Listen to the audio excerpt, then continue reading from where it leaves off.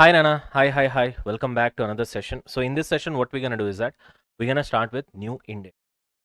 As you can see here, so that is Ind AS 37, provisions, contingent liabilities, and contingent assets.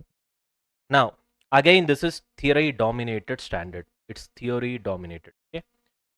We'll have small calculations when it comes to numericals, and most of the questions will be theory based application oriented questions. Okay, where you have to apply the theory, think it over, and then write the answer. So that you keep it in your mind. So it's a theory dominated standard. First point. Now, is it important? Yes, it is important. Because per se, you'll not get any, too many marks from this particular standard. But then in each and every other standard, you have to use these words, right? What is a provision? What is a contingent liability? You should have knowledge regarding the same so that you'll be able to understand the other, standards in a better way. Anyway, we do have an idea. We already have an idea what is a provision, what is a contingent liability. Only thing what we are going to do right now in this particular standard is we're going to dig deeper. That's all. We already do have an idea, whatever that is necessary to solve the other standards. But what we're going to do in this particular standard is we're going to dig deeper. We're going to go a lot deeper and try to understand it in a perfect sense. Chalo. Now, before we start with provisions, contingent liabilities, and contingent assets, the first thing that we need to know is what is a liability, because that's the base for all, obviously. So, liability means what? Let's go through the definition. It is a present obligation, which means you have an obligation right now, okay? Why did you have a present obligation? Because of the past events that you have done. You have done something in the past, and because of that, you have a present obligation right now. And this present obligation has to be settled with by paying something. Are you able to understand? Which involves outflow of resources. It can be cash, it can be goods, or whatever it is, embodying economic benefits. Which means earlier, because of this, whatever the past event that has happened, which created this liability, gave you some benefits. That's the point. So which means a liability basically means a company is already committed to pay or sacrifice resources, usually cash, because of something that has already happened in the past. Got the point? Say for example, you could have taken a loan in the past because you needed some requirement, and as a result that would have created obligation right now. You have to make the repayment now, or you would have issued debentures 5 years back. That's the past event. You would have received money, you would have used that money for running your business, and now after 5 years you have the redemption that you need to do. So this is a current obligation, present obligation right now because of the past event of issuing debentures like 5 years back. You understand? It's a simple thing. Right. By looking at these English sentences, don't get confused, okay? Because obviously it's not our native language, so thereby sometimes learning something in English may seem totally strange for us, okay? A little bit odd as well, but that's okay. Chalta hai, okay? We'll get used to it. Look at the key logic of liability. First of all, you cannot have a liability for something that will happen in future. Very important point, because continuation of liability only you'll have provision. You understand the point? So therefore, we need to understand liability first so that we can understand provision better, so that we can understand contingent liability better. So it's gonna go like a chain, okay? You cannot have a liability for something that will happen in future unless past event has already created an unavoidable responsibility. The word is very important. Unavoidable. This word is very important for creating a provision as well, which means you can't avoid. There is no way you can avoid that liability. Only then it actually becomes a liability. You can't avoid means only then you can create a provision. In provision, it becomes far more important. But here, you guys need to understand one thing, that you cannot avoid a particular liability. If you can avoid, where is the question of creating a liability and recognizing that in your books, saying that I need to pay this much, I have an obligation to pay this much, when you can avoid? So obviously, when you're recognizing liability, it means that you can't avoid, right? You have to make the payment, right? In cash or in kind or whatever it is, or by way of providing service also. That's also an obligation. You understand the point, right? Now, outflow of resources. Outflow of resources means the company will have to give up economic benefits such as cash, goods, or services. Therefore, the present obligation can arise from two types of obligations. Either it can be legal or it can be constructive. Now, this is important. See here. So, when it comes to liability, what he is trying to say basically here is that you cannot have a liability for something that will happen in future. For example, future I am going to get lost. I'll create a liability. Can you do that? It has to be from a past event. It has to trigger that. And then you cannot avoid that responsibility, or you cannot avoid that obligation. Only then it becomes a liability. Second, What kind of obligation it is? Present obligation, which means you have obligation right now, not next year, not the year after, right now, this year. That's why the word is present obligation. Again, there is a word called possible obligation. That is different. We are talking about present obligation, which means right now you have an obligation on your part to do something, to pay something, to give something, to give some services or give some goods or give some cash. You understand the point? Now, so this present obligation can be of two types. It can be legal, it can be constructive. Sir, legal means what, sir? It is enforceable by law. Law comes into picture. Law says that you have to do this for sure. If you don't do this, you will have repercussions. But when it comes to constructive obligation, it is not enforceable by law.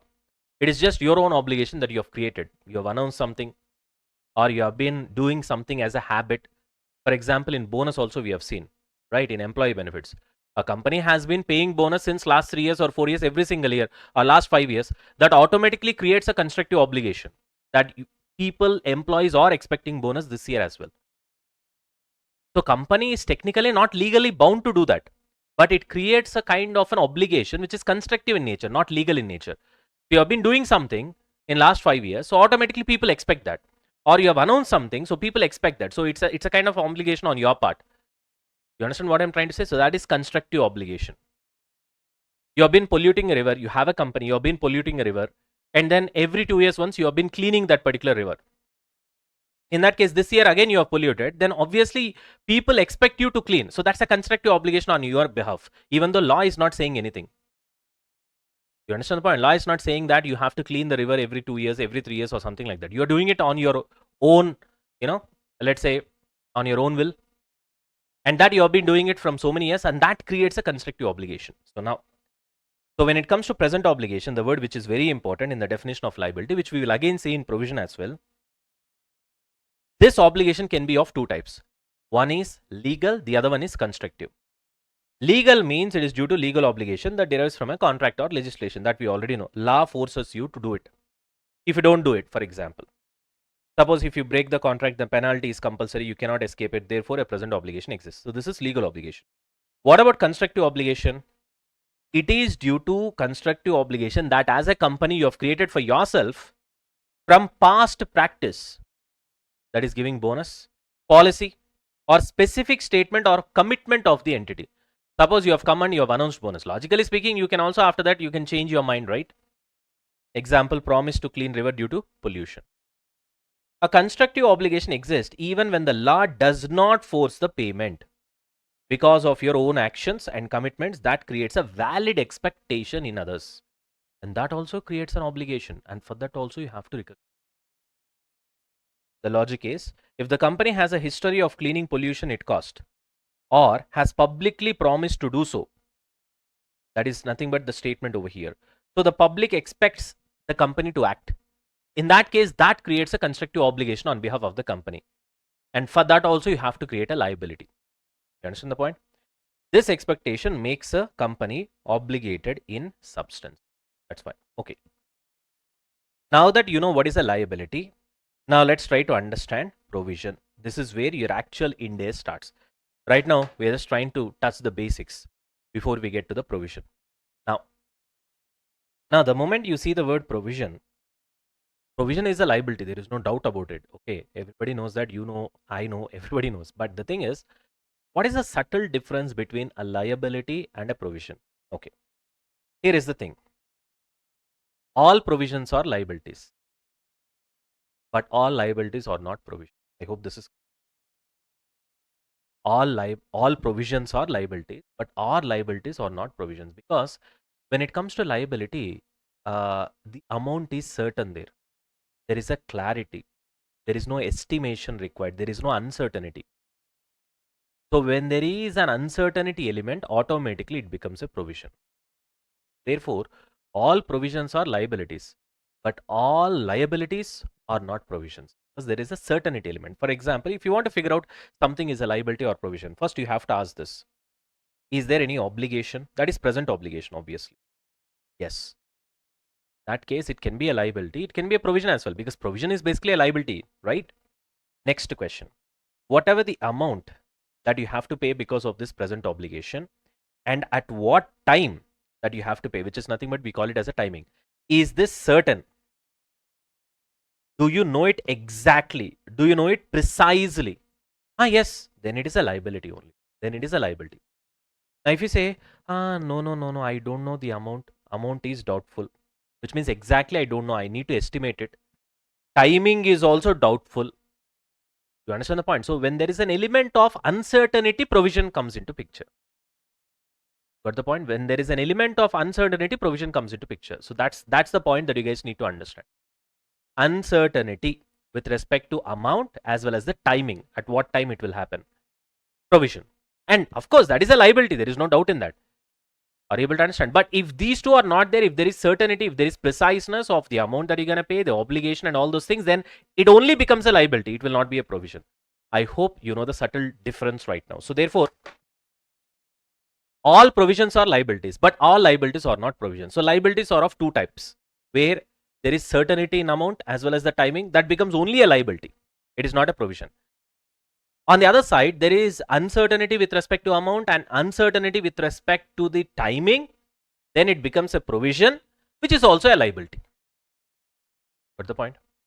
Right. I hope this is clear, Nana. Right. Now, suppose you want to have an example. Let's say creditors for goods purchased. What is that, you tell me? Creditors for goods purchased.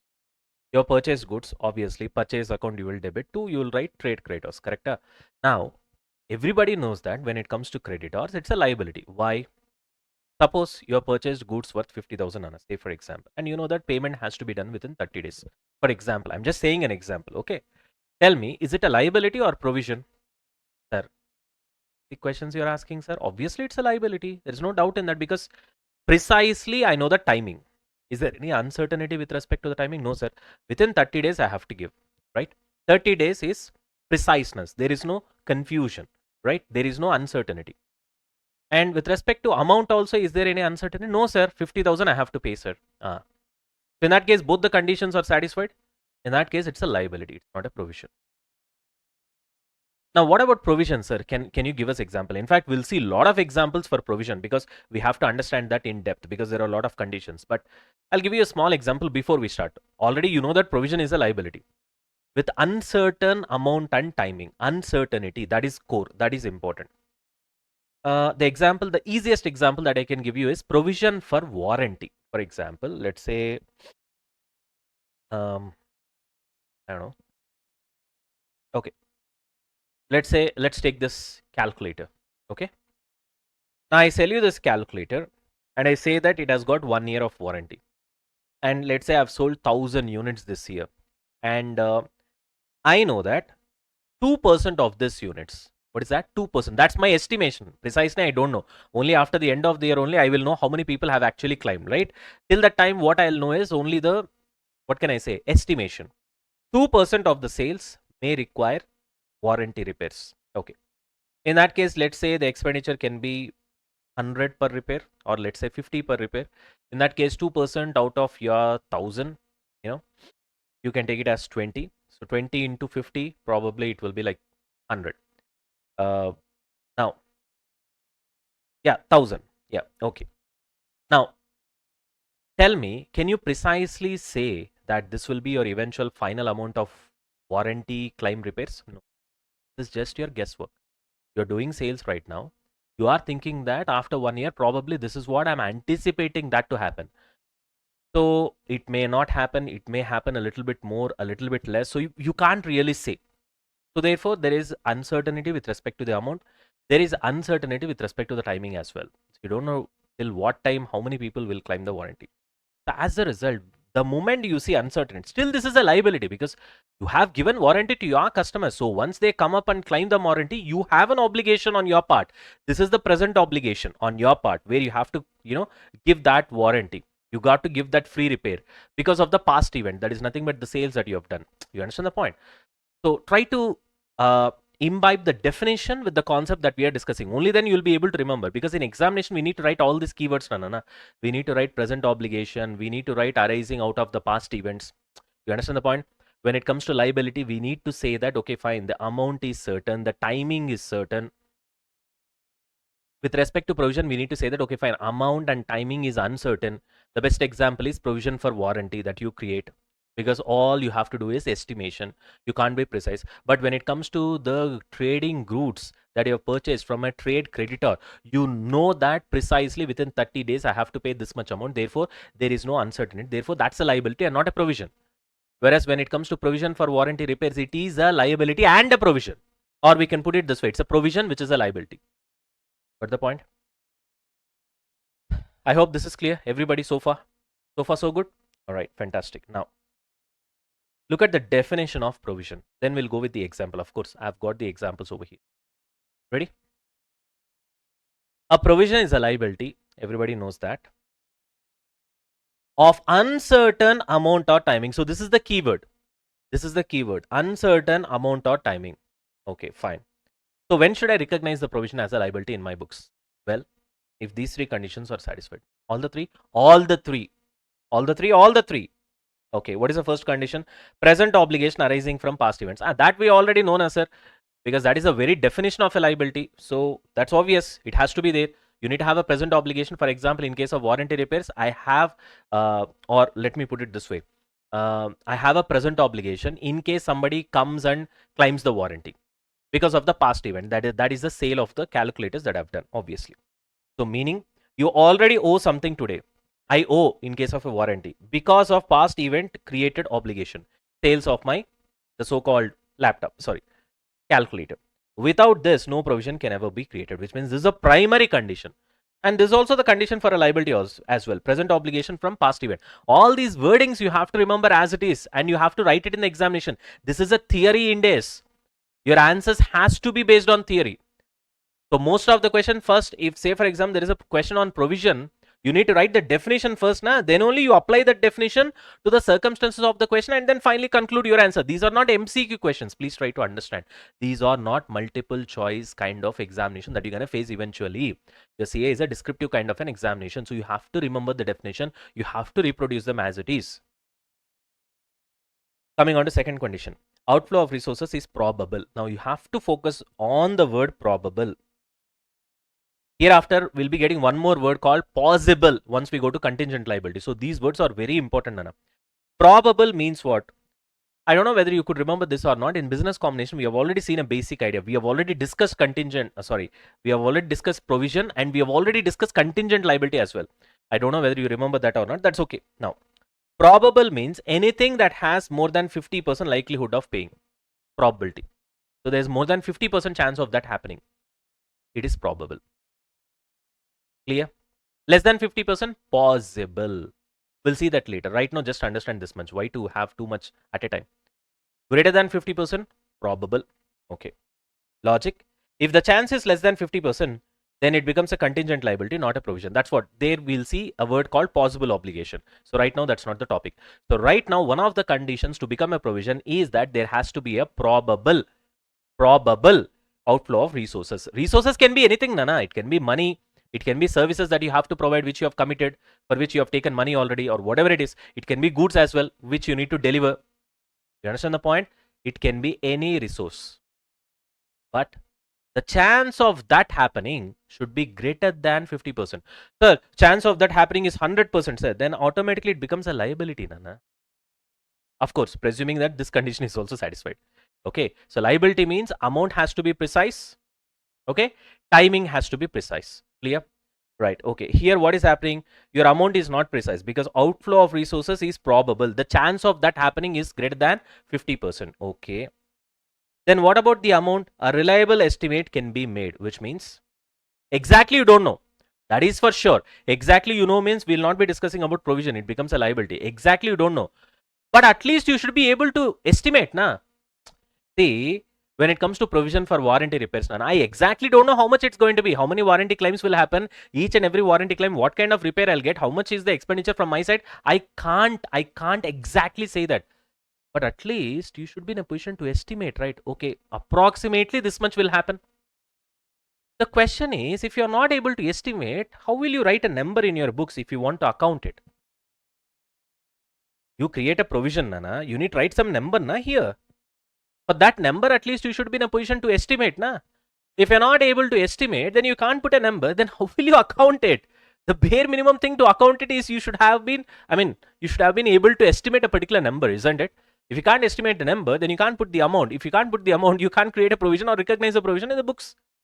You can't recognize a provision in the books. So therefore, even if the exact figure is not known, you must be able to estimate reasonably. Otherwise, it cannot be recognized.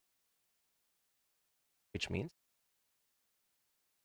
mostly if you look at any question that we are going to solve, okay, first condition will be satisfied by default. First condition, there will not be a question. Okay, in rare cases, there will be an obligation towards future. In that case, obviously, it's not a liability as well. Okay, rare cases, first condition will not be satisfied. But mostly, first condition will be satisfied, Nana, which means it will be a present obligation based on past events. Like warranty claims for calculator based on the sales of the calculator that you have done in the past. These two conditions only will be tested frequently in the question. So which means either outflow of resources will not be probable, it will be less than 50%, or you will not be in a position to estimate the amount. Clear? Right. So ultimately, if it has to be a provision, totally how many conditions has to be satisfied? 3 conditions. Got it? Now, condition number 1. It has to be a present obligation from past events. Condition number 2. It should be probable. Which should be probable? Outflow of resources. Probable means what? Greater than 50% chance of happening. 3.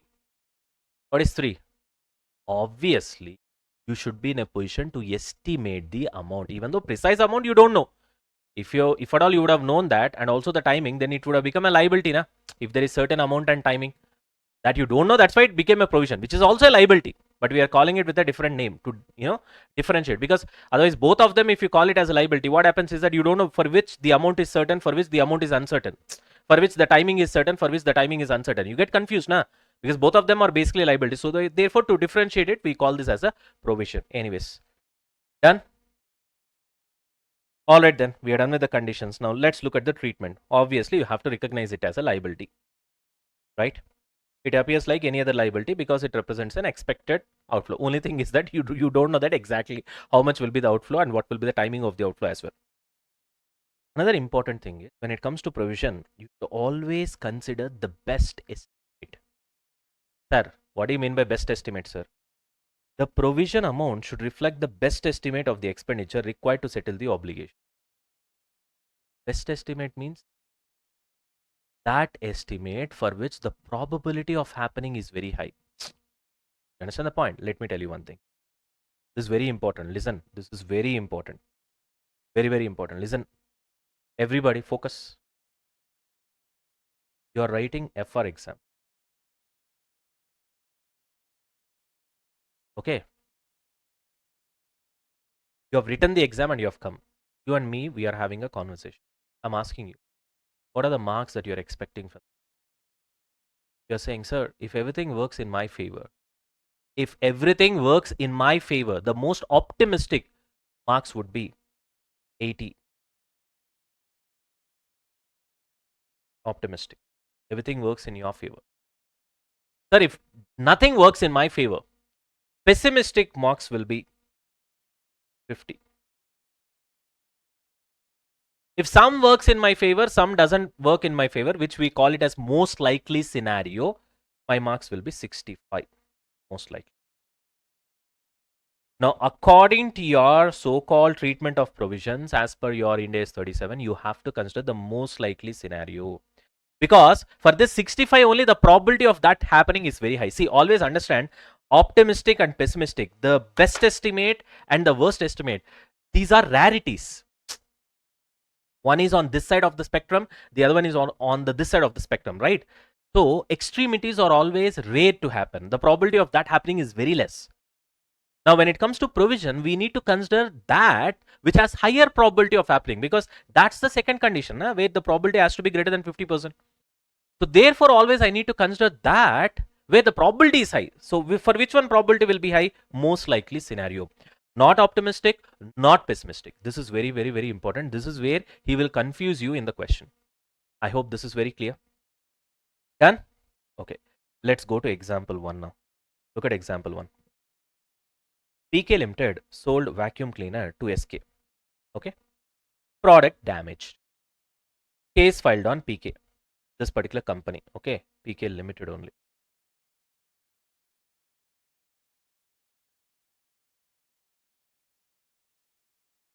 Okay, claiming compensation of 1 lakh, right? Now tell me, in PK Limited books, let's check the definition of provision. Present obligation due to past event.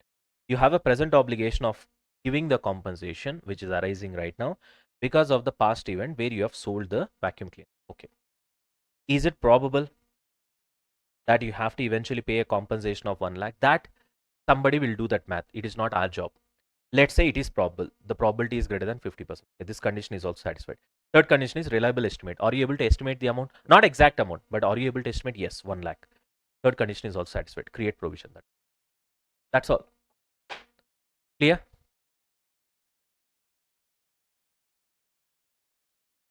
Right. Now, if you want few more examples, yes, I do have. Let's have a look into the examples once.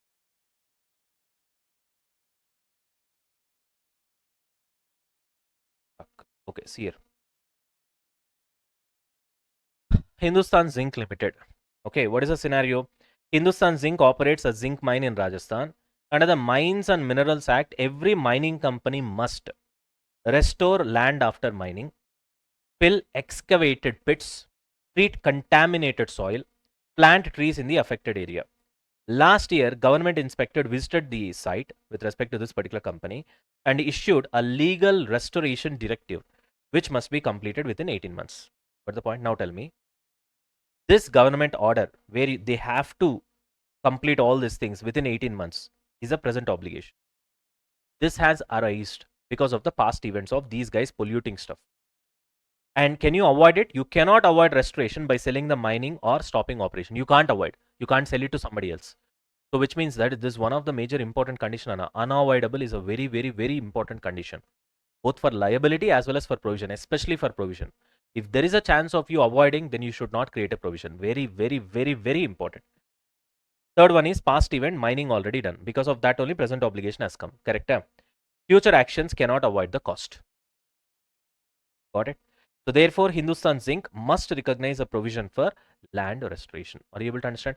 The intention behind me giving this example is I'm trying to connect the example with each and every point in the definition. What is this present obligation? What is the past event? Can you avoid or you cannot avoid? Understand the point? Future actions cannot avoid the cost means what? From today onwards, if you take care of everything, that doesn't mean that whatever the damage that you have done already, for that anyway you have to incur no money. You understand the point? You get it? That's the point over here. One more examples here. Nestle India is the company. These are all real life examples only, okay? During quality checks, FSSAI finds contamination in a specific batch of baby food. So therefore, it issues a mandatory recall notice requiring Nestle to collect all the products from distributors and retailers. You don't know whether you remember this or not. This happened in case of Maggi for the same company, Nestle. They were finding some sort of a heavy metal in the Maggi noodles. They recalled everything and they burnt everything down. And they have to pay cost for the disposal. So which means for burning also, who has to pay cost? Company only. Destroy all the recalled products, which did happen for Maggi. Check in internet, you'll find. Provide refunds to customers. Nestle cannot avoid the recall because it is legally enforceable. So it's a present obligation. In present obligation, there are two types of obligation. Constructive obligation, legal obligation. This comes under legal obligation. Clear? So try to connect with the definition. Now let's analyze. Do we have a present obligation? Yes, arises from the FSSAI notice. Now that is a legal obligation as well in present obligation. Is it a past event that you have already done? Yes, because you have sold defective units. Is there any alternative? Can you avoid this? No, you can't, because it is legally required. Therefore, you must create a provision. Are we done with this? Hello. Fantastic. Now let's see how to calculate this provision amount. Next concept. Let's look at the calculation part now. Now, when you want to calculate your provision amount, Nana, you have to look into two possibilities. Either the kind of population that you'll have, population means you'll understand what does it mean. There will be two possibilities. Let's understand it that way. Large population, individual act. Large population means the example that I already gave you, warranty example. Remember that? Because when it comes to warranty example, there is too many possibilities. Understand the point? Because there are too many possibilities of repairs that are going to happen. Each and every possibility, the repair cost will be different. So it is not like either it will happen or it will not happen. So it is not like only flip of the coin. Are you able to understand what I'm trying to say? For example, if there is an individual item, if there is a flip of a coin, you know that either it should be head or it should be tail. That's all. Multiple possibilities are not possible. But when it comes to a warranty, where there are too much of consumers are there, you know, like 10,000, 20,000, 30,000, and there are multiple possibilities of issues that can arise. Let's take a laptop or even vehicle for that matter, a two-wheeler or four-wheeler for that matter. The possibilities are too many, right? In that case, you will go for this option. So what do you mean by this option? We'll go for example 2 later. Let's try to understand this first. If there are too many possible outcomes, like for example, customer refunds, warranties, pending lawsuits, calculate expected value by using probability of each item, which means let's say there are 5 items. You write for each item what is the amount, and for all those 5 items write the respective probability, and then you multiply everything and then you add. That's how you calculate your provision. So it's very easy. In the question itself, he'll give you that there are multiple possibilities and respective probability figures will be given, like 0.2, 0.3, 0.15, 0.1, something like that. All you have to do is multiply, add it. You get your provision amount. Simple. The other type of it is individual item, where there is only one possible outcome. Okay, consider the most likely outcome, that is nothing but which we have already discussed, and that's it. Either it will happen or it will not happen. You see which has the more probability, happening or not happening. I see happening has got the most likely scenario. Then that's it. That will be your provision amount. There ends the matter. Got it? Anyways, so let's try to look into this example and then we'll come to example. Here, sales with warranty. So this comes under individual item or large population? Large population. Annual sales is 5,000 units. There is 10% probability that 400 units will claim warranty. There is 40% probability that 600 units will claim warranty. There is 50% probability that 2,000 units will claim warranty. There is 0% probability that beyond 2,500 units it will go. Or let's say the cost is this much, when it comes to the example. Now, in this example, I gave you repair cost as 100 per unit, whatever it is. You just multiply with respect to number of units, you'll get total number of units. You multiply with 100, you get your provision amount. So easy. Are we done with this? Let's get back here. So ultimately, that's how you calculate your provision amount. Very easy, Nana. All you have to do is just look at the question. If different probabilities is given and different possibilities is given, you multiply that, total it up, you'll get your answer. That comes under large population. Okay. Otherwise, it will be an individual item. Once you come across a question, you'll understand. Okay. So when it comes to individual item, there will be only one possible outcome. So consider the most likely outcome, which we have already discussed. And the logic is for a single event like a single lawsuit, you don't take probably weighted average. You consider the amount that is most likely to occur. Got it? Simple. That's it. So let's move on to the next one. So now, what did we cover so far? Definition of a provision, treatment of a provision, okay, and how to calculate the provision in two different scenarios. Now, the next thing that you're gonna do is discounting long-term provisions. Very easy. Obviously, when there is time value of money involved, obviously you have to discount if it goes beyond 1 year, right? That's what we call it as long-term provision. So if the expenditure is to be incurred after 1 year, then obviously time value of money comes into picture. In that case, the provision should be recognized at discounted value, which is nothing but present value, by discounting the expenditure using pre-tax discounting rate. This is important. Which discount rate you have to use? Pre-tax discounting rate. Okay.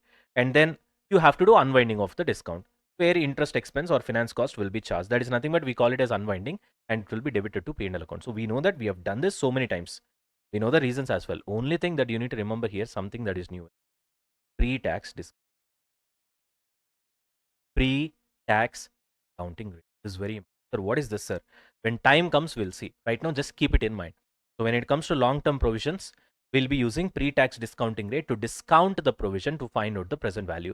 And then when the time goes forward, we'll be adding the interest amount, which is nothing but finance cost, which we call it as unwinding of discount, and will match the provision amount in future. That we already know. But the only new point for you that you have to remember right now is pre-tax discounting rate. That's all. Is that clear?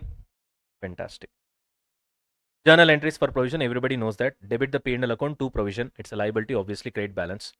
And then in case if you have the present value scenario, then you will be calculating the interest expense, and to that extent provision will be increased.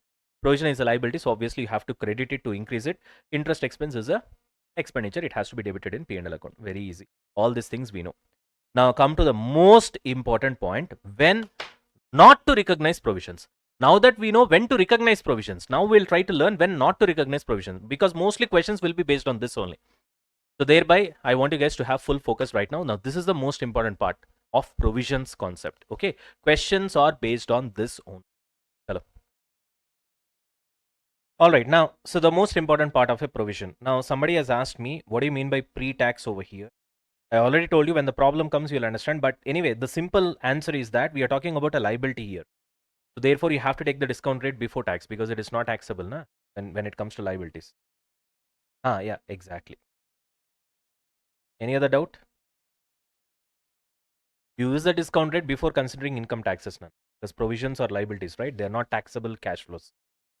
I hope that is clear. So once I do the problem, you'll understand things better. Okay. At the time you'll discuss. Right now, I just gave you a basic idea. I hope that is fine. Chalo, let's move on. Now, when not to recognize provisions. First point. Only those provisions are recognized for which entity has no realistic alternative other than settling it, or rather than settling it. Means you should not be in a position to avoid it. To put it very simple, that's the thing. See, as a company, I have a liability. I have some sort of, okay, let's not call it a liability. I have an obligation, present obligation. Is there any chance for me to avoid it? If the answer is yes, then you should not recognize that as a provision. There should be no chance for you to avoid it other than settling it. You understand the point? Chalo. If entity can avoid such expenditure by its future actions, then no provision is recognized. Sir, what do you mean by this, sir? You will not understand this unless we go with example. Okay, so let's go with examples now. Have few. This is what we are trying to see right now. If entity can avoid expenditure by future actions, no provision is recognized. Sir, what kind of situations? Give me examples now. Let's look at the example. Factory overhaul. Let's say you know the company JK Tires, right? Now there is a company called JK Tires. The management is considering a major overhaul of machinery next year costing 12 crore. Are you able to understand?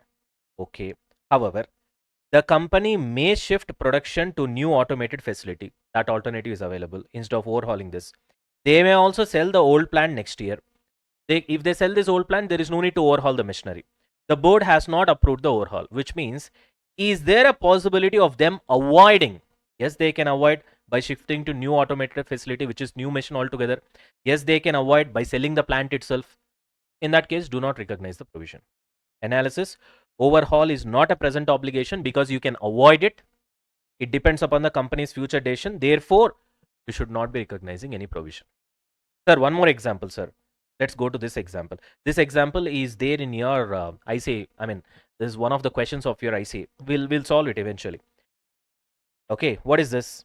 Let's take Indigo Airlines. I hope all of you are aware of it. So, there is a heavy maintenance which is normally required after 30 months of use. For every flight, they have to do that. Okay.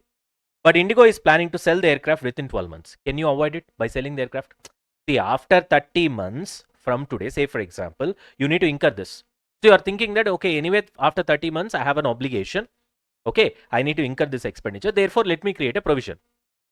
But then before you create a provision, you have to ask yourself a question. Is there a chance of avoiding this? Yes. In this gap, if I sell the aircraft, then I can avoid it. If sold, the buyer takes responsibility for the next maintenance cycle. Or suppose, if there is a point which says that even if you sold it off in the middle, you have to do the maintenance and then only you can sell it. If there is a condition like that, in that case, create a provision. Which means whether you sell it off or you keep the aircraft with you, in both the cases, anyway, you have to do the maintenance, which means you cannot avoid it, which means there is a present obligation, which means you create a provision. But if there is no obligation like that, if there is no commitment like that, and if you sell your aircraft, in that case, you can escape the so-called heavy maintenance, which will be very costly actually when it comes to aircrafts. In that case, can you avoid? Yes. If there is a chance of avoiding, I should not make a provision. Simple. So maintenance is avoidable because once you sell it, future decision can eliminate cost. No present obligation, no provision. Are you able to get this? Clear, Nana, everybody? All right, sure. Let's come back to the concept. That's what I've written here as well. So if you can see here, future operating costs like overhauling or inspection of ships or aircrafts, or even future operating losses, all these things you can avoid. So by selling or returning the aircraft, therefore, when you can avoid, in that case, you should not recognize the provision, because when you can avoid, there is no present obligation. And the important part of the definition of provision is a present obligation. That was the first condition. You should have a present obligation from your past events. Are you able to get this? Right. Look at the explanation over here. A provision requires an obligation that the entity cannot escape, cannot avoid. If the company is free to avoid the cost through future decisions like selling, in our example, or in the other example of machinery, you can replace it with advanced machinery, then there is no present obligation. Examples such as inspections, overhauling, future operating losses relate to future operations, not past events. Hence, these cannot be provisions. Very, very, very, very, very important point. So, which means there are two things, Nana. One is, in order to be a provision, it should be a present obligation because of past events. That's the first condition. It cannot be future operations. In future, I'm going to get operating losses, therefore, I'll recognize a provision today. No. Based on past events, there should be present obligation. When I say there is a future obligation for me, and as a result, I'm going to recognize a provision, no. I have a present obligation, but there is a chance that I can avoid it by selling the aircraft or by replacing the machinery or selling the machinery. Then don't recognize it. You got the point? Right. This has been tested by your ICAI. That's the reason I've highlighted. Examples such as inspections, overhauling, and future operating losses relate to future operations, not past events. Hence, these cannot be provisions. Clear? Right. So the logic is a present obligation must be created by the past event, not by future business decisions. Everything that I highlight, it's very, very, very important, Anna, because I know what kind of questions have been asked by your ICAI in your past examination papers or RTP, MTPs, your study material. Keeping that in mind only, I'll tell you which is important, which is not important. So therefore, keep it in mind. Okay. Are we done with this? This is the first point, when not to recognize provisions. All right. Let's move on. Second point. Provisions and proposed legislation. In this case also, you should not be recognizing a provision. When? What are the conditions? That's what we're going to learn now. Ready? Now, in this case, what is happening? Let's see. Say, for example, a new law has been proposed and yet to be finalized. Okay. Obligation would arise only when the law is virtually certain. Look at the word. It is virtually certain. So, what do you mean by virtually certain? For example, there is a draft. Raw, that particular law draft bill is there. It has not yet been passed. In that case, can you consider that law, and as a result, based on that law, can you create a provision saying that it's a present obligation, because present obligation includes both the legal as well as constructive obligation, correct? So therefore, law comes under legal obligation. Therefore, can you create a provision? No. You understand the point? Because it has not yet been passed. Just a draft bill is there. Suppose if it has been passed, bill has been passed, it became an act, and it has not been notified in the Gazette, for example, yet to be notified from what date it will be implemented. But in this scenario, it is virtually certain that it's going to come for sure. Whether it's going to come next month or after 2 months or after 3 months or after 5 months, that's the only question over here, right? Because the draft bill has been passed and the bill has become act eventually. So therefore, it is virtually certain. In that case, recognize the provision. So, when the details of proposed new law are yet to be finalized, obligation would arise only when the law is virtually certain to be enacted. A company does not create a liability merely because a draft law exists. The obligation arises, what obligation? Present obligation, that too legal obligation, only when the law is almost certain to come into force. The company cannot avoid complying with. Got it? So, until the law becomes virtually certain, the obligation is still avoidable and therefore does not meet the definition of present obligation. So, which means just because there is a draft bill doesn't mean that the law will become certain. You understand the point? We'll see some examples, okay, so that you'll have a better idea.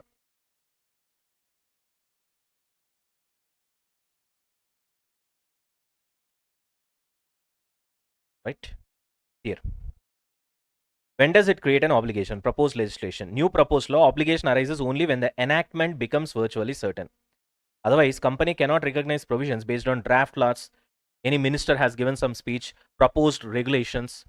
All these things are uncertain, Nana. Absolutely uncertain. It has to be virtually certain in order to be considered for present obligation. And then eventually you're gonna create a provision. To make that happen, it has to be virtually certain. When it will be virtually certain? If there is a draft bill, no. If there is some minister who gave some speech, no. Proposed regulation, no. At least it has to be passed. You understand the point? We'll see some examples here. Suppose there is carbon emission tax bill. Got it? So what is the scenario? The Indian government proposes a carbon emission tax for large utilities. Proposes. So it is mentioned in finance minister's speech. Nirmala Sitharaman has told that not introduced as a bill, not approved by Lok Sabha, so it did not become act, not notified in the Gazette.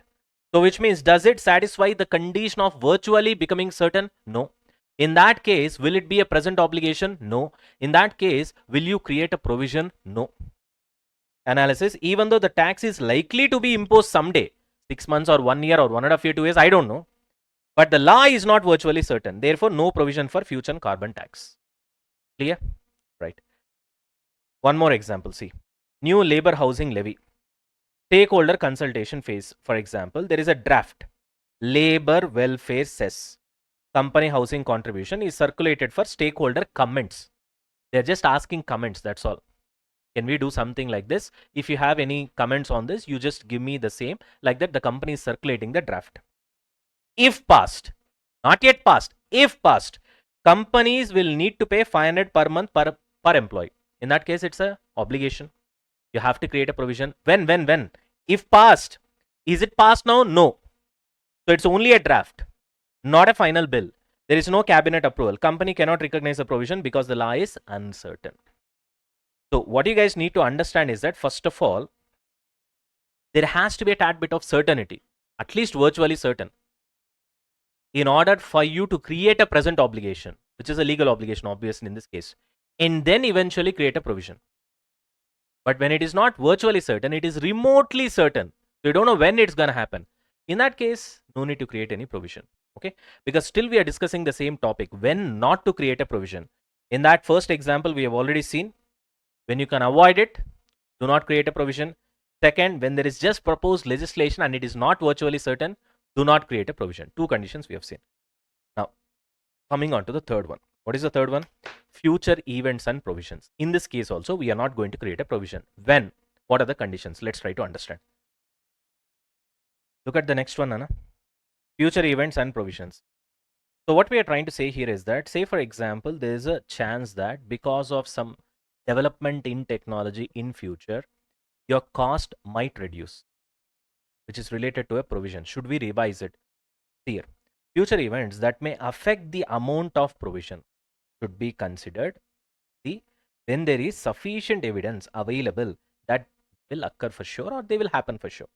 For example, cost of cleaning of site may be reduced by future changes in technology. So, which means, can you reduce the provision? Yes, you can, provided if evidence of such change is available, reduce the provision. If no evidence is available, there will be no change in provision. Pretty simple. So, what is the keyword over here? Evidence. What is the keyword over here? Evidence. So, look at this. Future events are considered only if there is a reliable evidence that they will happen for sure. If new technology is already developed and proven and cost to clean a site may reduce, so the provision should reflect that. But there can be lots of circumstances where there is hypothetical technology, okay? They'll say that it will do this, it will do that and stuff like that. But in reality, you can't see a mere evidence. For example, right now in Bengaluru, I think there is a air taxi that is going on, if I'm not wrong. Okay, and they are saying that it will be like 4 to 5 times the price of a normal taxi. Let's say if the normal taxi is around 1,000, then probably it will cost you 5,000 to that air taxi to move from any part of the Bengaluru to the airport. But the point is, it's far from, seeing it in reality, right? So it's a future technology only. But the question is there a sufficient evidence that it's going to happen for sure? And at what time? At least some reliable evidence. Nope. In that case, don't consider that. That's what. So, but if the technology is merely hypothetical, not yet proven, the provision must remain unchanged. Ind AS 37 requires prudence and avoids optimistic assumptions without evidence, especially in case of reducing the liability. That's what conservatism concept is. So if you are sure, okay, we'll do that. But in order to be sure, there should be sufficient evidence. Do we have it? Show me. If the answer is yes, yes, we will reduce the provision. Otherwise, we will leave it untouched. That's all. Clear? Okay, we can see some examples for this as well. Here, open up fast. Chalo, now see here. Yeah, look at this example. We have BPCL company. Okay. Now, BPCL is required by law to clean an oil spill site. Okay. Current cleanup cost estimate is 22 crore. With whatever the technology that you have right now, that is the estimate. Okay. A new oil separation technology has been found out. It is approved by the Ministry of Environment. Fantastic. It is already tested in another PSU site, public sector undertaking site. That's even good. Supplier has submitted official cost quotation. Now tell me, is there any sufficient evidence? This is evidence. This is evidence. This is evidence. And this new method will cost only 14 crore. Now tell me, is there sufficient evidence? Yes. Can I reduce the provision from 22 to 14? Yes. So future event technology adoption is supported by strong evidence. What is the evidence? This. Can I revise the provision? Can I reduce the provision in this case? Yes. It should be reduced all the way from 22 to 14 crore. Are you able to get it? So once we see the example, concept will be clear. Done? Everybody? Look at this. Another example. Company Steel Authority of India. Okay? SAIL. SAIL is obligated to dismantle old furnaces in their factories. Okay. Government has officially notified a green dismantling subsidy of 30% for all the companies. The notification is legally enforceable. You understand the point? So which means government will help them by giving 30% off whatever the cost they are incurring. In that case, will you reduce the provision? Yes. Subsidy reduces the unavoidable cost. Legally enforceable means there is a legal obligation, which is nothing but it confirms the present obligation. So therefore, you will create a provision. However, that should be reduced by 30%. Why? Because government has confirmed the same. So therefore, provision is equal to whatever the dismantling cost that you're going to incur minus 30% of the subsidy. You need to reduce your provision. Why? Because there is an evidence that government is going to give you 30% subsidy. Clear? So which means will you reduce the provision? Yes, because there is sufficient evidence. As simple as that. Done. Clear with this? All right, Nana, fantastic. Let's get back to the concept. Okay, so far, what are all the things that we have seen? We have seen 3 points, Nana. First one is, if there is a chance to avoid, do not recognize the provision. Second, if there is a strong evidence, or let me put it this way, if it is virtually certain that a law is already enacted, it is passed in the parliament, only probably official notification is being delayed or whatever it is. In that case, you know that it is virtually certain. In that case, you can recognize a provision for that particular legal obligation, which is nothing but present obligation. But if the virtual certainty concept is not there, then do not recognize because it is not certain. As simple as that. Do not recognize any provision. The third point that we have seen is future events and provision. So if there is a future technology which is supported by sufficient strong evidence, then you revise the provision. Most of the cases, you will reduce the provision. But if there is no evidence, then leave the provision untouched. These are all the 3 points that we have seen so far. Now coming on to the next point. Risks, uncertainties and review of provisions. Sir, what do you mean by this, sir? See, understand one thing, Nana. What is provision, first of all? Tell me the definition. Sir, present obligation from past events, correct? And the cash outflows are probable, having greater than 50% probability, yes. And reasonably, you can estimate the amount, right? Yeah, okay. If all these conditions are satisfied, then you can create a provision. Now tell me, so basically, what makes provision different from liability? This we have already discussed. Sir, in liability, everything is the timing and amount is certain. In provision, the timing and amount is uncertain. These are all the keywords. You have to write it as it is in the examination hall. Okay, sir. So when I say something is uncertain, provision itself, the moment we talk about provision, we know that there is a lot of uncertainty involved. So you have to estimate a lot of things. In that case, definitely, every single year end, we need to review it. Because 1 year back, when you created the provision, on that day, your perception regarding the future, your estimation and things will be different. The facts and circumstances that you would have come across while doing that calculation will be different. And now after 1 year, things would have changed. And because the time has moved forward, right? eventually. So you'll be in a better position to revise the so-called provision. So which means on each balance sheet date, the provision has to be revised. If necessary, it has to be reduced or it has to be increased. Or if you are sure that, okay, it can remain untouched, it's okay. But review needs to happen. Here. That is what we are talking about, accounting for risk and uncertainty. All risks and uncertainties that would result in increase of the amount of provision should be taken into account while measuring a provision, which means you have to review it every single year. And if you feel that risk and uncertainty with respect to that particular provision has got increased, then you review it and increase the provision. That's all. Provision should reflect realistic worst case consideration, prudence concept, not just base estimates. If there is uncertain risk that would make the cost higher, the provision, then that uncertainty must be included in the best estimate. A provision is not a budget, it must represent the full expected obligation after considering the risk, which means what you have to do basically, review at each balance sheet date. What has to be reviewed? Provision has to be reviewed. Why? Because provision is an estimate. So estimate can always go wrong, so you have to keep on checking it. Provision should be reviewed at each balance sheet date and adjusted to reflect the current best estimate. If it is no longer required, then it's okay. It has to be reversed. So which means if you feel that as of now, there is no need of this provision at all, then you reverse it, make it 0. So provision must not remain static. This is the most important word. Because conditions will change every year. If cost increases, increase the provision. If obligation reduces or disappears, then reverse the provision. That's all, or reduce the provision, as simple as that. But always provisions must reflect the latest conditions. Update best estimate at the reporting date. So that's the point. You got it? Sir, can you give me examples, sir, so that I can feel better? Because you're saying that on each balance sheet date, provision has to be reviewed, and you have to consider all the risk and uncertainties that has come into place. Some new risk would have come into place, or existing risk would have gone out. Both the cases that has to be reflected in the provision amount. Any examples, sir, so that we'll be able to understand and apply what we have learned over here? Yes, of course. Let's go with the example.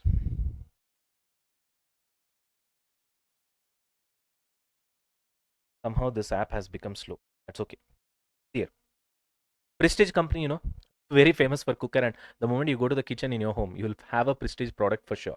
Right. Prestige receives multiple complaints about pressure cooker explosion injury. It did happen once upon a time, not now. Don't worry. Historical data, if you see, 2% of the cookers had this issue. And for every claim, it costed 5,000 to 30,000 for the company Prestige. Lawyers estimate 70% chance of additional claims. Now, when you are trying to review your provision, what you should do, look at the probability of claims, look at the severity of claims, look at the legal uncertainties.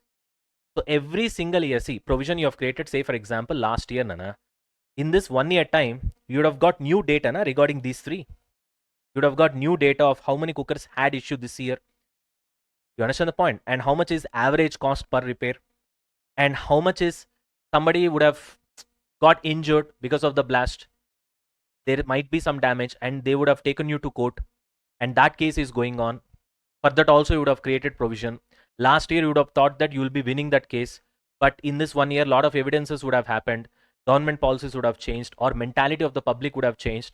And now at the end of the year, you are feeling that you might lose the case. In that case, you have to increase the provision. Are you able to understand what ground reality? I'm telling you how the accounting happens in real life. That's why I'm giving you real life examples. All the examples that I gave you right now are real life examples only. So what about the analysis? Provision must reflect probability of claims, severity of claims, legal uncertainties, which means provision includes risk adjusted expected cost, which means you have to review provision every single year on the balance sheet date, obviously. Got it? One more example. See here. HDFC Bank is there. RBI is reviewing mis-selling of insurance products, which means you will not say everything to the customer because you just want to sell the insurance product. Now you will give false promise and then you will sell it. Got it? Possible penalty charges ranges from 5 crore to 30 crore for whoever who has done like that. RBI is doing that. Got it? Now HDFC Bank has got the fear that they have certain cases against them and they want to, estimate the provision. The lawyer's probability estimate with respect to HDFC Bank is there's a 25% chance that the penalty will be 5 crores, 50% chance that the penalty will be 15 crores, 25% chance that penalty will be 30 crores as well. So what do you have to do? Very simple. Take the weighted average. So 25% into 5, plus 50% into 15 plus 25% into 30, and then you'll get a number that will be your provision. And this percentages can change after 1 year. And again, it can change after another 1 year. Are you able to understand? After 4 years, again, still this case is going on. In that case, what will happen? Inflation will come into picture. Then even lawyer will revise the estimate. Now hereafter, 25% probability is for 40 crore. For this, it will be 20 crore. For this, it will be 10 crore. Then again, you have to, review your provision and then try to increase it. Or maybe after that 1 year, you might have come across a latest development that most probably you will be winning the case. In that case, nothing will be there. In that case, reverse the provision. Anything can happen. Nah? I'm just trying to give you situations where what can happen. That's all. Got it? Hello, fantastic. Are we done with this? That's it, Nana. So, with this, we are done with the concept of provision. Most important of this entire Ind AS. Then we have contingent liability, all those things. But provision is very important. That's the heart and soul of this particular Ind AS. Now, we'll end the session over here. In next session, I want you guys to revise whatever we have done so far, and then we'll continue with the session. We'll go to contingent liability in the next session. We'll finish off all the concepts. Of course, with examples simultaneously. We are doing examples now for each and every concept. We are doing two examples. Now, once we are done with that, then we'll go for solving sums, because the questions are designed in such a way that in one question, provision, contingent asset, contingent liability, everything will be tested. In that case, I should know everything. Nah? Are you able to understand? So that is the reason. Let's finish off everything, and then straight away we'll attack the questions and we'll finish it off. Okay? All right, guys. Hi. So welcome back. In the last session, we are done with this review of provisions, risk and uncertainties with respect to the provisions. So when the risk and uncertainty increase, accordingly, you have to increase your provision as well. And review of provisions every year you have to do, because provisions is purely based on what? Expectation, right? And so based on the facts and circumstances on that particular day, you might have expected something, and then eventually after 1 year, a lot can change, and thereby you have to review it.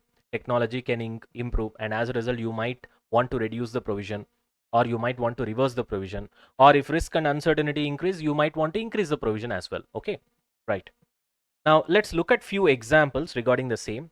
We have done with the concept, but then few examples let's see, and then we'll go to contingent liability. The first example is LG Electronics. So if you can see here in LG Electronics India, the scenario is there is a warranty provision that they have booked in 2023, where the provision is 40 crore. On that day, they thought that this much what the warranty claims that we are expecting to happen, thereby they have created a provision. But in 2024, after 1 year, what happened is the actual claims reduce after software update, and the new estimate is 28 crore. They have run a software update, and as a result, now they are thinking that the new claims will be much lesser when compared to the original claims because of the software update. And as a result, now you tell me, do I need to reduce my revision? Sorry, do I need to reduce my provision? Yes. Excess of 12 crore must be reversed. Therefore, provision should be reduced. Clear? So this is a classical example of technology upgrade, because you have upgraded your software, you have updated that, and as a result, your provision is getting reduced. Another example, if you can see, there is a company called Infosys, obviously you guys know, and it created a provision of 12 crore for IP theft claim, intellectual property. Okay, right. Now what's happening? So somebody might have filed a case on Infosys saying that Infosys have stolen their intellectual property rights, and as a result, they have to pay 12 crore. These guys have thought that and accordingly created a provision. But then next year, the lawyer revises risk assessment, and now he's saying that probably you have to shell out 20 crores. Initially, we thought that it is 12 crore, but now we have to shell out 20 crores. In that case, you have to increase your provision because risk and uncertainty has got increased. Risk has got increased basically in this case. So increase the provision by 8 crore. Revised risk assessment. So this second example falls under this category. Risk and uncertainty is increased. And review of provisions where your technology gets increased. That was the first example that we have seen. Okay. So we have gone through two examples with respect to what? Revision of provisions. If your risk and uncertainty is increased, you got to revise your provision. In our case, IP theft case, we have seen it, and they have increased it to 20 crores.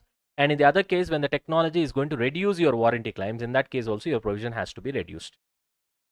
Now let's start with the next concept, that is contingent liability. Okay. Now when it comes to contingent liability, there are two types, Nana. This is very important, so listen carefully. Type 1, The moment we hear the word contingent, what should immediately strike in your mind? Contingent. So which means something may or may not happen in future. So anything that is related to a question may or may not happen in future, or based on the occurrence or non-occurrence of a future event. Based on the occurrence and non-occurrence of a future event, immediately a word contingent should come into your picture. Now here I am talking about contingent liability. So therefore, I would rather say like this: based on something happening or not happening in future, I will have a possible obligation. Now look at the wording here. I'm not using the word present obligation. Present obligation is the word that is used for liability definition as well as provision definition. But when it comes to contingent liability, I'm using the word possible obligation. So there is a possible obligation arising from past events that will be confirmed only on occurrence or non-occurrence of uncertain future events. The moment you see the word occurrence or non-occurrence of uncertain future event, immediately what has to strike for you? Contingent. Okay. In this case, it is liability or asset? Liability. Why? Because you have an obligation. The moment it is an obligation, it's a liability. What kind of an obligation? Possible obligation. Why? It can't be a present obligation because you don't know whether the future event is going to happen or not going to happen, isn't it? So obviously it will be a possible obligation, means there is a chance. There is a chance. This is one type of contingent liability. The moment you see the word contingent, obviously this will strike. But the second type is interesting. What is this? Present obligation arising from past events. Sir. Present obligation arising from past events is the definition of liability as well as provision. Na? Then why are you using the same sentence when it comes to the definition of contingent liability? So that's where you have to wait. When it comes to provision, present obligation from past events is how it starts, the definition of the provision. But after that, there are two conditions. Na? One is outflow must be probable. Outflow of resources must be probable, where it has to be greater than 50%. Correct? After that, you should have been able to reasonably estimate how much is going to be the outflow, so that you can put that amount in the books when you're recognizing the provision. Correct?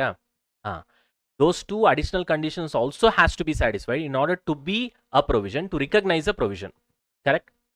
When it comes to contingent liability, the first definition, present obligation based on past events, and then the next two conditions, if it is not satisfied, then it becomes a contingent liability. So present obligation arising from past events where outflow of resources is not probable, which means less than 50%, or focus on this word or, which means if any one condition is not satisfied, automatically it becomes a contingent liability from the definition of provision. So when it comes to provision definition, present obligation from past events plus outflow of resources has to be probable, which is greater than 50%, plus reasonable estimate of the future outflow. All these three conditions has to be satisfied in order to recognize a provision, which is a liability, obviously.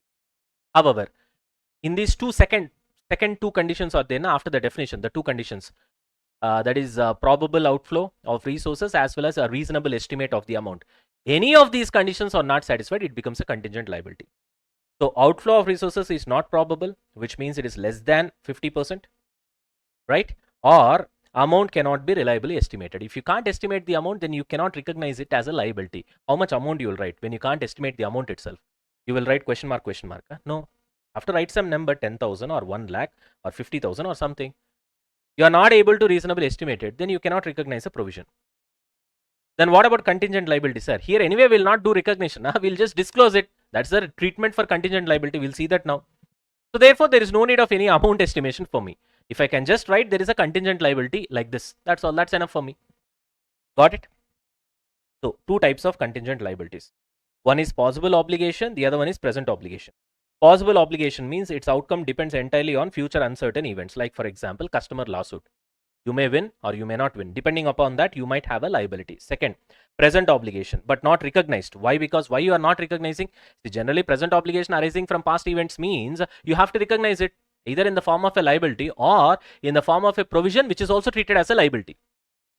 But you will not recognize here. Why? Because other two conditions are not satisfied. What are they?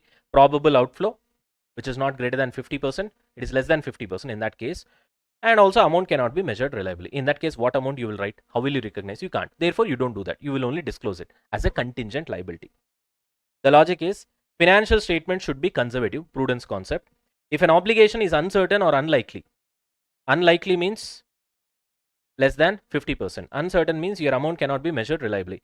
And it should not be recognized, but only what? Disclosed. So that's obvious. Are we done with this? So let's go to example 3 so that you'll have a better understanding. Look at this. This is very important, Nana. If you can understand this example, what I've written over here, you'll be able to solve all the problems based on contingent liability concept. Okay. Right now, you already have a basic idea that there are two types of contingent liability. Type 1 is possible obligation.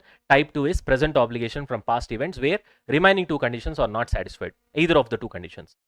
Where a probable outflow is not satisfied, where the probability is less than 50%, or you are not able to reasonably estimate the amount. In that case, you cannot recognize the provision. Chalo. Now look at this example.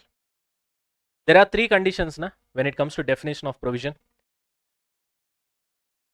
Present obligation due to past event. Outflow of resources is probable, that is greater than 50%. Reliable estimate of amount. I'll write that as well. So you need reliable estimate of amount to recognize the provision. Okay. If all the three conditions are satisfied, I told you all the three, plus, all the three, you create a provision. Sir, first condition is satisfied, last condition is satisfied. Outflow of resources is not probable, it is less than 50%. Then do not recognize the provision. Sir, first two conditions are satisfied, reliable estimate of amount is not happening. Do not recognize the provision. Sir, first condition alone is satisfied, present obligation due to past event. Second is not satisfied, third is not satisfied. Then also do not recognize the provision. In all these three cases where any of these two conditions are satisfied or both the conditions are not satisfied, the second and the third, you will disclose it as a contingent liability. Sir, what about first condition itself is not satisfied, present obligation itself is not there? Then also no, you will not recognize the provision. In that case, it becomes a possible obligation. In that case, it satisfies the definition of contingent liability, type 1 definition. In that case, you will be disclosing that as a contingent liability. So which means only in the first scenario where all these conditions are satisfied, you will create a provision.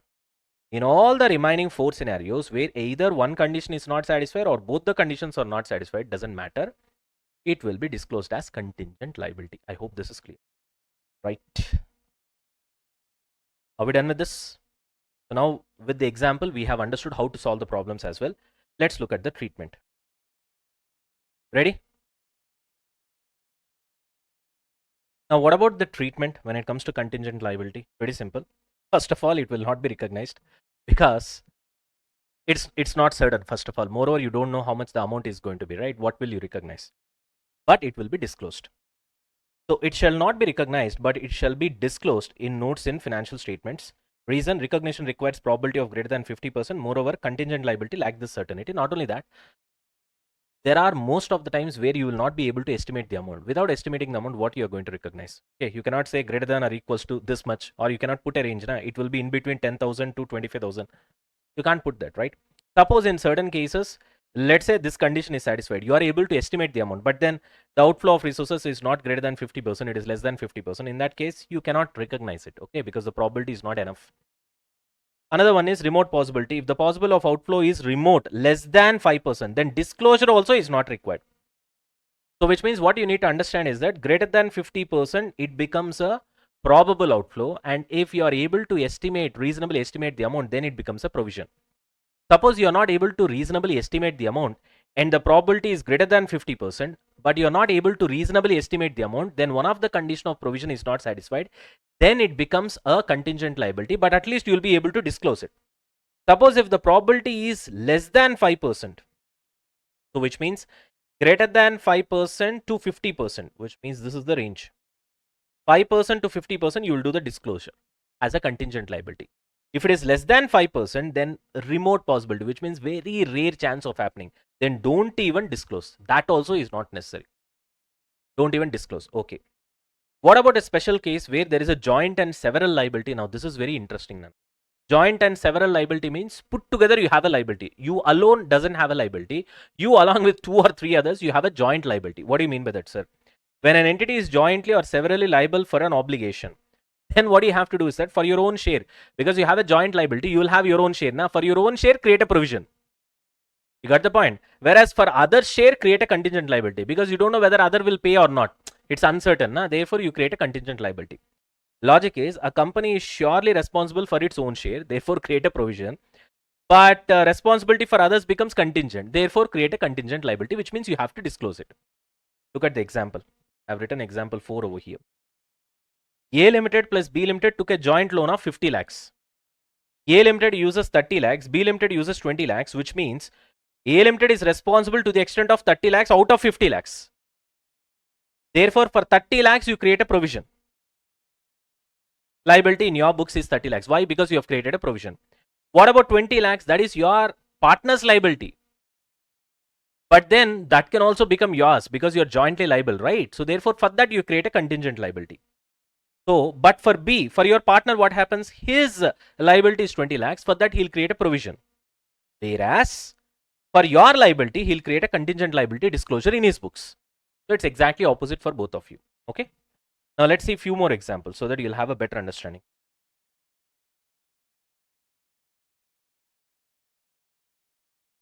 Here, the scenario is supplier files arbitration claim for 9 crore on the company, obviously. Company's lawyer says 40% chance of losing, which means you have 60% chance of winning. If there is 60% chance of losing, that is greater than 50%. Therefore, there is a probable outflow of resources, because only when you lose, you will have to pay, na? So outflow of resources will happen only when you lose. So 40% chance of losing means there is a 40% chance of probable outflow. Therefore, it is less than 50%. Therefore, you cannot create a provision because one of the condition is not satisfied. Therefore, it should be shown as a contingent liability, and it is greater than 5%. Therefore, you will disclose it. So contingent liability disclose. Now look at other thing. Employee sues company for compensation. Outcome depends upon court ruling after 2 years. Are you able to understand? So it is uncertain. So we don't know court ruling whether it will come in our favor or in his favor. So therefore, it depends upon future uncertain event. Therefore, it's a contingent liability disclosure. Simple. So contingent liability means there is a present obligation, but outflow is not probable or cannot be estimated. That's what we have seen. Now look at this, Nana. There is a CCI is investigating price collusion. That is Competition Commission Inquiry, CCI. They thought that there's certain people, they have colluded and they have faked the price. Okay, they have manipulated the price. So they are investigating that. But in that, when that investigation is going on, there is no formal charge sheet, which means nothing is proven. There is no evidence also. That is also not there. Lawyer also says, we are talking from company's point of view. Lawyer says only 20% probability of penalty. So which means we have the company. Competition Commission is leading an investigation inquiry against us.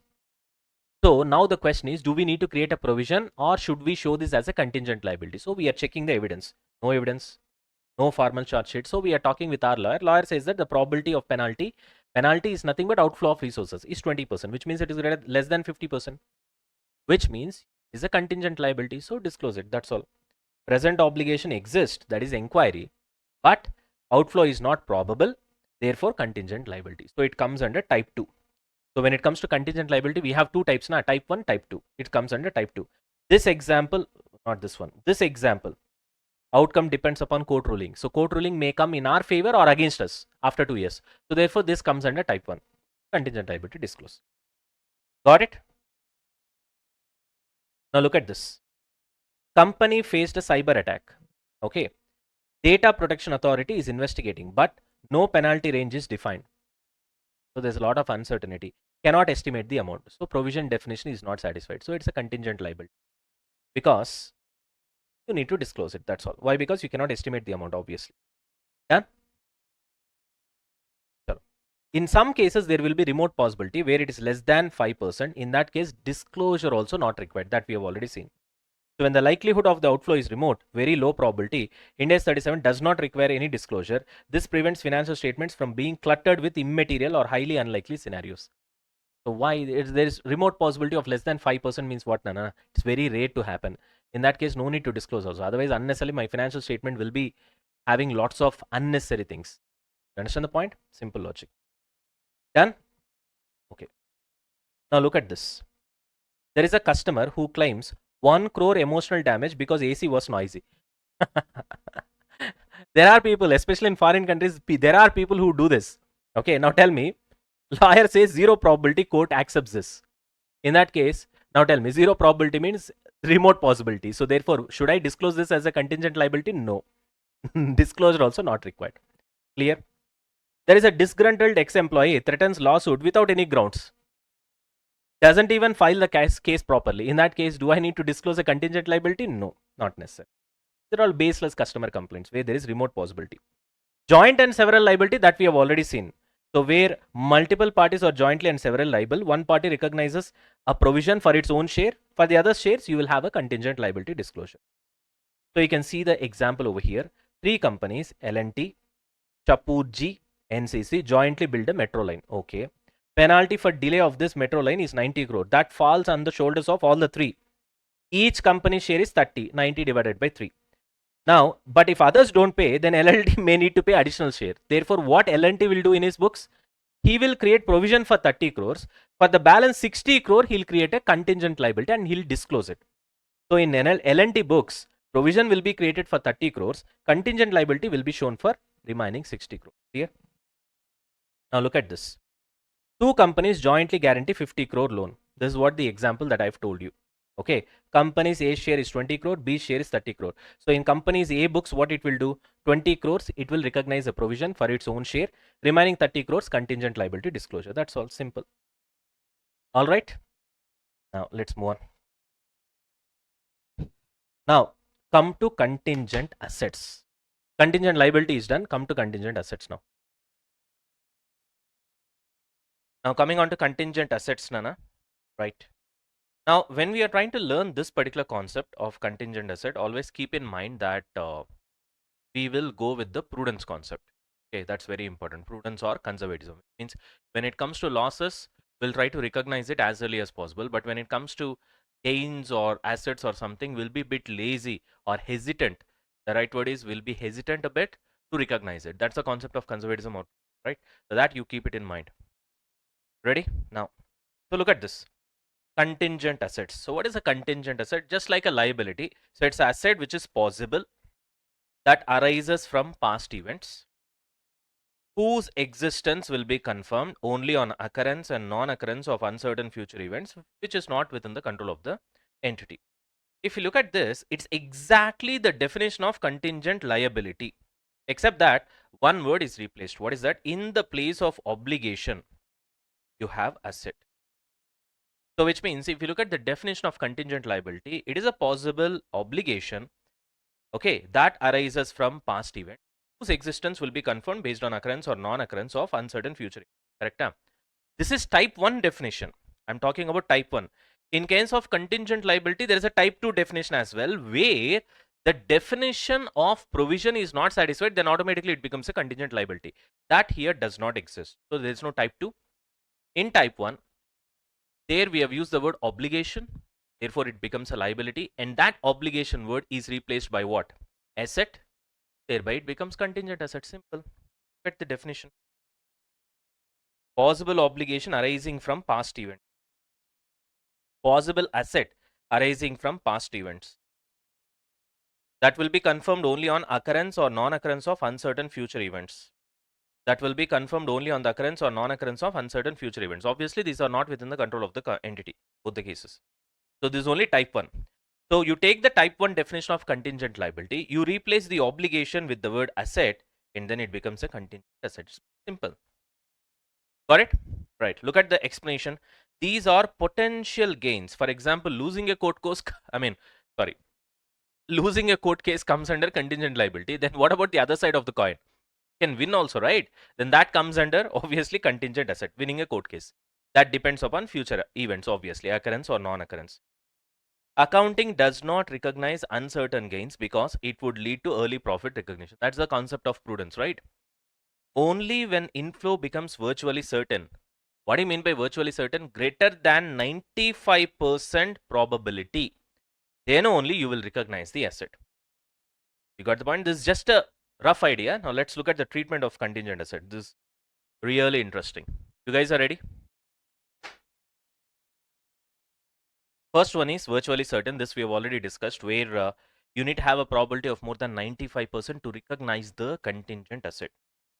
So more than 95%, it becomes an asset, not a contingent asset. So recognize the asset. Explanation. When the chance of receiving the asset is more than 95%, it's obviously probable.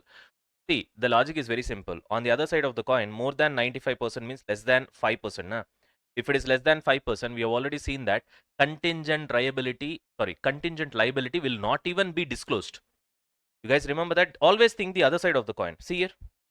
Less than 5% remote possibility of being a liability. Therefore, no need to disclose also. Now look at the other side of the coin. Greater than 95% of receiving that asset. In that case, obviously, you have to recognize that an asset. It is no more contingent because it's virtually certain. So it becomes an asset first of all. So therefore, once you cross 95%, it is recognized as an asset. That is the first point you need to understand. So when the chance of receiving the asset is more than 95%, there is no uncertainty. So it's virtually certain. The inflow is no longer possible. It is almost guaranteed. Hence, item number, that no longer meets the definition of contingent asset. It satisfies the definition of real asset. Therefore, recognition is mandatory. See, simple logic, Nana. Less than 50% probability only, we call it as possible, na? Less than 50%. In case of liability, I'm talking about.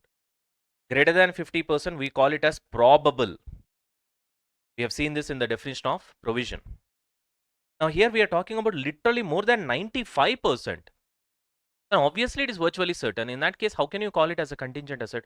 Obviously, got to recognize that as an asset. Logic. Then, moving on. What about probable? In between 50 to 95%. This we have already seen while discussing with provision. Okay.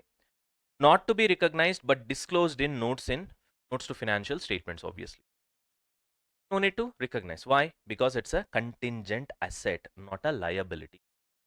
Sir, 1 second. When it comes to liability, if it is greater than 50% probability is there, and of course, remaining two conditions has to be satisfied. The definition as well as a reasonable estimate of the amount. In that case, you are showing it as a provision. Na? You're recognizing that as a liability because making a provision is nothing but recognizing a liability. So when the percentage of probability is greater than 50%, if it is a liability, we are recognizing it in the books as a provision. Whereas once you flip the coin and once it's an asset, if the probability is not greater than 95%, you are not recognizing that as an asset. You are recognizing that as a contingent asset and then you are just disclosing it. That is the concept of conservatism. That's what we are talking about. Here, the event is more likely than not. So the possibility is in your favor, but still not virtually certain because it is less than 95%. To prevent premature recognition of gains, Ind AS 37 says no recognition in financial statements. You cannot recognize. But when it comes to liability provision, you can recognize. Here, you don't recognize. Only disclosure is enough in the notes. Why? Prudence, conservatism, the basic fundamental accounting concept. Avoid recognizing income before it's almost guaranteed. What about liability? Yeah. Even if it is not guaranteed, if it is most likely, then you recognize it. That's what we have seen in provision definition, right? What about less than 50%? Don't even disclose it. Sir, less than 50% in case of liability, we are disclosing it now. Only if it is less than 5%, then only we have decided not to disclose.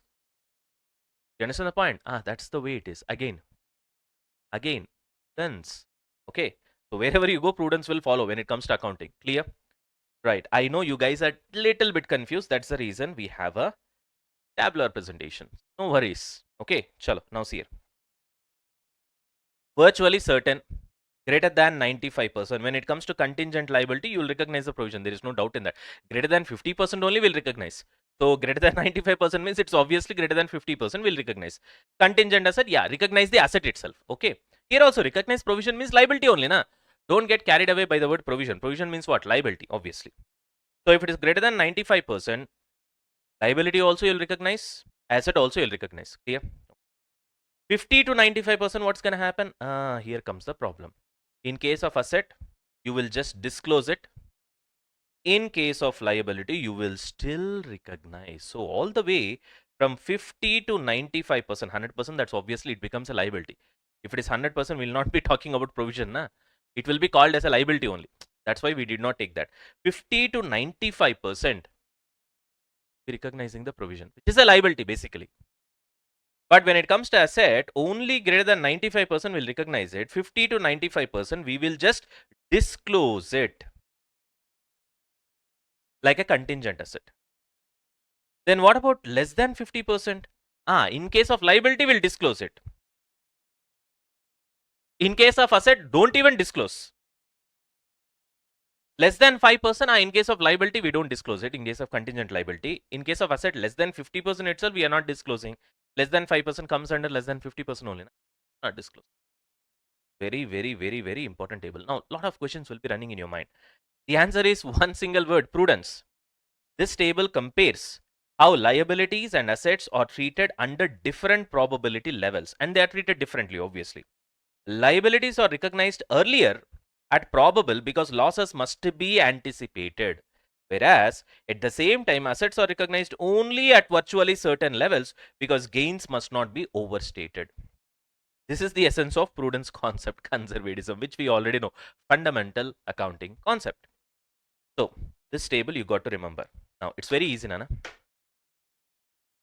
Greater than 95% probability, okay, you recognize the asset. Liability provision, obviously 50 to 95%. Provision I'll recognize, presuming that other conditions are satisfied. Contingent asset, nope, asset will not be recognized. However, contingent asset will be disclosed in the notes of financial statements. Okay. Less than 50%, in case of liability, it becomes a contingent liability, not a provision anymore. And that will be disclosed. Less than 50%. In case of contingent asset, disclosed also not allowed if the probability is less than 50%. Less than 5%, in case of contingent liability, disclosed also is not allowed. Anyway, here less than 50% it is not allowed. That comes under less than 50% only. Here also it is not allowed. Clear? Right. That's it. Are we done with this? Okay. Next one is onerous contract. But before we get to that, let's go with few more examples of contingent assets. Because contingent assets are tad bit rare, isn't it? Yeah.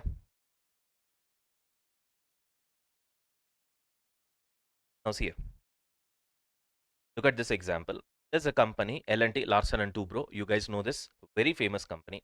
In fact, if your guys are like me, I mean, my honest advice now, because the time comes, I'm telling you, this was not pre-planned. You want to start your career as in the industry, for example, and you want it to be really good, and you're someone like me who likes challenges, doesn't want the job to be boring, who doesn't want to do the same job again and again, then have good knowledge with respect to FR, AFM, and costing. The beauty about these subjects is that don't have too much of, okay, in FR to some extent in case you have rules and regulations, but especially in AFM and costing, there are no rules and regulations. Try to understand. I don't know how many of, how many of you guys get the beauty of not having boundaries in your thought process. You take any other subjects like whether it's auditing or taxes or DT or IDT, you have a boundaries. Think, because somebody says something, you need to understand why he said something, and you have to think below that boundaries. You can't challenge those very boundaries, right? But when it comes to costing and finance, not like that.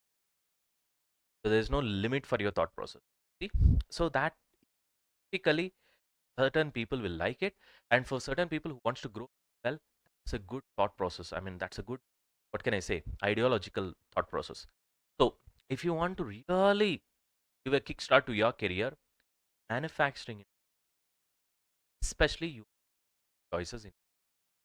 My personal advice would be look Leyland, ITC, L&T. Very few choices you have. So therefore, plan it accordingly. Chalo. Now coming on to the company Larsen and Toubro. What is the scenario? L&T bought steel beams from supplier for a metro project. Got it? Hyderabad Metro is run by L&T only. Okay. Some beams were defective. We are thinking from L&T's point of view, causing delays and additional repair cost of 18 crore. L&T files a lawsuit demanding 18 crore compensation from the guy who has supplied those beams. Got it? Steel beams. So what is the current situation? Supplier denies responsibility. Expected. Case is under arbitration. Lawyer says that there is a 60% chance that L&T will win. 60% chance means it is less than 95%, but greater than 50% when it comes to contingent asset. We will disclose this as a contingent asset, but we will not recognize. No order is passed yet, but because of this, inflow is probable, but not virtually certain, and therefore contingent asset disclose only. Not recognized in balance sheet.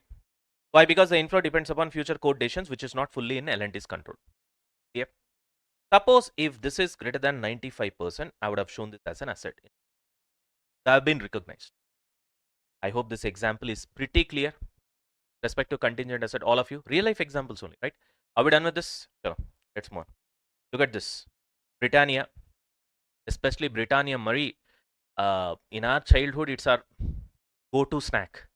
Okay, especially in tea. I don't know if you guys are silver spoon guys, you will not know it. It's okay.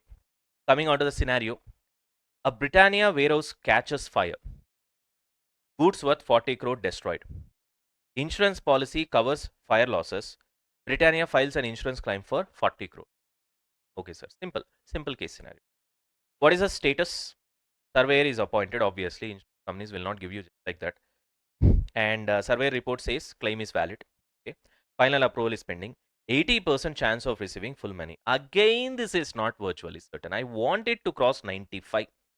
Only then I'll recognize this claim as an asset for me, receivable. Now, can I recognize? No. So it's a contingent asset and it has to be disclosed. Why? Until the insurer approves, gives you a written approval. Till that time, it's not guaranteed. Who knows? He might also claim something. He might file a case, and then it might get dragged and dragged and dragged over. You're not sure. You understand the point? If you show it as an asset, and then if this happens, then obviously things will go sideways. So anticipating that only, unless it is virtually certain, you should not be recognizing the contingent asset as an asset. So therefore, the probability has to be greater than 95%. That's not the case. Clear? Everybody? See, that is the reason we are going with examples. I hope you are able to appreciate this. Moving on. Now look at this. Tata Steel. Okay. Tata Steel paid excess customs duty 5 years ago. Okay. Company failed an appeal for what? A refund of 120 crore. All right. Fantastic. What is the situation right now? That's more important for us. Tribunal hearing is pending. Lawyer says only 30% chance of refund. This itself is enough. The moment you see the probability, it's done and dusted. So therefore, you will not even disclose that as a contingent asset. No disclosure also, because it's less than 50%. Suppose if this would have been a liability kind of a scenario where you have an obligation, you would have disclosed this for the same probability. But when it comes to asset, we don't disclose it. Why? Prudence. Why? Prudence. Why? Prudence. That's all. Clear? Is this clear? Right.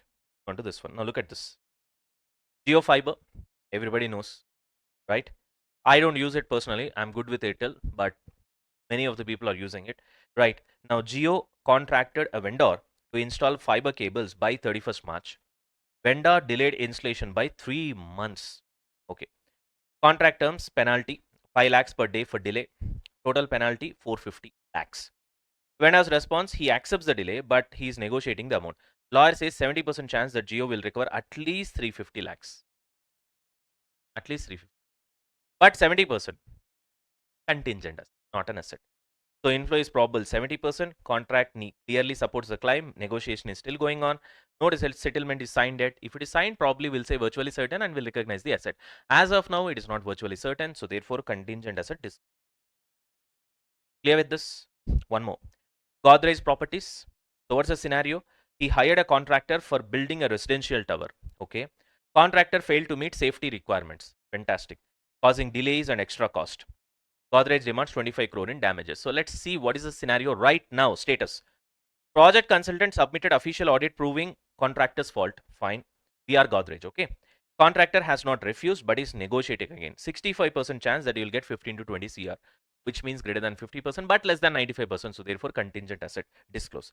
Now, if you look at all these examples, to have more than 95% probability is very rare. So mostly it will be in between 50 to 95%. Therefore, most cases you will be disclosing the contingent asset. That's all. Okay. I hope 4 examples are enough. Chalo, let's move on. Are we done with this? Now coming on to penultimate concept. One more is there after this. So what is this concept, Nana? Onerous contract, definition and treatment. So we have few examples as well, which I've written here, example 1 and 2. We'll go on. Now, coming on to onerous contract, now let's try to understand something. Basically, onerous word means you are going to face loss no matter what. As a company, you facing loss is 100% pakka. Then you can ask me, sir, then what are we trying to do over here? We are actually trying to reduce the loss, that's all. See, it's like this. You have a lease contract, Nana. Okay? You are moving to some other location. You are relocating. So now you have two choices. Either you pay all the pending lease payments that you have already committed to, or there might be a penalty clause, a penal clause in that particular lease agreement. You take that penal clause and see how much is the penalty you have to pay. So once we apply the concept of onerous contract, we'll see whichever is less, so that the damage for us is less. Damage to pakka. The moment you see the word onerous contracts, you know that it's gonna be a loss. There is no doubt in that. What we are trying so hard here is to reduce that loss. We are trying to reduce that loss. Able to get me? Right. It is a contract in which unavoidable cost of meeting the obligation exceeds the benefits to be received under it. So, onerous contract forces the entity into a loss situation. Are you able to understand? Now, let's get to example 1 and 2 so that you will understand things better. Now, look at this. Ready? Look at the example over here. So, construction contract, your cost is 50 lakhs, you thought at least, and you have okayed for the revenue of 60 lakhs, and therefore that was your initial estimate. Went ahead with the construction. Once you have got into that and you have started constructing, then all of a sudden there was an inflation because of external economic situations in the country that you're operating in, whatever it is, and that will lead to an extra cost of 25 lakhs. Now you tell me, this is a situation of onerous contract for this particular company, na? That's obvious from the point, right? Next. Say for example, there's a factory which is taken on lease. Mostly leases will be the examples, Nana, when it comes to onerous contract. Non-cancelable, you can't cancel it. And there is no sublet option as well. So you can't sublet that to anybody else as well, in case if you're relocating to some other places. Now let's say year 0, totally the lease is for 4 years. Year 0, the rent is 1 lakh per month. At the end of the first year, you decided to shift the factory. Okay. Now tell me, what is your unavoidable rent? You need to pay for second, third, and fourth because it is non-cancelable, which comes around 36 lakhs. Let's say there is a penal clause in the lease agreement and it says 30 lakhs is the penalty. Now tell me, if you're going to pay the unavoidable rent, then you got to pay 36 lakhs. If you are okay with the penalty, you'll be paying 30 lakhs. Which one you'll choose? You'll go for the penal option, which means you'll create a provision for 30 lakhs. Whichever is less, for that only you will create the provision. As of now, in this example, just ignore time value. Okay. I just wanted to communicate the concept. Right. So therefore, provision will be created for how many lakhs? 30 lakhs. This clear? Right. Now come back. So an onerous contract forces the entity into what? A loss kind of a situation. Unavoidable cost is nothing but minimum expenditure needed to either fulfill the contract or pay penalty. You can clearly see the word over here. No matter what, it is unavoidable, which means either you have to pay, you have to fulfill the contract for which you have to pay loss, uh, or pay penalty. In either cases, ultimately loss is inevitable for you. Okay. If these costs exceed the expected benefit, a present obligation takes a loss. Right. Now, the treatment is very simple. Already we have seen the example. You see the cost of fulfilling it. How much is the payment? In our case, the cost of fulfilling the lease was 36 lakhs. The other one is penalty for non-performance of non-fulfilling the lease, which was 30 lakhs. Whichever is less, for that you will create a provision there. Matter. The logic for taking the lower of the two, it's pretty simple. It represents the minimum unavoidable economic sacrifice, that is a loss. The entity must recognize this loss immediately, even if the contract is not yet completed. So you have to create a provision for the same. Now, coming on to the next one, there is a specific note on onerous contract. So what is this specific note? Both are incremental cost to fulfill a contract, and allocation of directly attributable cost will form part of cost used for the determination of onerous contract. What do you mean by this, sir? Whatever the cost that you're calculating for this cost of fulfilling it, While you're doing that, you need to add all the incremental cost of direct labor, direct materials, everything, and directly attributable overhead allocation for that specific contract. This prevents under calculating the unavoidable cost. What I'm trying to say is that sometimes what happens, let's say the cost of fulfilling it 3 lakhs, the correct cost. You're into a construction and the cost has got increased all of a sudden, going against your initial estimation. Now let's say that finish off this particular construction, it will cost you 50 lakhs. The correct estimation. Penalty for non-performance is, say for example, let's put it this way, 40 lakhs, suppose. What I'm trying to say? Yeah, right? In that case, now tell me what you guys will choose. Whatever is less, we'll go for the penalty, correct? Now, let's say, so in the first example, please try to remember 50 and 40. So we'll be going for 50, right? Suppose, let's put it this way. This is correct estimation of cost. Only then it will be 50 lakhs for cost of fulfilling it. Suppose you undercost it and take it to 35 lakhs, for example. You undercost it, which means you will not include so many of these costs and you undercalculate the unavoidable cost. You manipulate it. And thereby, for you, cost of fulfilling has come to 35 lakhs. Penalty will not change because that will be there in the agreement. Now tell me, out of these two, for which you will create a provision, whichever is less. So therefore, you will create a provision for 35 lakhs. So if you haven't undercosted it, miscalculated it, manipulated it, you should have created a provision for 40 lakhs. If the cost is correct, which is 50, then you would have created a provision for 40 lakhs. But now because of your miscalculation or let's say manipulation, you are creating a provision for 35 lakhs. So which means you are trying to understate the loss from 40 to 35.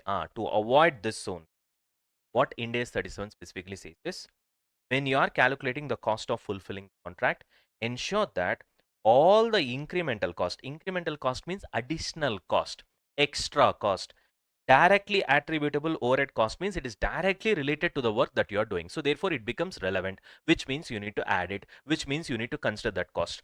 So all these costs need to be added so that you don't undercut your cost and thereby eventually undercut your provision, or in other words, undermine your cost and undermine your provision in order to make your financial state look better. Point? Right. Are we clear with this? Let's see some examples. A few more examples. Ready? Look at this example, Anna. The company is Tata Steel, and look at the contract: long-term fixed price power purchase agreement with state electricity.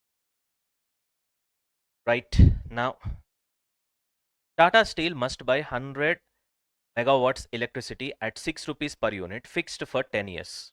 Okay. Non-cancellation, I mean, so in the sense, no cancellation is allowed, so it's non-cancelable, except by paying 60 crore penalty. So what has changed? Market prices of power fell drastically to 4 per unit due to renewable energy supply. So now if you are Tata Steel, obviously you'll feel that I'm buying at 6 per unit, whereas in the market it is available at 4 per unit. What will be your thought process? Probably you're thinking to terminate the contract. So if you want to estimate the cost to fulfill the contract, because you can't cancel it because no cancellation, see, then 100 megawatts into loss of 2 rupees per unit, because you are paying that much extra, into remaining units. So that is coming somewhere around 120 crore loss. Just focus on the amount over here, not on how it is calculated, because it's just an example. Okay. Whereas penalty is 60 crore. So what you'll be thinking, let's pay penalty and then exit. For that, you have to create a provision because it's an onerous contract. So Ind AS 37 treatment, what you cannot avoid, unavoidable, is 60 crore. Therefore, create a provision for 60 crore. Why it is onerous? Because in both the cases, you have to face the loss.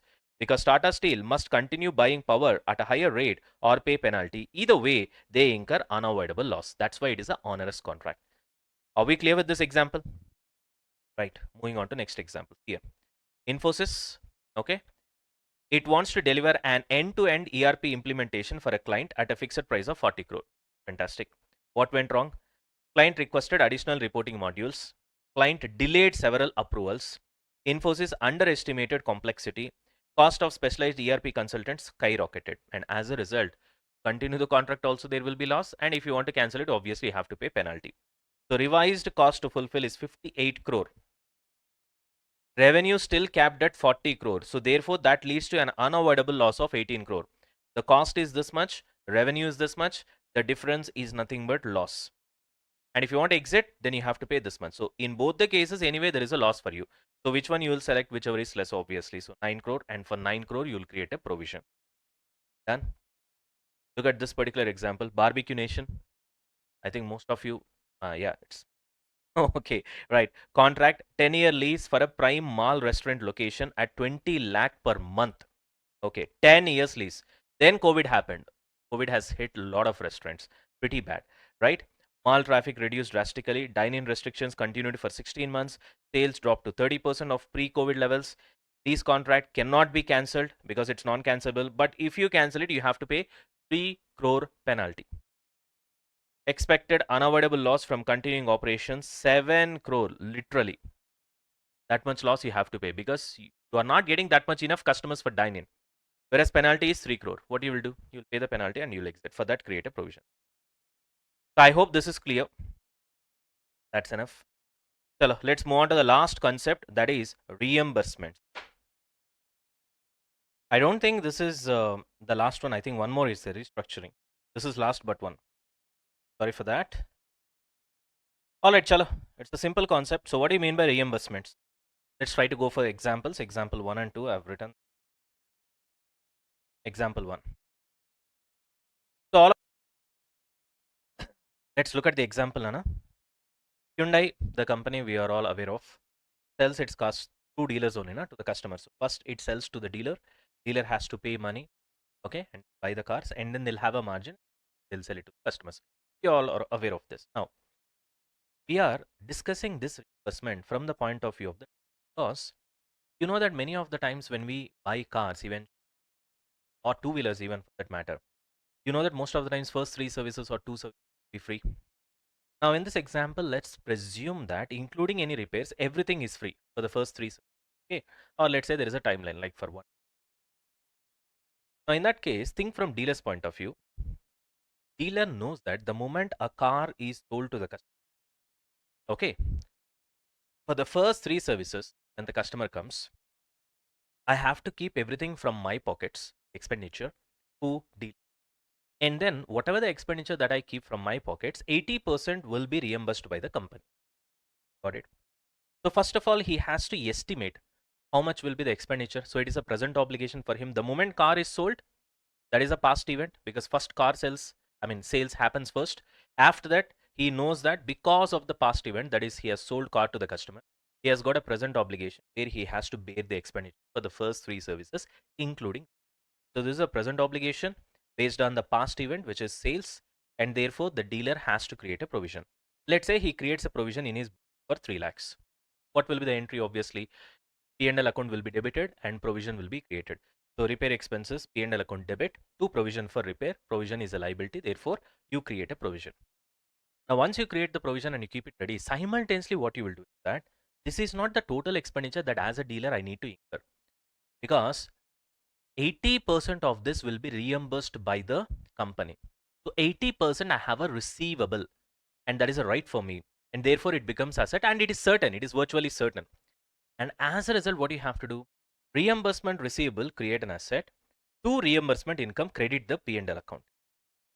So therefore, when it comes to P&L account, the net effect, what we do today, the moment a car is sold, it's nothing but you debit the expenditure, whatever that your estimation you come across, and then immediately you credit it with the 80% reimbursement. So when it comes to P&L account, you debit 3 lakhs, credit 2.4 lakhs, and you can net it off and show as 60,000 is the overall expenditure for you. I'm talking from dealer's point of view. In balance sheet, no need to net. You show the provision separately, you show the asset separately. Clear? Okay. Coming on to next example. I hope all of you are aware of Sugar Cosmetics, right? The moment Shark Tank has come into picture, brand value has got increased. Sugar Cosmetics, I know now they are struggling. Because unless there is any real innovation when it comes to cosmetic products, it will not work. So of our cosmetic products in our country is just a label chapana, right? They just stick the label, and it is manufactured by third parties, and all of them except for one ingredient, either other, pretty much the same products. Anyways, therefore, in long run, it will not work. It will work So far, when there is a hype and you somehow try to get some traction through advertising and stuff like that, but survive anything in long run, the product itself has to speak. Get it? Because you can't just keep on shelling out your money, burning your money in the form of different types of advertising to get the traction for your product. It will not work in the long run. Okay, short run, yes. So Sugar Cosmetics has got an understanding with famous beauty parlors. Okay, let's say Naturals or something like that, a chain of beauty parlors, and they sell their products to beauty parlor. Okay, now let's say as of now, Sugar Cosmetics is pretty new.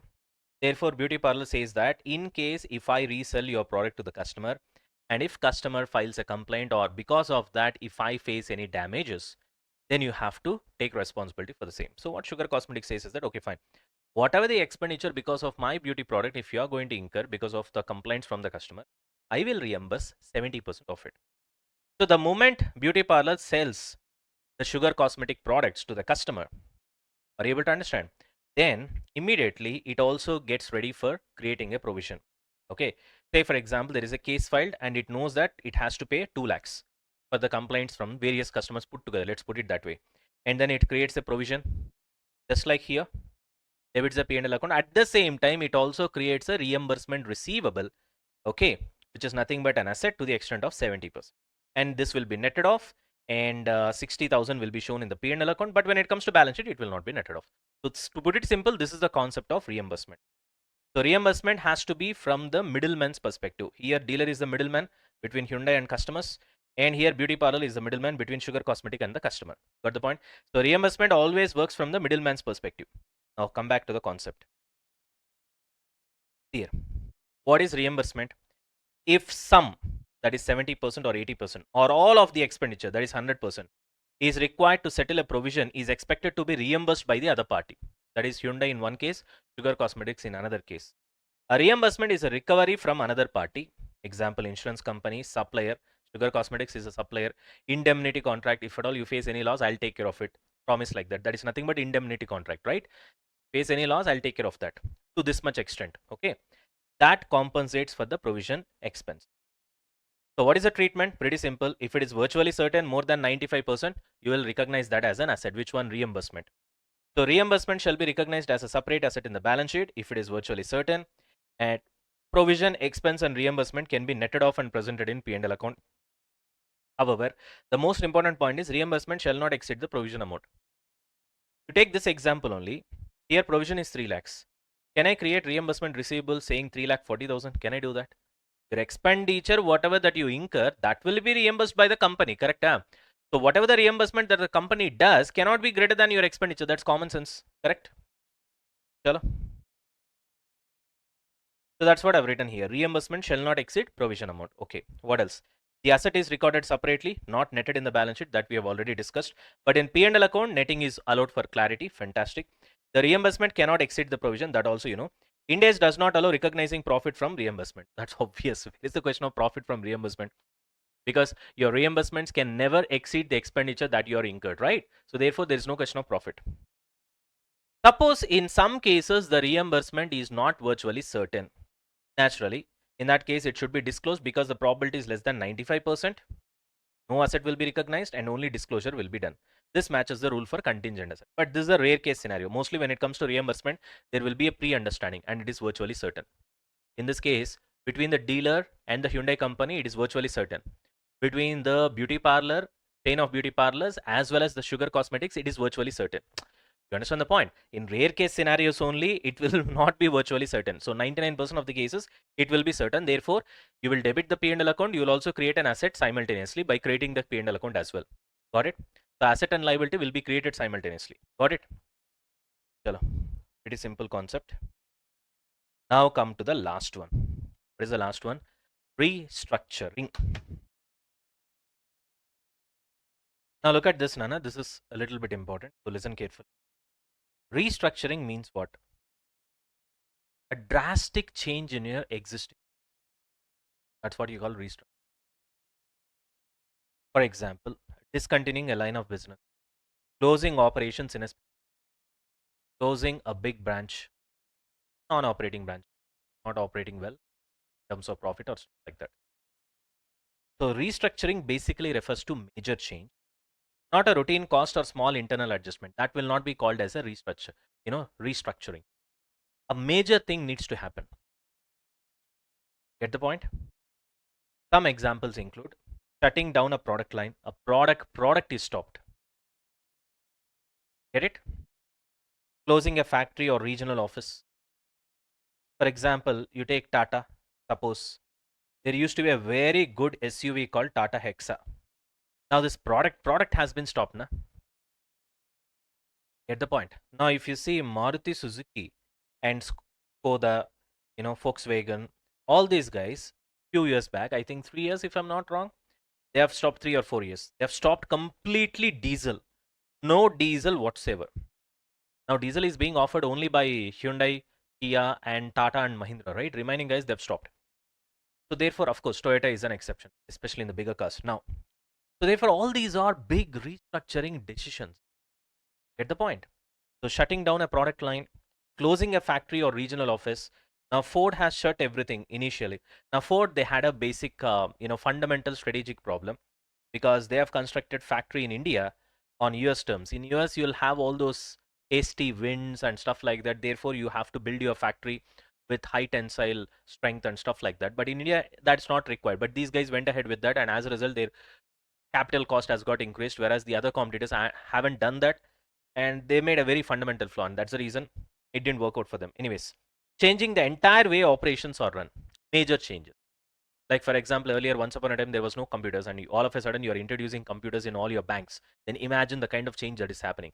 Now in future, AI also will bring that sort of a change. Right now, all the AI that you guys are seeing is just, I think it is the tip of the iceberg. Okay, we're just looking at AI. Like, just imagine about games like 20 years back to be pretty basic. Now you see how realistic the games are. You understand the point? So that's what AI. In future, what will happen if I feel like once 5G comes into picture and the internet goes a long way, you will see objects getting moved physically through internet, through AI. Got the point? So that's gonna be the next step. Anyways, so all these are typical examples of restructuring. So the logic is very simple. The change must significantly alter the business structure or operations. Small changes, minor changes, sometimes even medium changes. No, that will not be called as a restructuring. Significant, big. Small operational changes do not qualify as restructuring as per Ind AS 37. Okay, fine. Now, the question is, if restructuring is happening, what is the treatment that we have to do as per Ind AS 37? Provision for restructuring cost is recognized when constructive obligation to restructure arises, because restructuring is an entity specific decision. This has got nothing to do with law. So obviously there is no legal obligation. We already know that when it comes to creating a provision, it has to be a present obligation from past events, and that present obligation can be legal, can be constructive. Now here we are talking about constructive obligation because this restructuring is entity specific. Clear? Entity has a detailed formal plan, and entity has raised a valid expectation for restructuring by announcing the plan. So entity comes forward and says that from this particular day onwards, we are shutting down this particular line of business, this particular line of product. Once you have done with an announcement, automatically it becomes what? A constructive obligation. And once it's a constructive obligation, it satisfies the definition of what? Present obligation. And once it's a present obligation, you have to create a provision. Are we done with this? Chalo. Look at the recognition criteria. A restructuring provision is recognized only when both the conditions are met. So if you want to recognize a provision when restructuring happens, two conditions satisfied. What is the first condition? You need to have a detailed plan on papers. First step, what you are going to do, from what day, what is going to happen, everything should be put on a paper and it should be detailed. Condition number one. Condition number two, you have to formally announce it. Why formally announcing? Because only then constructive obligation gets created. Only when constructive obligation gets created, you can create a provision. It's a fundamental thought, right? So therefore, two conditions. Detailed formal plan exists, including scope, timing, locations, affected employees, because whenever you go for restructuring, some of the employees will be asked to go out, right? So affected employees, financial impact, any severance packages you are planning to give them, all these things, you should have a detailed plan. How much is the expenditure is going to be, all that stuff. And then valid expectation is created, which means you have communicated the same to all the relevant parties. to this particular so-called who are going to get affected by this restructuring decision of yours? Simple two conditions. Detailed formal plan, communicate the same, which creates a constructive obligation. Once you are done with these two, yeah, you can create the provision. So the logic behind these two conditions given by Ind AS 37 is pretty simple. A plan that exists only on paper does not create a present obligation. So it has to be formally announced, right? Only when the plan is communicated does the company lose the ability to withdraw without consequences, isn't it? So once you communicate, after that you can't go back without facing the consequences. So it creates a constructive obligation, and that creates a present obligation, and that is one of the primary conditions before you can start recognizing a yeah. Okay, now the next question is, so first, what did we see? What is restructuring that we have seen? Major changes in the way you do business, like closing a business line, closing a product line, closing a branch, stuff like that. Clear? Second, we have seen what are the conditions that needs to be satisfied if at all we want to create a provision for restructuring. Condition number one, detailed plan. Condition number two, formal communication, where you have to communicate the same to the relevant parties so that you can't take it back, which creates a constructive obligation.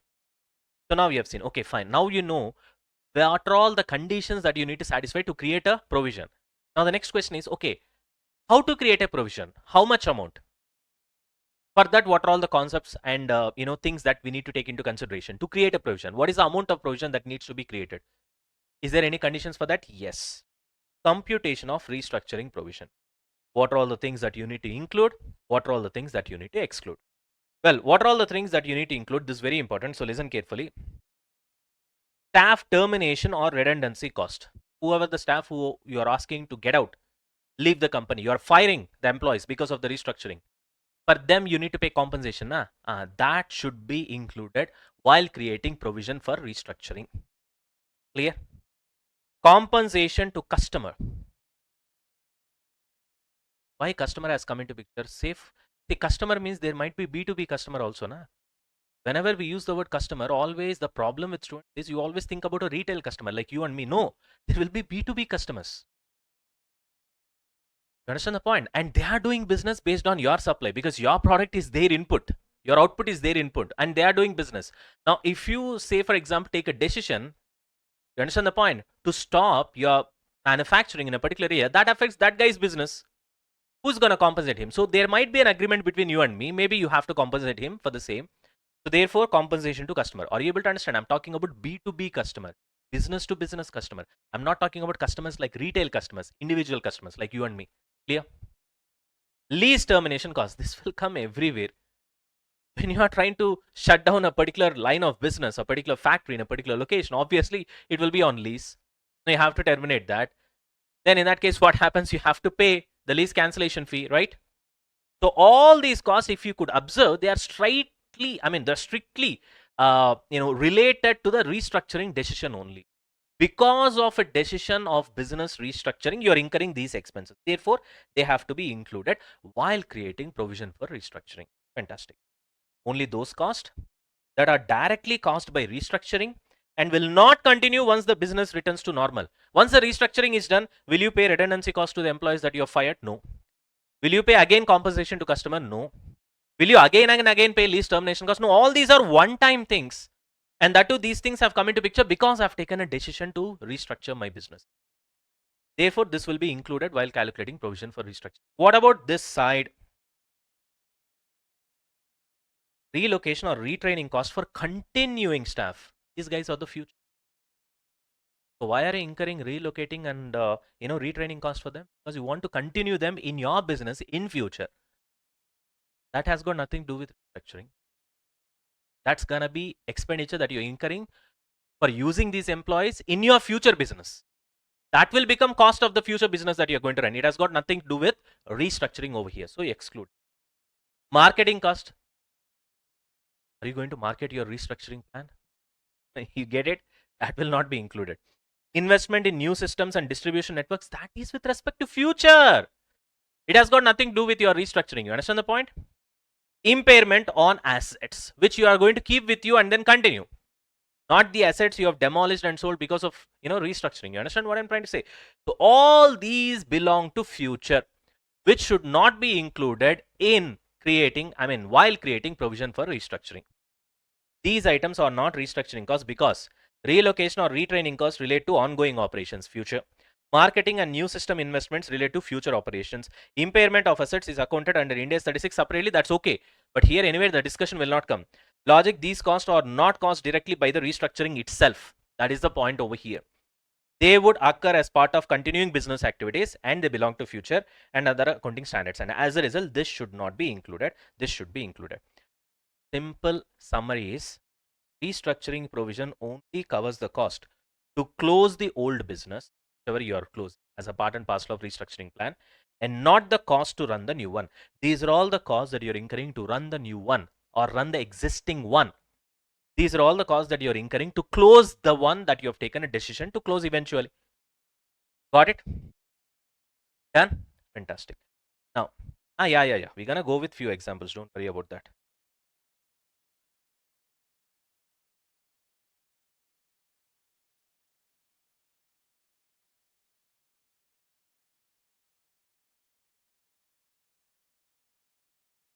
Now look at this particular example, Nana. Everybody. If you look at this particular example, we're talking about Hindustan Unilever, HUL. So, in case of HUL, sales of an old detergent brand that is Wheel are falling. Have you ever seen Wheel right now? Once upon a time, it was pretty famous. What about today? I told you these are all real life examples only, that you can have the instant connection with the concept. Now, Wheel, I think no color, if I'm not wrong, lime color. Yeah, kind of. Once upon a time, it was pretty famous. I don't think now, especially Gen Zs, you guys would not have seen it because it's done and dusted. Okay, as a part and parcel of restructuring, HUL has removed it. So sales of old detergent brand Wheel are falling. HUL decides to close its Hyderabad manufacturing plant permanently. Okay. Management prepares a plan to shut the plant on 31st December. Okay. Terminate 400 workers. All right. Shift production to another state. Fine. End supply contracts with 8 distributors.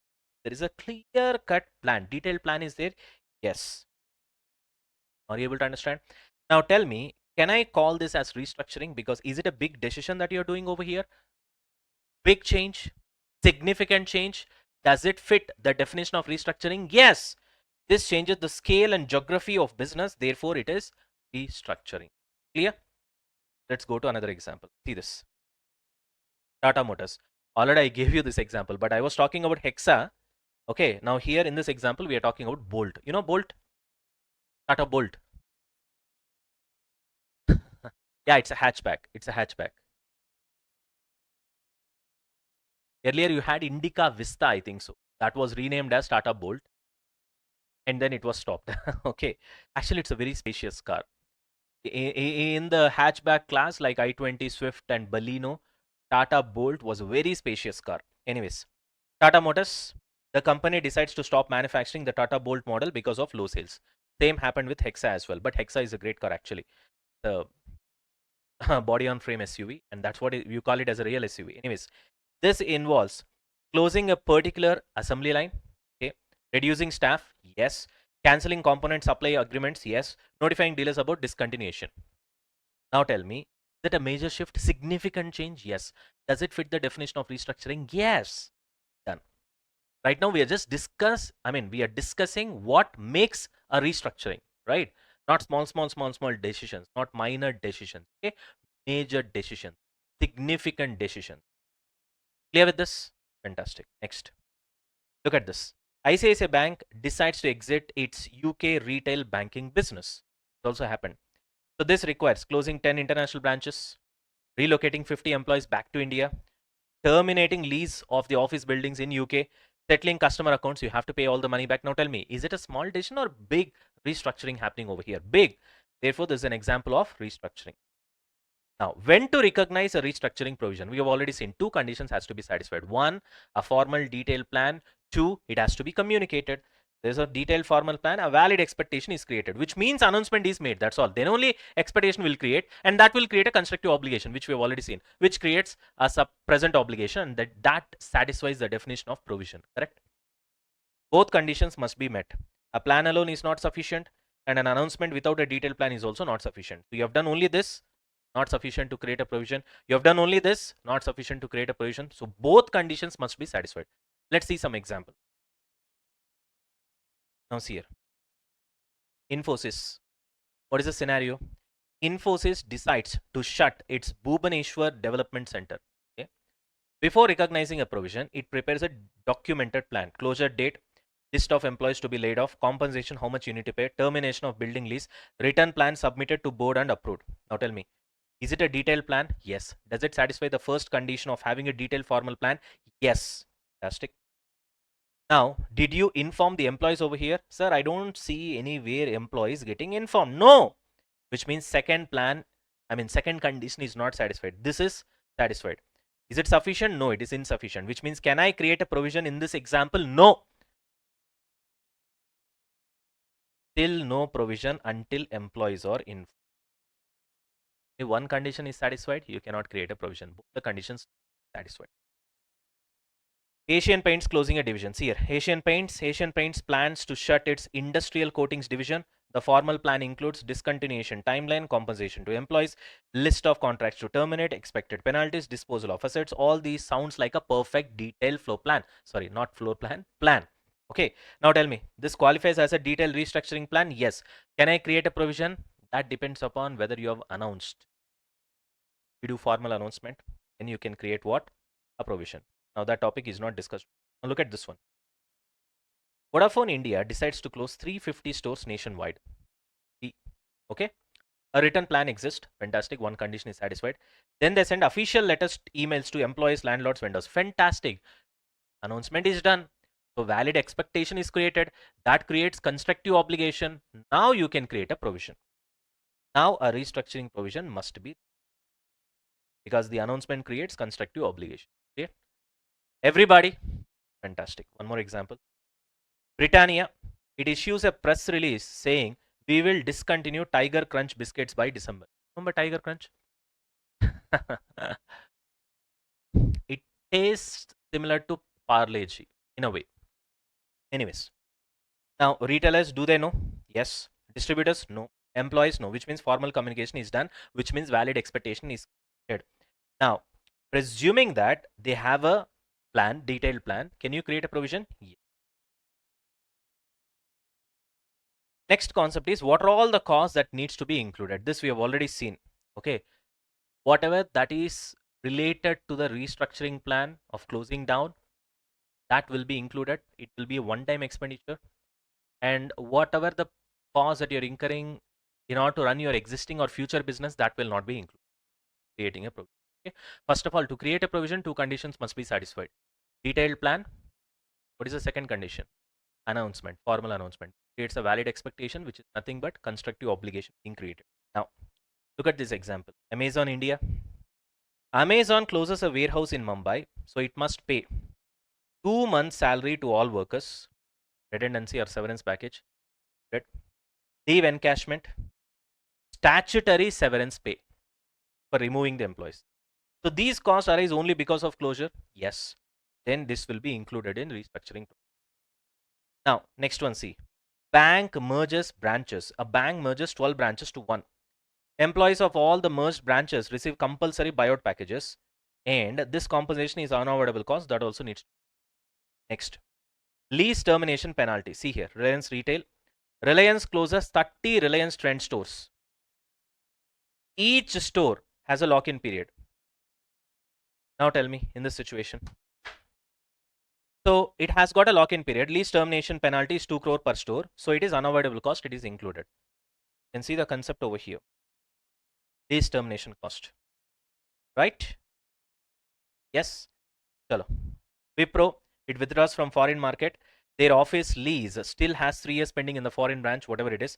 Lease penalty 1 million, and that has to be included. Termination cost, we have already seen it. Has to be, because you are terminating it because you have decided to restructure your business. So it is directly related. We call it as directly attributable cost. A cost which is directly related to the decision that you are taking. What is the decision that you are taking? Restructuring. Next scenario, an IT company exits a service line and must refund advance fee to customers. So it is actually cancelling long-term service contract. Okay. So it has to refund the fee that it has got from the customers, pay penalty for early termination. This you're doing because of restructuring. So include direct cost, include. Company exits a region and must pay distributors compensation. 1.5 crore per terminated distributor, 7 distributors affected. Total 1.5 into 7. Should we include this? Yes. Now we'll look into the examples where certain cost must be excluded. So what is the basic funda with respect to exclusion? Anything that relates to future and it is not a one-time cost, that's the easy way to identify, has to be excluded from restructuring cost provision what we are going to create. So TCS. TCS closes a Kolkata center, so that is restructuring. But shifts 900 employees to Pune. Shifting cost. Should I include? No, it should be excluded because you're shifting them and then you're training them because you want to use them for future. Therefore, it has got nothing to do with the restructuring. Relocation cost includes moving allowances, transport expenses, temporary housing, travel reimbursement. These are not restructuring related. They are trying to continue operations. Therefore, it has to be excluded. Next example. Dabur. It shuts a distribution depot in Indore. Restructuring. Okay. Inventory is moved to Bhopal, which means you're going to use it further, right? It belongs to your future, so therefore it should not be included. Moving the goods is a future operating cost for the future purpose because eventually you're going to use it or sell it. Cannot be part of restructuring provision. Next. Look at this Axis Bank. Axis Bank closes its SME lending division, small and medium enterprises, but retrains staff for retail banking. This retraining cost for future, therefore not to be included. This training includes new product training, sales process training, technology training. I'm not concerned about all these terms. Ultimately, it belongs to future, therefore it has to be excluded while creating provision for restructuring. ITC retrains factory workers. Again, retraining cost for future, excluded. Airtel shuts inefficient business units and launches new plan. Marketing cost to promote new plans. That is with respect to future, so excluded. Asian Paint spends on new advertising. Advertising supports future sales naturally, not restructuring, so exclude. Infosys, after shutting a division, Infosys installs a new ERP system for future, excluded. Britannia upgrades distribution network. Why? For future, not because of restructuring you are upgrading. Doesn't make any sense, so therefore excluded. Maruti shuts a plant machine with book value 50 crore, sells for 30 crore. This belongs to impairment. Ind AS 36 deals with it, so exclude. Godrej writes off old inventory. Inventory became obsolete due to shutting a division. This is impairment and not direct restructuring cost. This is also important. Please be careful with this.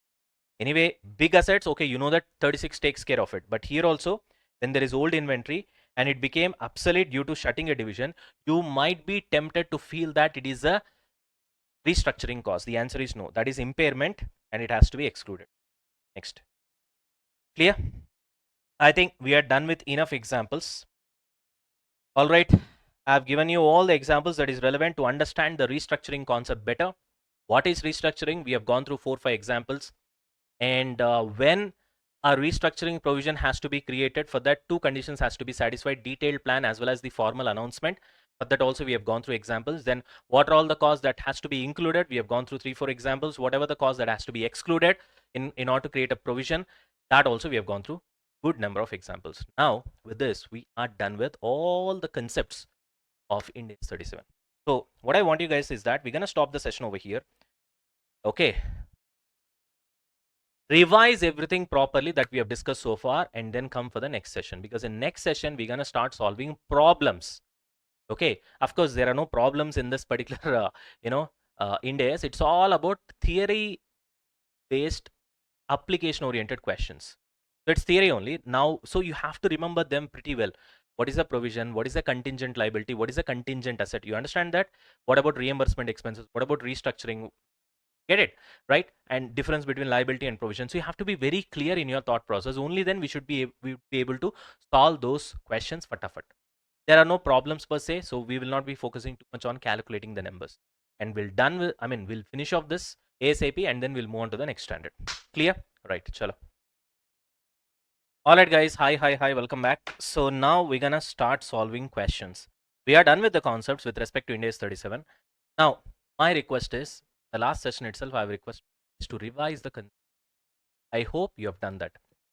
Everybody. Okay. Those who are in live, anyway, you don't have a choice. But those who are going to watch this in video sessions, my advice for you guys is, if you have done with the revision and all the concepts are clear in your mind, then continue with, pause the video right now and then revise all the concepts. Hardly it will take another 20 minutes. That's okay with it. and then come and follow the question, so that it will be easy for you, and that will build your confidence. What happens is, when you don't have clear conceptual clarity and then you start solving sums, then you'll not be able to understand it, or you'll not be able to solve it.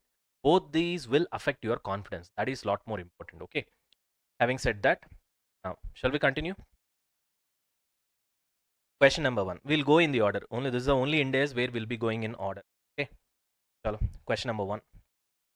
ABC Limited is an automobile component manufacturer. Okay, the automobile manufacturer has specified a delivery schedule, non-adherence to which will entail a penalty. So if you're not able to deliver with respect to the promised date that you have promised, whatever the date, you have to pay penalty. As on 31st March 20x1, the reporting date, the manufacturer has a delivery scheduled for June 20x2. So the reporting date is 31st March 20x1, but the delivery that you have scheduled is next year, next financial period, which is June 20x2. Okay. However, the manufacturer is aware that he will not be able to meet the delivery schedule in June 20x2. Determine whether the entity has a present obligation as of 31st March 20x1. Now, requiring recognition of. Now, you tell me, is there any necessity for him to create a provision? Now, let's try to recollect the concept. So, if you want to create a provision, there should be a present obligation. Correct? Present obligation at what time? As on reporting date. Are you able to understand? What is the reporting date? 31st March 20x1. As of the reporting date, do you have any present obligation with respect to the penalty? Penalty only now we are discussing. With respect to the penalty, do you have any present obligation? No, because you are expecting it to happen. It may happen, it may not happen. First of all, to create a provision, it should be unavoidable, which means there is no other alternative. 100% you should be in a position to pay penalty. Is there a situation like that? No. In next 2 months, that is April and May, before you get to June, which is your already scheduled delivery date, if you are not able to deliver on June, then only the penalty will come. Actually, within these 2 months in the next year, you could do anything. You could accelerate your resources, you could accelerate the manufacturing process, you could do something, thereby you will be able to avoid this penalty. And if you are able to deliver it on June, then you will be able to avoid the penalty. So that can happen, na? So there is no situation of unavoidability over here. Are you able to understand? Right. So which means next year you can do something, and there is a chance that you can avoid the penalty. And not only that, the concept says that present obligation must be present as on the reporting date. As of now, there is no obligation. It might come up tomorrow, I mean next year, once this particular date crosses and you're not able to deliver. Are you able to understand? Then I can create a provision. Right now, can I create a provision? Nope. Is that clear? So the answer is, in this case, there is no present obligation arising out of a past event, as the goods are scheduled for delivery in June 20x2. And as of today on the reporting date, there is no delay. And we don't know in the next year, you can avoid the delay as well, and you can avoid the penalty in that case. Hence, there is no present obligation to pay the penalty in the current year. Therefore, there is no present obligation to recognize the. Done and dusted. So if you are clear with the concepts, answers will be very easy. Correct only. There is no breach as on the reporting date. As of today, nothing wrong has happened. And there is a keyword called obligating event. This answer, your ICAI did not use it, but hereafter it will be using this word, obligating event. Obligating event is nothing but delivering the particular automobile on time. That is the obligating event. Correct? And you will be facing penalty in case if you are not able to adhere to the obligating event, which means if you are not able to deliver on time. But that will happen in future, in June 20x2. If the entity fails to deliver, then that will create an obligation. Correct? As of now, on 31st March 20x1, there is no obligation. Clear? Because it has not yet occurred on the reporting date. It has not yet occurred. What is the reporting date? 31st March 20. Clear? Right. Fantastic. Shall we move on to the next one? All right. Question number 2. Everybody? All right. X Shipping Limited is required by law to overhaul its shipping fleet once in every 3 years. The company's finance team was of the view that recognizing the cost only when paid would prevent matching of revenue earned all the time with certain cost of large amounts which are incurred occasionally. What they are trying to say is that 3 years once only will incur too much of overall expenses that you are not able to match the revenue, because revenue comes over a period of time. So thereby it has formulated an accounting policy of providing in its books of account for the future cost of maintenance. After 3 years, let's say the maintenance is going to be 1 crore. Now itself they have started recognizing that in small bits and pieces by calculating rate per hour sailed on sea. Because every hour that they sail on sea, that's how they generate the revenue. More the hours they sail on sea, naturally more will be the revenue. So they are actually equating the cost to that as well, overall cost, and accumulating a provision over time. This provision is adjusted when the expenditure is actually incurred, which means provision will be debited to bank. Comment whether the accounting policy of X Shipping Limited is correct or not. They have formulated their own accounting policy, but it is not matching with Ind AS 37. Got it? So now tell me one thing. If you are creating a provision, this question is all about creating a provision. What are the conditions that you need to satisfy to create a provision? First, there should be a present obligation. Present obligation based on what? Past event. Now, do you have present obligation? No, no. Your obligation is after 3 years. That is future obligation. Are you able to understand? Past event is nothing but, in this case, using your ship for sailing. Okay, I gave you aeroplane example. Do you guys remember? It's the same thing. In the place of aeroplane, there is ship. So, is it a present obligation? No, it's going to be future obligation after 3 years. Right? So, with respect to future obligation, can you create a provision? No, it does not satisfy the definition. That's one point. That's one point. Second point is, can you avoid? Because to create a provision, the obligation should be unavoidable, right? Can you avoid this overhaul? Yes, you can, by selling your ship in between, because it's gonna happen after 3 years. So in this 3 years, if you sell the ship, you can avoid this. So when there is a chance for you to avoid, can we create a provision? No. So the definition of present obligation is not getting satisfied because it is a future obligation. And can you avoid it by selling the ship? Yes, that condition is also not getting satisfied. So in that case, can we say we need to create a provision, or the accounting policy of whatever these guys have done, is it correct? Wrong. It is not as per Ind AS 37. So is it something that we are discussing new? No. It's everything the concepts that we know. Clear?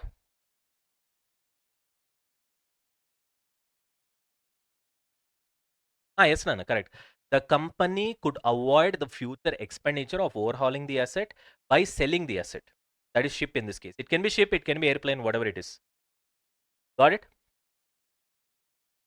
What is the correct accounting treatment? Correct accounting treatment is as per Ind AS 16.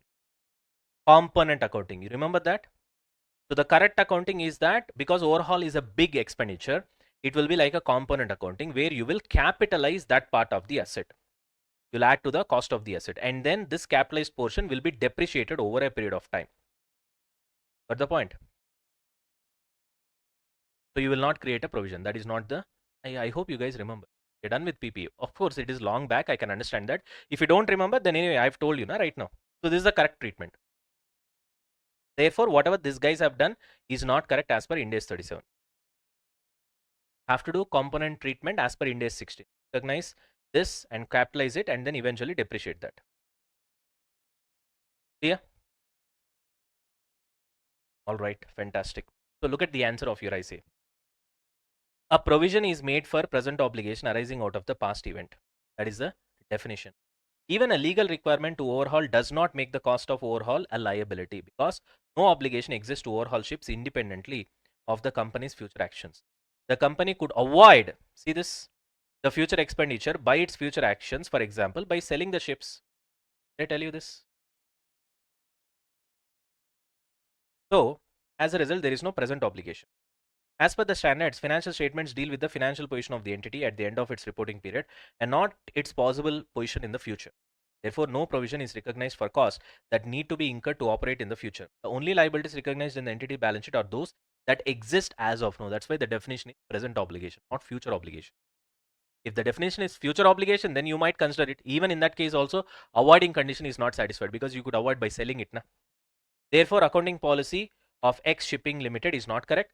The company should adopt the component approach in Ind AS 16 PPE for accounting the reimbursement cost. That's all. Sorry, refurbishment cost. That is nothing but overhauling. You see, that's all you need to write. You need not explain that you need to capitalize and all those things and then eventually depreciate. That is not necessary. A single sentence is enough. That I just told you for your own understanding. Done with this? Easy? Fantastic. Let's go to question number 3 now. Question number 3. Now, a second. Look at this question, Anna. I hope everything is fine now. Yeah. X Chemical Limited is operating in the vicinity of a river since 20 years. Okay. A community living near X Chemical Limited claims that its operations has caused contamination of drinking water. Okay. X Chemical Limited has received notice from the governmental environmental agency that official investigation be made into the claims of pollution caused by the. If it is found that X Chemical Limited has caused contamination, then penalties and fine would be levied onto it. With respect to this, we need to create a provision. Let us see whether other conditions of creating a provision are satisfied or not. Okay, just a primary understanding. Preliminary understanding. Now, X Chemical Limited believes that it has implemented all environmental safety measures to an extent that it is unlikely to cause pollution. Management is not sure whether it has all the information about the entire 20 years. Therefore, neither management nor external experts are able to assess X Chemical Limited's responsibility until the investigation. Such a situation, how should the management of X Chemical account for liability?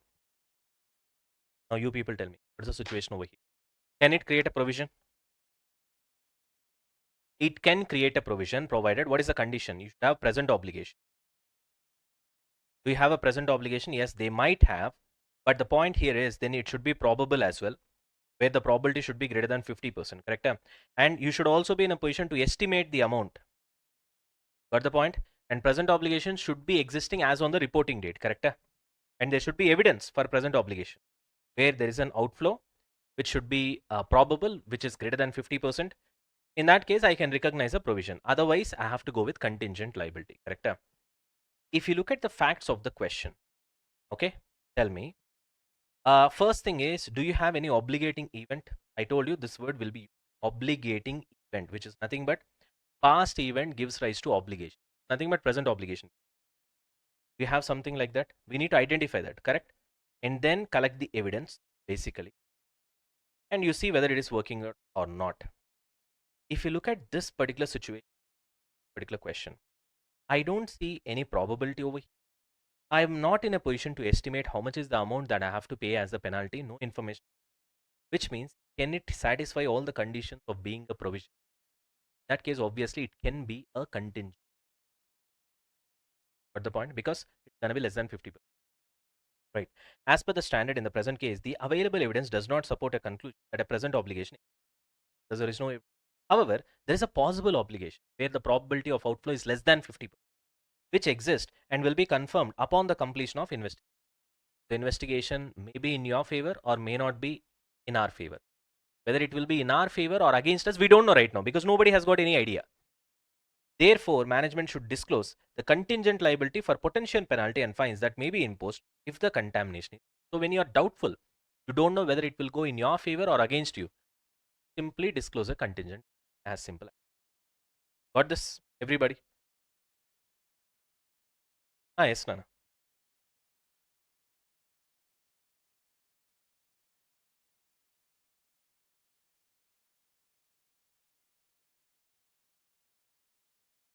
Are we done?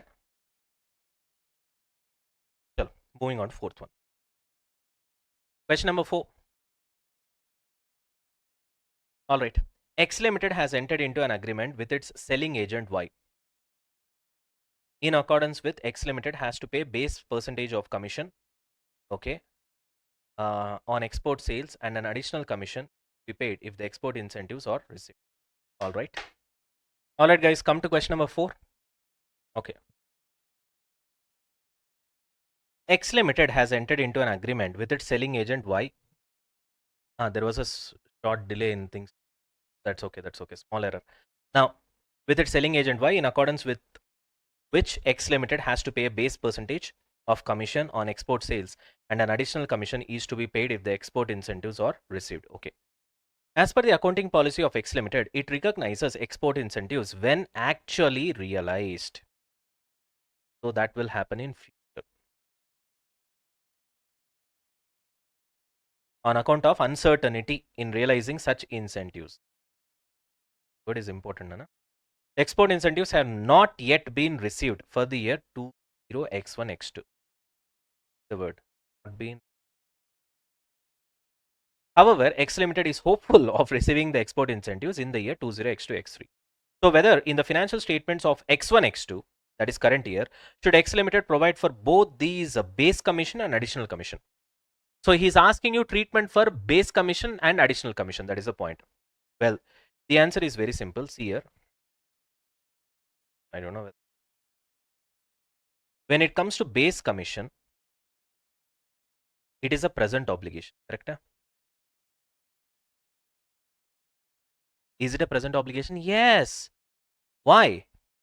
Because as you can see here, you have an agreement with selling agent in accordance with which X Limited has to pay a base percentage of commission on the export sales. That export sales has happened. So that the sales itself is the past event which created a obligation, present obligation on your side to pay the base commission. Additional commission is to be paid if export incentives are received, which you will receive it in future, which as of now you did not receive. There is an uncertainty with respect to that. So therefore, you try to differentiate both the commissions. This is additional commission. Okay. Base commission has got a present obligation because of the past event, and that past event is sales made. Got the point? And that is ready. Present obligation is there. When it comes to additional commission, it arises only when export incentive is received. When export incentive is received. Now the question is, did you receive it right now? No. Which means for the base commission, you can provide for. You understand the point? That's what he's asking you, na? Whether in the financial statements, should X Limited provide for both base commission and additional commission? No. Only for base commission, you will provide for the provision. Additional commission, no. Do not provide because incentive has not yet been received. It will arise only when the incentive is received. So therefore, as far as base percentage of commission is concerned, it is present obligation arising out of past event. That is nothing but the sales that you have already done. The obligating event, see, look at that. This is a keyword, Nana. Your ICAI is using this as part and parcel of its answer many times. The obligating event takes place when the sales are made. The moment sales are made, you know that you have a present obligation to pay the base commission. And also, since the commission is based on percentage of sale, reliable estimation can also be made. So therefore, that condition is satisfied. And the probable outflow of resources condition is obviously satisfied because you have to pay for sure. And present obligation is also satisfied. So therefore, the base percentage of sales commission should be provided. However, with respect to additional commission, it is to be paid when the export incentives are recognized. And export incentives are recognized only when it is received. Therefore, the obligating event will arise. Obligating event of paying additional commission will arise only when export incentives are received. Hence, no provision for additional commission is to be made in the financial year 20X1, X2. The expectation of X Limited is to receive the export incentive in next year. Once you receive that, then that creates an obligating event to pay additional commission. See how sales have created obligating event to pay base commission. Like that, receiving export incentives will create an obligating event to pay additional commission, which will happen in the next year. This year it did not happen, therefore no need for you to provide any provision. As simple as that. That's all. Done? Shall we move on to question number 5? Question number 5. Look at this question, Anna. An entity sells goods with a warranty under which customers are covered for the cost of repairs of any manufacturing defects that become apparent within the first 6 months after purchase, which means it can happen in future. We don't know how many repairs will happen. And if the repairs happen, they will claim the warranty, which means we will incur the cost. Which means you can understand this is with respect to what? What is happening over here? You tell me. It is uncertainty with respect to future, which creates a requirement for a provision. Now the question is how to create a provision. Let us see. If the minor defects were detected in all products sold, repair cost of 1 million would result. Okay. If major defects were detected in all products sold, repair cost would be 4 million. The entity's past experience and future expectations indicate that for the forthcoming year, 75% of the goods sold will have no defects. Fantastic. Which means your cost will be zero of repairing. 20% of the goods sold will have minor defects, which means it will be 1 million. 5% of the goods sold will have major defects, which means it will cost you 4 million. Assess the probability of outflow for the warranty obligations as a whole. Now tell me, first, does it satisfy the definition of provision? Do we have present obligation? Yes. Present obligation of the past event, which is nothing but the sales. Okay. The moment sale has happened, you have created yourself an obligation where you will take care of the warranty. Second, the probability of outflow of resources should be greater than 50%. Obviously, the moment sales is done, you know that here there is a chance that there will be outflow of resources because so many persons is going to claim the warranty. Third, are you able to estimate the amount reasonably? Yes, that's how you have got this 1 million, 4 million and all these things. So which means it satisfies the definition of provision. We have to create the provision. Now, the next question is how to create the provision. There are two types of creating provision, where the population is very high and where the population is a single individual. This falls under population being very high.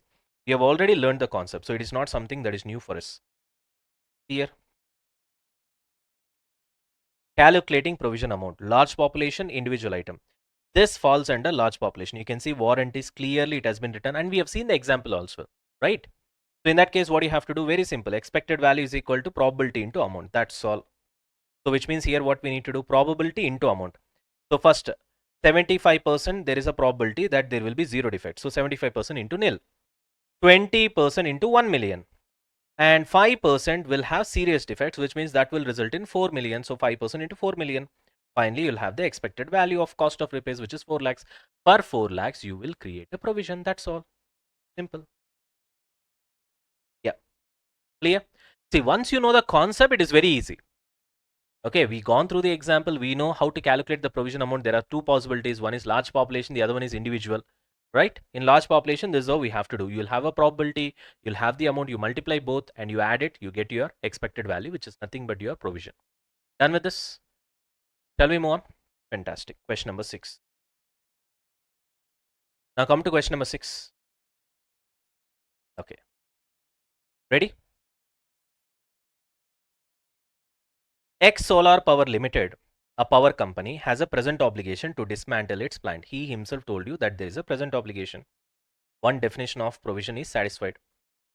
To dismantle its plant after 35 years of useful life. So talking about decommissioning cost. Okay. X Solar Power Limited cannot cancel this obligation or transfer it to third party. So which means this sentence is again giving you a confirmation that it cannot be avoided. Cannot be avoided. Cannot be avoided means another condition of provision is getting satisfied. Next, X Solar Power Limited has estimated that the total cost of dismantling at 50 lakhs, the present value of which it is 30 lakhs. Okay. Present value. You should be recognizing that provision at present value, which is 30 lakhs. Fine. What else? Based on the facts and circumstances, X Solar Power Limited considers the risk factor of 5%. The risk that the actual outflows would be more than the expected present value. I told you na, there will be a risk factor. In future, the dismantling cost, it may go 5% upside, 5% downside. He's talking about that risk factor. Always we should be considering the worst scenario, where if it increases, what will happen? Thereby add that 5%, which should make it 31 lakh 50. So for this 31 lakh 50,000, you have to account for provision. That's all, simple. Provision is nothing but liability. So for 31 lakh 50,000, you will create the provision. This is within the concept that we have learned. Look at the special points of provision. Discounting long-term provisions, that already present value is given in the question, which is 30 lakhs. So this point is covered. Next,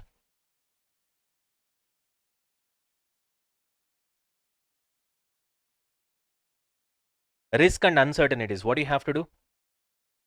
All risk and uncertainties that would result in increase of the amount of provision should be taken into account. That's why we are adding that 5%. So everything is within the concept that we have learned. Got it?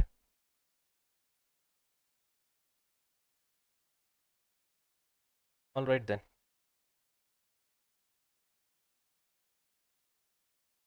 So this point is covered, and this point is covered. Risk and uncertainty. Got it? You apply both, you get 31 lakh 50,000 as your answer. Done? Chalo, let's move on. Question number 7. Come to question number 7, everybody.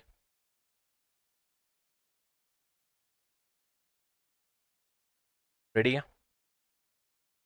ABC Limited has an obligation to restore the seabed for the damage it has caused in the past. Okay. Right. Then what? It has to pay 10 lakhs of cash on 31st March 20x3. On this date, it has to pay 10 lakhs. Okay. Relating to this liability. So that is confirmed. Okay. ABC Limited's management considers 5% is an appropriate discount rate. Okay. Which means what is the present value in that case? So ABC Limited's management considers 5% is the discount rate. Fine. What is the current date? Calculate the amount to be provided at 31st March 20x1. For cost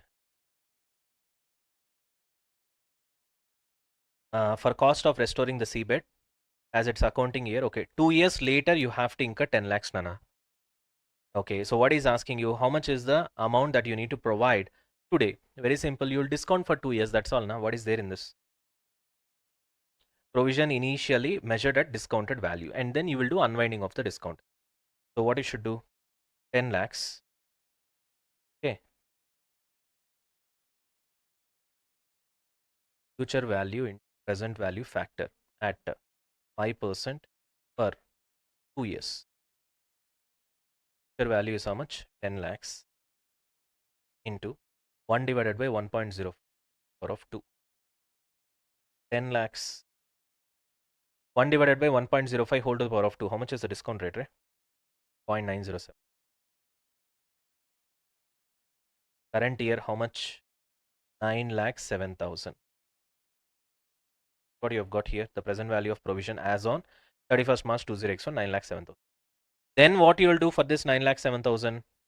You will multiply that with 5%, and that will be your finance cost or interest cost. That will be debited in the next year, and then accordingly that will be added to 9,07,000. So if you add 9,07,000 into that 5%, 9,07,000 into 1.05 by adding that 5%. So 9,07,000 into 1.05, lakh 52,350. That will be with interest, balance at the end of the next year. After that, again you will multiply with 1.05, where you are adding 5% interest. It should become 10 lakhs. That's all. See, 9,52,350, and again it will become 10 lakhs. So I have put the entries also here.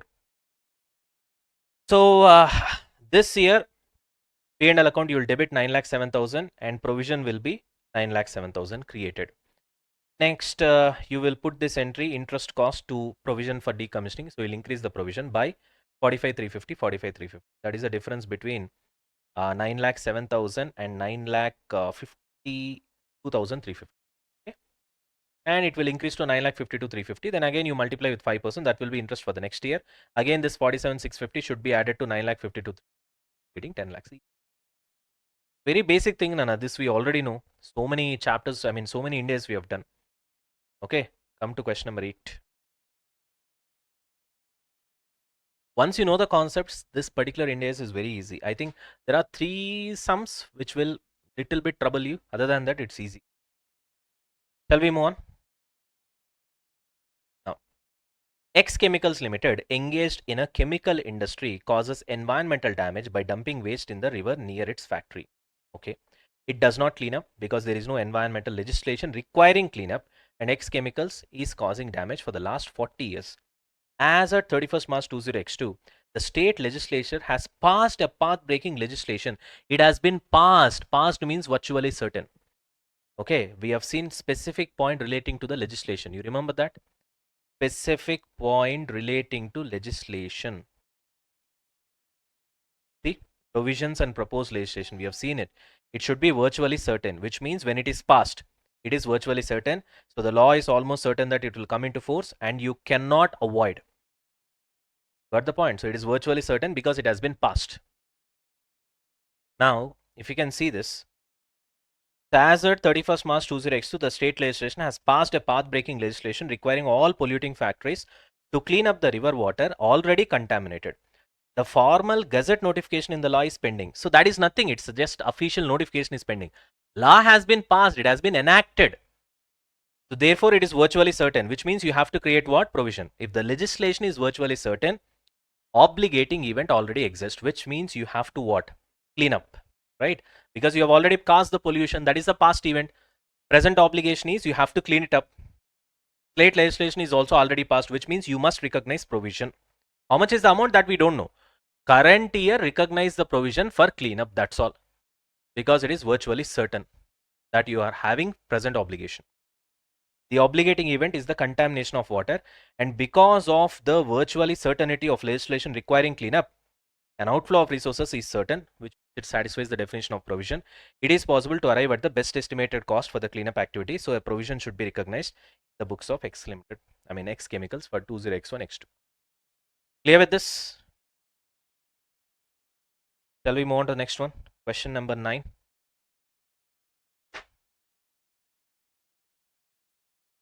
Now go to the 9th one, Nana. Question number 9. X Beauty Solutions is selling cosmetic products under its brand name B, but it is getting its product manufactured from Y Limited. Okay.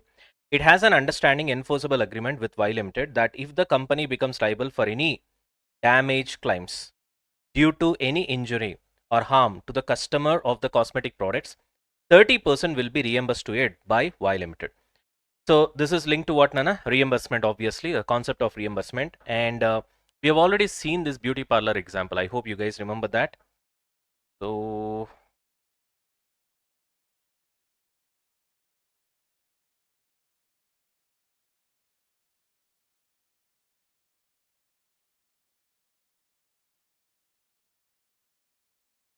can you see this sugar cosmetics, this beauty parlor example? In this example, I've taken 70% reimbursement. In this question, it is 30%. It's exactly based on this example only. So we have already seen this, right? As a part and parcel of reimbursement. Chalo. So 30% will be reimbursed to it by Y Limited during the financial year X1, X2. An estimate of the claim of 30 lakhs may be payable to the customers by X Beauty Solutions Limited. How should X Beauty Solutions Limited account for the claim that becomes payable? Well, very simple. How much you need to pay naturally? 30 lakhs. So therefore, for 30 lakhs, you're going to create a provision. You'll be debiting your P&L account naturally. And you're going to create a liability for 30 lakhs. At the same time, out of this 30 lakhs, how much you're going to get paid back from the company from whom you purchased the beauty products? 30%, which means 9 lakhs. To the extent of 9 lakhs, you credit the P&L account and create an asset. In P&L account, because you have debited by 30 lakhs and credited by 9 lakhs, you can net it off and show at 21 lakhs. But in the balance sheet, you should not show it. In the balance sheet, you show liability as 30 lakhs and the asset as what? 9 lakhs, which is nothing but reimbursement receivable. But you should not net it off. That's all. Since the understanding results in an enforceable agreement, the reimbursement of 9 lakhs shall be recognized as a reimbursement right, and a provision will be recognized for 30 lakhs. That's nothing but liability. The reimbursement right shall be treated as a separate asset, of course, and shall not be offset with the provision in the balance sheet. In the statement of P&L, the expense may be presented as 21 lakhs after offsetting the reimbursement right. Simple. Nothing new. From this only I've copied the example. What is there in that? Okay. Are we done with this? Shall we move on? Chalo, question number 10. Come to question number 10, Nana.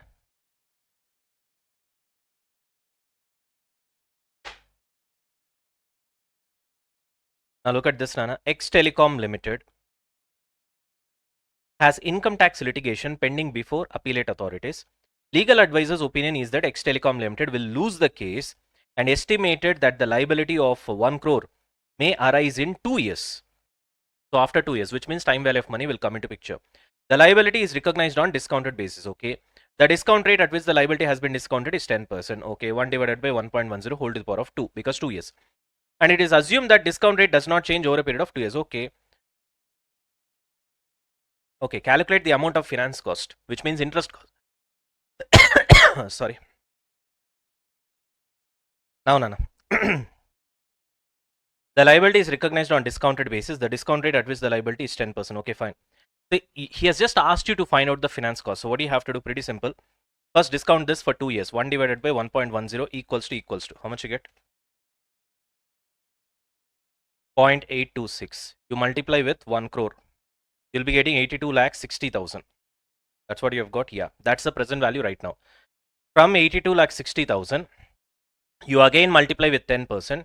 You'll be getting exactly the interest cost or the finance cost for the first year, right? Because you have to do unwinding of discount. Therefore, you need to add the discount. Na? Or simply what you can do, 82 lakh 60,000 into 1.10 also you can put.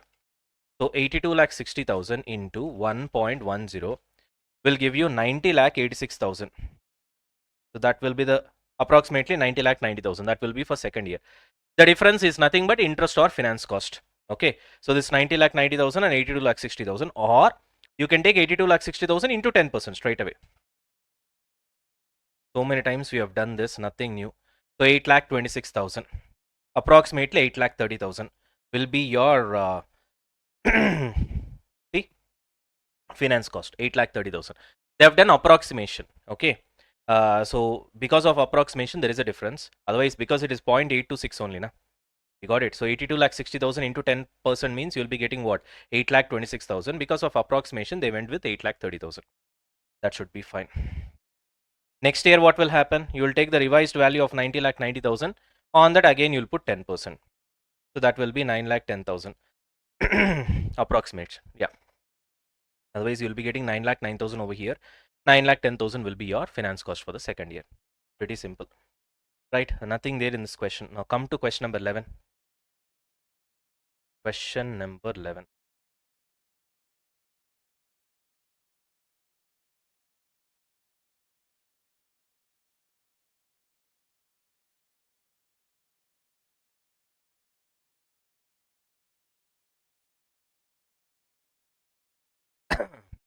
Now,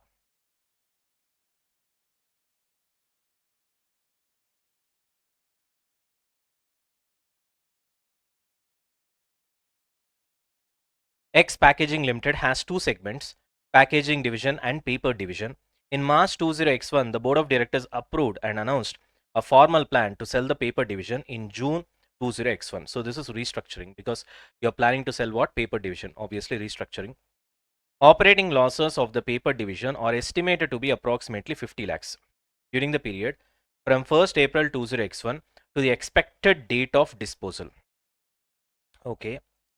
And management of X Packaging Limited wants to include the future operating loss of 50 lakhs in a provision for restructuring in the financial statements for the period ended 31st March 20X1. Recommend whether X Packaging Limited can include these operating losses in a provision of restructuring. You people tell me. Future operating losses are never provided as a liability. It's as simple as that. Okay. Provision for restructuring includes certain cost for which you can create a provision. But that is the cost because of restructuring, like severance pay, redundance pay, the lease penalty that you have to pay. All these costs will be included, and for that you can create a provision, not for future operating losses. You understand the point? Because try to understand one thing. This future operating loss will anyway happen whether you do restructuring or not. Restructuring means in few months you are about to close this, Nana. Which one? Paper division. If you don't close and if you continue also, this loss will be there. If you close also, this loss will be there. So because of taking the decision of closing, that is restructuring, is this what you are facing as an extra loss? Are you able to understand?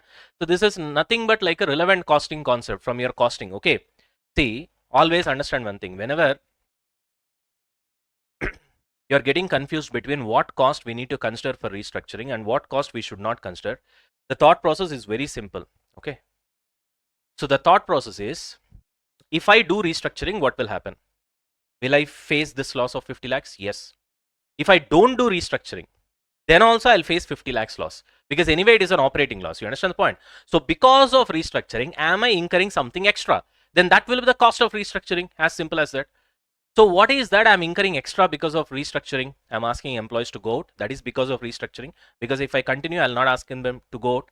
I'll not fire them. I need not pay severance cost. I need not pay redundance cost. I need not cancel the lease. I need not pay penalty cost. So all these things I can save. In that case, those are relevant because you're incurring them because of restructuring. Therefore, it will be considered, it will be included. Are you able to understand? But this loss over here, whether you do restructuring or you don't do restructuring, in either of the cases, anyway, you have to face this, which means if you continue this paper division also, you'll face this loss. If you stop this paper division also, which is restructuring, which you're eventually doing, then also you'll face it. In that case, why should I consider? In both the cases, anyway, I have to incur that. So therefore, it becomes irrelevant cost. Therefore, it is not relevant for the decision making, which is restructuring. Therefore, do not consider it. As simple as that. Got it? And also the other concept is, so this is from costing perspective, I've told you. Your Ind AS 37 also says never ever provide provision for future operating losses. It's as simple as that. Clear? Right. Hello, that's it. That's your answer. Standard states that provision should not be made for future operating losses. So that's the key term. In Ind AS 37 prohibits the recognition of future operating losses. So X Packaging Limited should not include these future operating losses in a provision for restructuring, even though these losses relate to the disposal group. Now, what I told you in my explanation from costing perspective is the logic behind that. Okay. You just have a sentence over here which your Ind AS 37 says, which you need to write in the exam, right? But if you ask a logical question, why should I not include it? Because that loss is belonging to the division for which I'm doing restructuring. For that, the logic I told you. Is that clear? Right. Fantastic. Chalo, let's move on. Question number 12, Nana. Now, don't come to a conclusion that all the questions are this simple. Okay. We're going to start facing really good questions. I think from 18 it will start, if I'm not wrong. You know? See, from 17 it will start. You'll get really good questions. Okay. Again, not problem kind of questions. Okay. Where you have to munch numbers. No. Still, it's theory kind of application oriented questions, but good questions. Okay.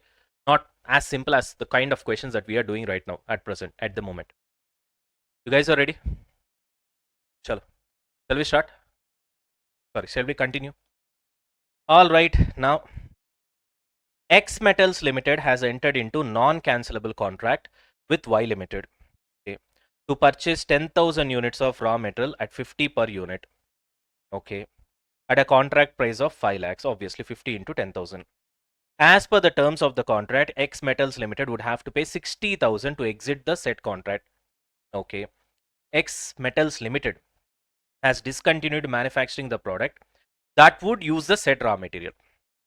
So which means he has to buy a raw material which he will be using as an input to manufacture an output. And that output which he manufactures to use this input, that output itself he has stopped manufacturing, which means this input raw material is of no use. See here, he has discontinued manufacturing the product, which is the output, that would use the said raw material, which is the input. Got it? For that, X Metals Limited has identified a third party to whom it can sell the raw material for 45 per unit. Now, state how X Metals Limited account for this transaction in the books. It's a onerous contract. You can ask me how, sir? Because you've already committed to buy this by paying 5 lakhs. Okay. If you want to cancel it, you have to pay 60,000. So if you cancel, there will be an outflow, which is 60,000. If you continue, you have to pay 50, buy the 10,000 units and then sell it for 45. There will be a loss of 5 into 10,000. The total loss will be 50,000. In one case, the loss will be 60,000. In another case, the loss will be 50,000. So loss is inevitable, which means it's an onerous contract. Now, tell me which one you'll choose. Whichever is less. So which means you'll go with 50,000 option. Correct? Right. And that is the provision that you'll create. The circumstances do indicate an onerous contract because in both the cases, you have to eventually face loss. The only benefit to be derived from the purchase contract costing 5 lakhs or the proceeds from the sale contract, which are 4,50,000 over here. Therefore, a provision should be made for the onerous contract of 50,000, being the lower of cost of fulfilling the contract, which is 50,000, and penal cost, which is 60,000, whichever is less. But when you're writing the answer, this is important, Nana. These are all the keywords. Cost of fulfilling the contract, penal cost of cancellation or penalty. You have to use these terms. Whichever is lower. Therefore, the answer is 50,000. Therefore, you have to create provision for 50,000 like that you need to write. In your answer, if these two words and onerous contract, because in the question nowhere it is mentioned that it is an onerous contract. So the examiner, when he's correcting your paper, he will only see these three words. The rest of the sentence formation is your wish. Still, you will get full marks. He will check for onerous contract. He'll check for cost of fulfilling the contract. He'll check for penal cost of cancellation, whichever is less. You see these three words, answer is correct, full marks. That's all. The rest of the things you can just create sentences on your own. Am I clear? Yes, Nana. Depending upon marks, here one student is asking me doubt, sir, do I need to explain what is the onerous contract? Do I need to explain the concept? It depends upon the question comes for how many marks, right? If just it's a 1 mark question or something, then this much is enough. If it comes for 2 marks or something, yes, you can write the concept. Okay. You can write this. It is a contract in which unavoidable cost of meeting the obligation exceeds economic benefits to be received under it. You can write this. Okay. This is important. You see, cost of fulfilling it, penalty for non-performance. These are the exact words, lower off. This should be there. And you also need to mention that it is a onerous contract. For that only you'll be getting marks in examination. Please be careful with this. Okay. If you can take care of these keywords, I'm telling you, nobody is going to stop you from getting more than 17 FR. That's a promise. Chalo. Come to question number 13. 13th question. Ready? X Cements Limited has 3 manufacturing units situated in 3 different states of India. Okay. The board of directors of X Cements Limited, in their meeting held on 10th January 20x1, decided to close down its operations, again restructuring, in one particular state on account of environmental reasons. A detailed formal plan for shutting down the above units was also formalized, which means one condition is satisfied. When it comes to restructuring, if you have to recognize the provision, 2 conditions has to be satisfied. One is a detailed formal plan. The second one is formal announcement. Got the point? So let's check whether there is formal announcement or not. Was formalized and agreed by the board of directors in that meeting, which specifies the approximate number of employees who will be compensated and expenditure expected to be incurred. Okay, date of implementation of plan has also been mentioned. Okay, meetings were also held with customers, suppliers, and workers to communicate the features of formal plans to close down the operations in the said state, which means formal communication did happen, which creates a valid expectation from all these parties who are involved, and which creates constructive obligation, which also creates present obligation, and thereby you can create a provision. Evaluate whether the actions of the board of directors creates a constructive obligation that needs a provision for restructuring. Absolutely yes. Detailed plan is prepared. I'll write the answer here itself. Detailed plan, correct? Prepared, of course. Okay, second condition is what? Communicated to employees, suppliers, customers also, na? Workers, all use all those words. Okay, everything has been shared. So thereby constructive obligation created. Valid expectation creates constructive obligation. Okay, therefore,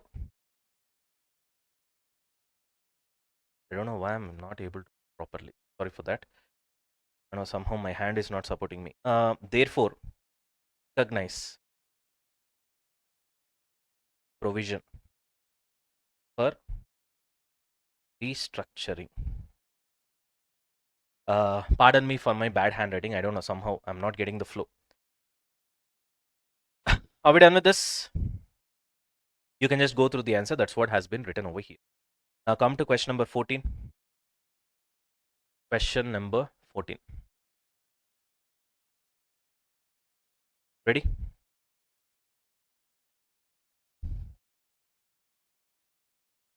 A manufacturer gives warranties at the time of sale of purchases of its 3 product lines. Under the terms of the warranty, the manufacturer undertakes to repair or replace items that fail to perform satisfactorily for 2 years from the date of sale. The warranty period is for 2 years. At the end of the reporting period, a provision of 60,000 has been recognized for the sale made during the year. The provision has not been discounted as the effect of discounting is not material. Draft the note. Okay, now you people tell me. So what will be your answer? Just think.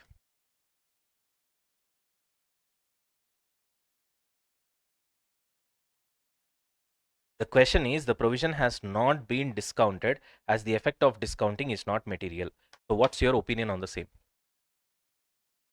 Any answer, Nana? So you guys are thinking that obviously from the end of the reporting period, you're going to have warranty for 2 years because that's a key term. Here, 2 years means obviously time value of money comes into picture. If it is 1 year, then that's okay. Then obviously you should have discounted, but they haven't done it. Why? The reason is very simple. This is the keyword. Question itself, they gave the answer. The provision has not been discounted as the effect of discounting is not material. Which means, say for example, this is your end of the year.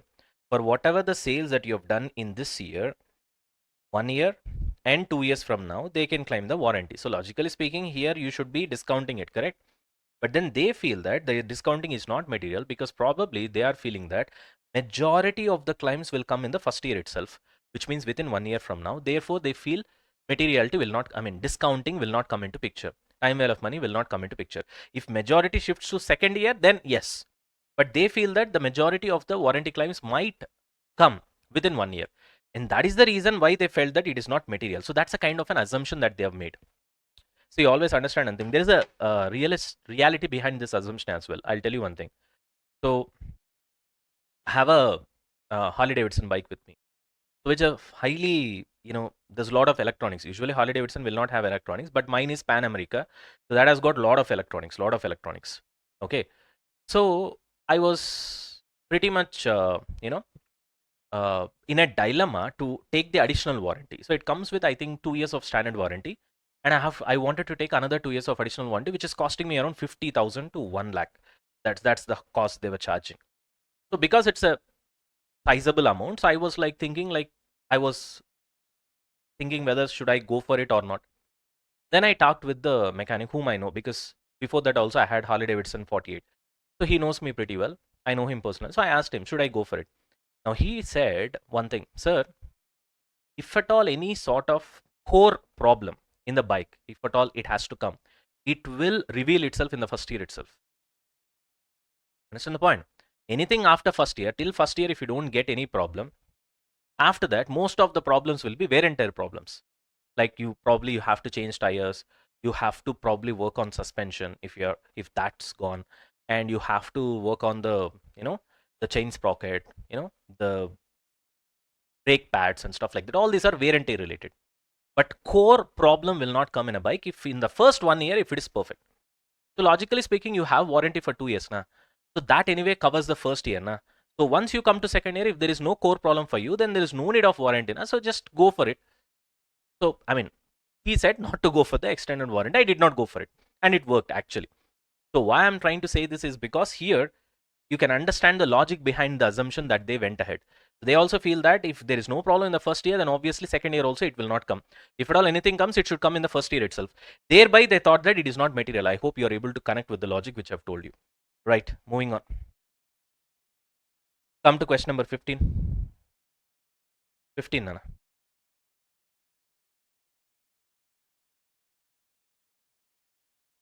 Ready? X Limited is operating in the telecom industry. Okay. During the financial year X1, X2, the income tax authority sent a scrutiny assessment notice and a section 143 subsection 2 of the Income Tax Act 1949 in respect of the return filed under section 133 of this act for previous year X0, X1, assessment year X1, X2, and initiated assessment proceedings on account of deduction claimed by the company, which in view of the authorities was inadmissible. All right. During the financial year X1, X2 itself, the assessment proceedings were completed and assessing officer did not allow deduction and raised a demand of 1 crore against the company. The company naturally contested such levy and filed an appeal with the appellate authority. Okay. At the end of the financial year X1, X2, the appeal had not been heard. Okay. The company is not confident whether that the company would win the appeal. However, the company was advised by its legal counsel that on a similar matter, two appellate authorities of different jurisdiction have exactly opposite judgments. One in favor of the assessee, one is against the assessee. The legal, which means 50-50 chance. The legal counsel further stated that it has 50% chance of winning the appeal. Advise how the company should account for these transactions in the financial year X1, X2. Horrible question. Horrible question. Anyways, so now you people tell me, what will be your answer? It's 50-50. See, when it comes to provision, we are aware of the numbers, right? First of all, there should be present obligation. Yes, there is a present obligation because of the past event, and you have that with respect to what? That 1 crore. Second one is it has to be a probable outflow of resources. That was the condition for provision. Probable outflow of resources means greater than 50%. Exactly here it stops at 50%. That's the problem. Okay, and a reasonable estimate of the amount. Yeah, we have it in front of us, 1 crore. So now what shall be our answer? That's the fun part over here. Okay, so which means If it is less than 50, I could have told that, okay, it's all you need to do is just disclose it. It's a contingent liability. If it is greater than 50% and because all the other two conditions are satisfied, I could have said that create a provision. Now it stands exactly at 50%. That's the fun part in this question. Okay. Yeah, yeah. Now, what's your ICAI answer? Let us see. He has asked you to create a provision.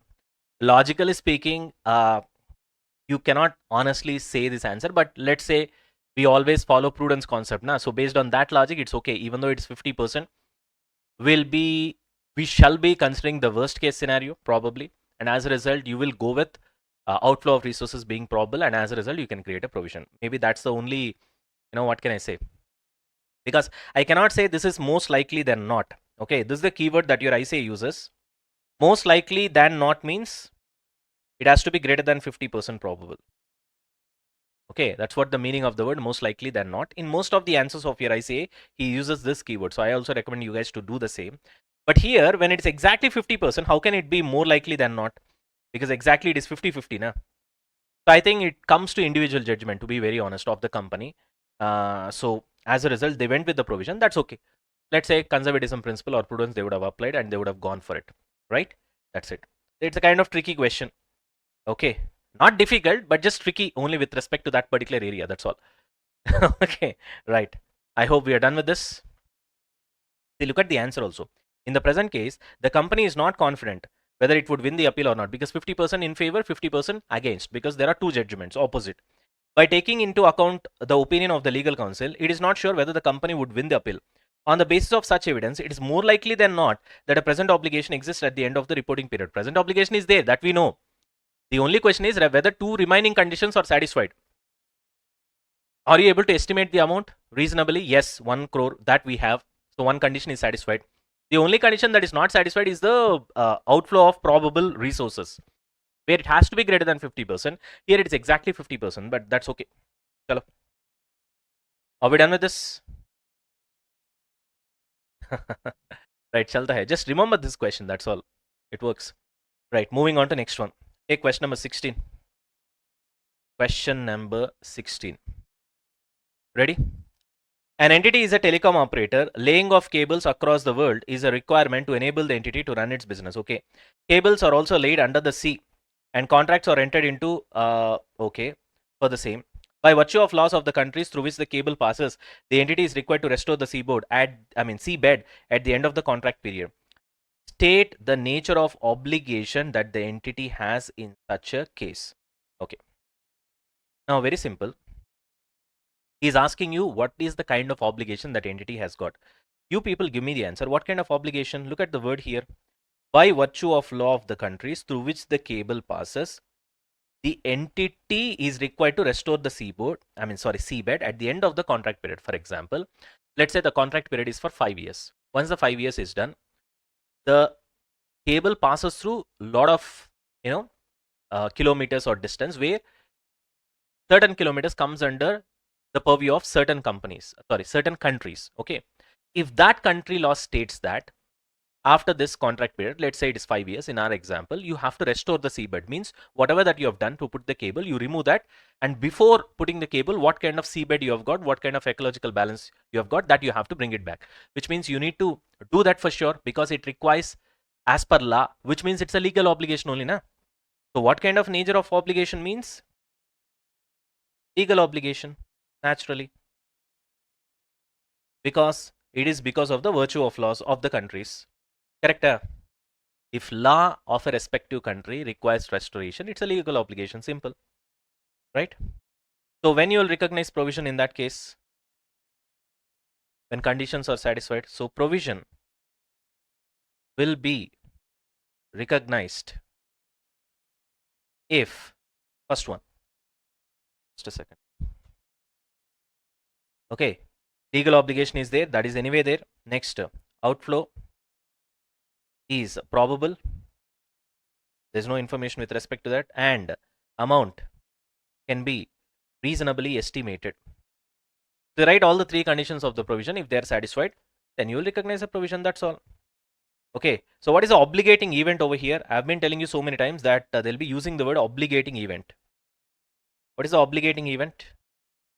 Event means something that has happened. Laying cables. Correct? Underwater. This is the obligating event. Because you have done this event of laying cables underwater, your legal obligation has arisen, right? If at all you did not lay cables, that event did not happen, then there is no obligation. Huh? So the event that created obligation for you is laying cables in the underwater. That's what you call obligating event. Clear? That's all.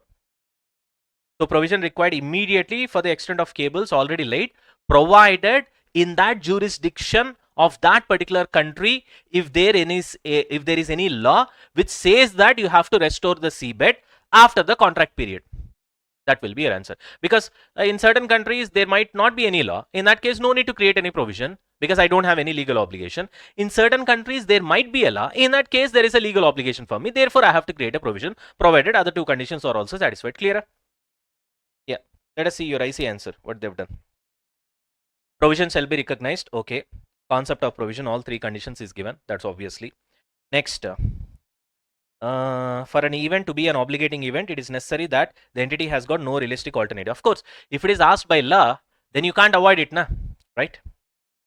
Okay, so it is asked by law over here. So he's explaining the legal obligation and constructive obligation. This also I've told you. You remember? This concept is nothing but I told you there are two types of obligation. Present obligation can be of two types. One is legal, the other one is constructive. Do you remember that? That's what he's trying to say over here. Okay, one is legal, the other one is constructive. This also we have discussed. So first, he copy pasted the concept of provision creation. When you should create a provision, provided three conditions are satisfied, he gave you that. Then he said, because here we are talking about legal obligation, he's again explaining the concept of how many types of present obligation will be there. There will be legal obligation, there will be constructive obligation. What is a legal obligation? What is a constructive obligation? He's trying to explain over here. Now I think he comes to the answer over here.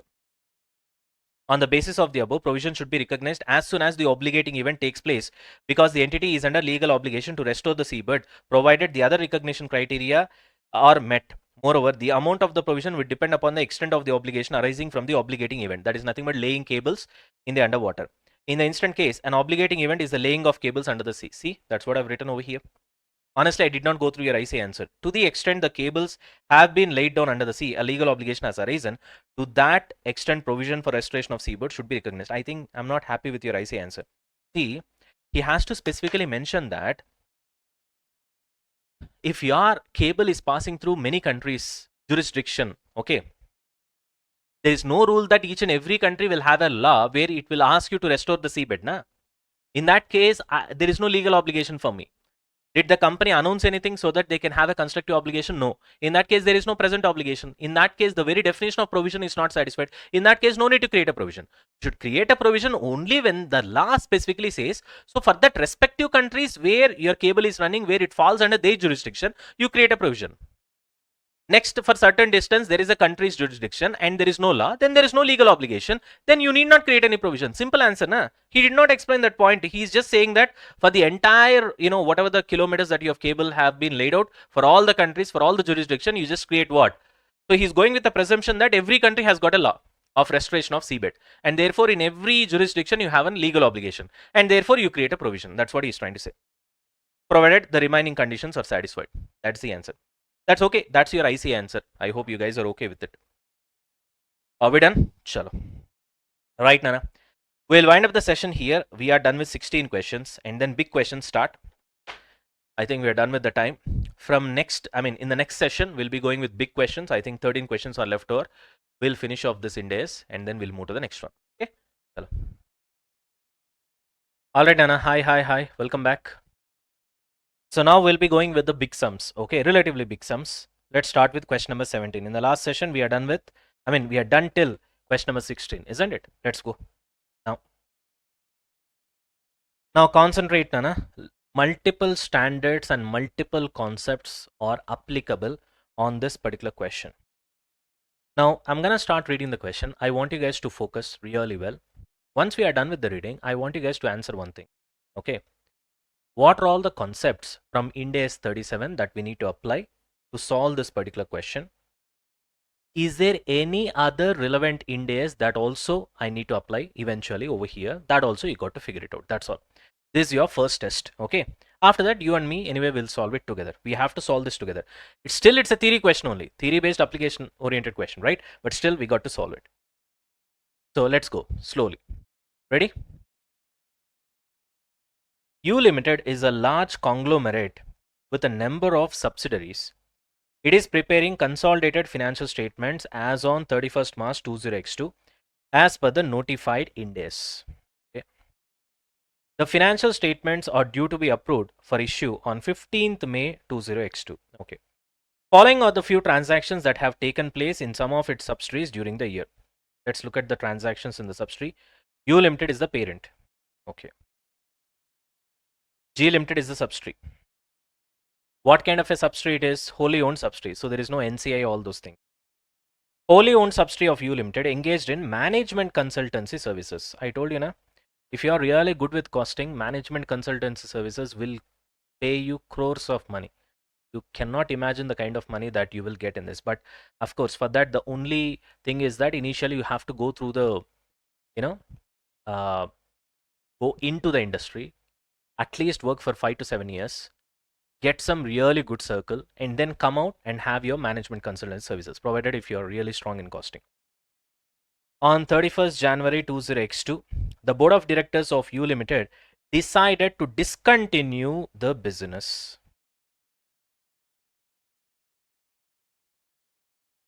So which means what is that we need to apply over here? Restructuring. Concept of Ind AS 37. Okay. From 30th April, they're going to discontinue. They made a public announcement of their decision on 15th February. So which means first condition is satisfied. Second condition is satisfied. Formal announcement is done. The only thing we need to check is whether there is a detailed plan. G Limited does not have many assets and liabilities, and it is estimated that the outstanding trade receivables and payables would be settled by 31st May 20x2. U Limited would collect any amount still owed by G Limited's customer after 31st May 20x2. They have offered the employees of G Limited termination payments or alternative employment opportunities. Okay. Following are some of the details relating to G Limited. On the date of the public announcement, it is estimated by G Limited that it would have to pay 540 lakhs as termination benefits or termination payments to employees. Okay. So which means the moment he is talking about 540 lakhs and all these things, it means there is a detailed plan. So first condition is also satisfied. Now once these two conditions are satisfied, we know that we have to create a provision. To create a provision, there are certain costs which we need to include. There are certain costs which we need to exclude. Can I include this particular 540 lakhs? As of now, it seems so. So let's discuss further. 540 lakhs as termination payments to the employees. Yes, it has to be included. And cost for relocation of employees which would remain within the group will be 60 lakhs. That should be excluded because that belongs to future. The actual termination payments totaling to 520 lakhs were made in full on 15th May 20x2. So they thought they would have to pay this much, but they've actually paid this much. So let's see how it works out. As per latest estimates made on 15th May 20x2, the total relocation cost is 63. Anyway, this is irrelevant for us. G Limited had taken a property on lease which was expiring on 31st March 20x2. The present value of the future lease payments is 430 lakhs. On 15th May 20x2, G Limited made a payment to the lessor 410 lakhs in return for early termination. So which means this is the cancellation fee or indirectly a penalty, whatever it is. This is relevant. The loss after tax of G Limited for the year ended 31st March 20x2 was 400 lakhs. G Limited made further operating losses totaling 60 lakhs till 30th April 20x2. Determine the provisions that the company is required to make as per Ind AS 37. So he's very clear that he's asking you provisions as per Ind AS 37. But besides Ind AS 37, is there any other Ind AS that also will be applicable? That also we have to see. Because there is a chance if you could understand the entire story of this particular question. So I'll give you full 1 minute. I want you guys to go through the question in a perfect way. Slowly. Read the question properly. Once you are done with your reading, we will solve the entire question. We'll take time and then we'll solve. Clear? Fantastic. Read the question.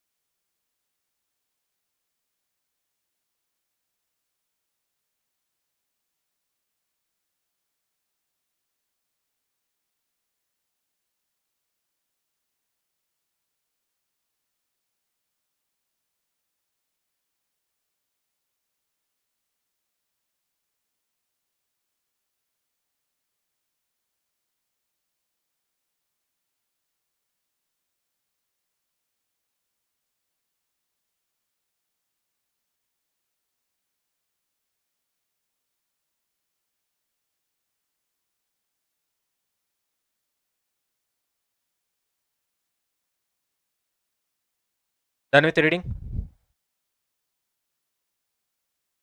Shall we start solving? Now,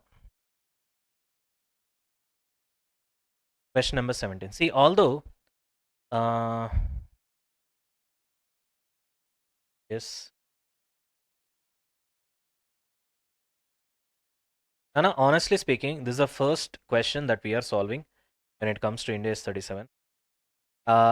Now, although you have answered, you have ICAI answer, okay? I would rather advise you to write along with me. So you have ICAI answer over here, right? But still, write along with me, and you'll honestly feel that my answer is a lot better. But of course, it will be tallying with ICAI answer. Otherwise, we'll not get marks in the exam. But I'll simplify it, okay? Right. In a way that you will understand it better. First, ready? Okay. What I'll do is that relevant concepts applied or need to be applied in this question,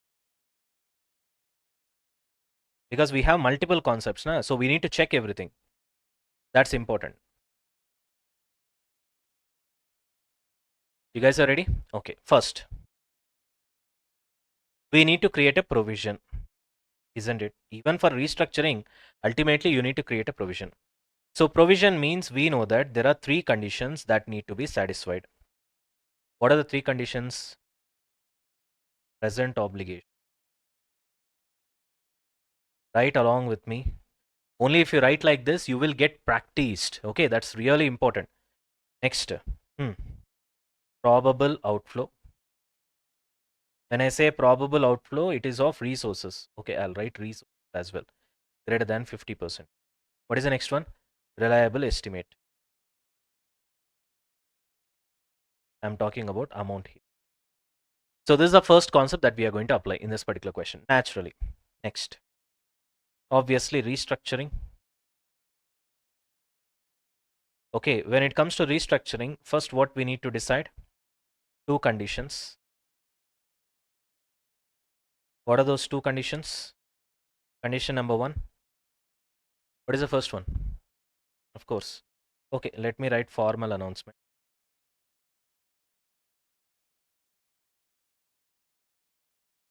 What is the second condition? Both the conditions I have already shown you here in the question. See here. Restructuring, this is second condition where formal announcement. First condition is a detailed plan, obviously.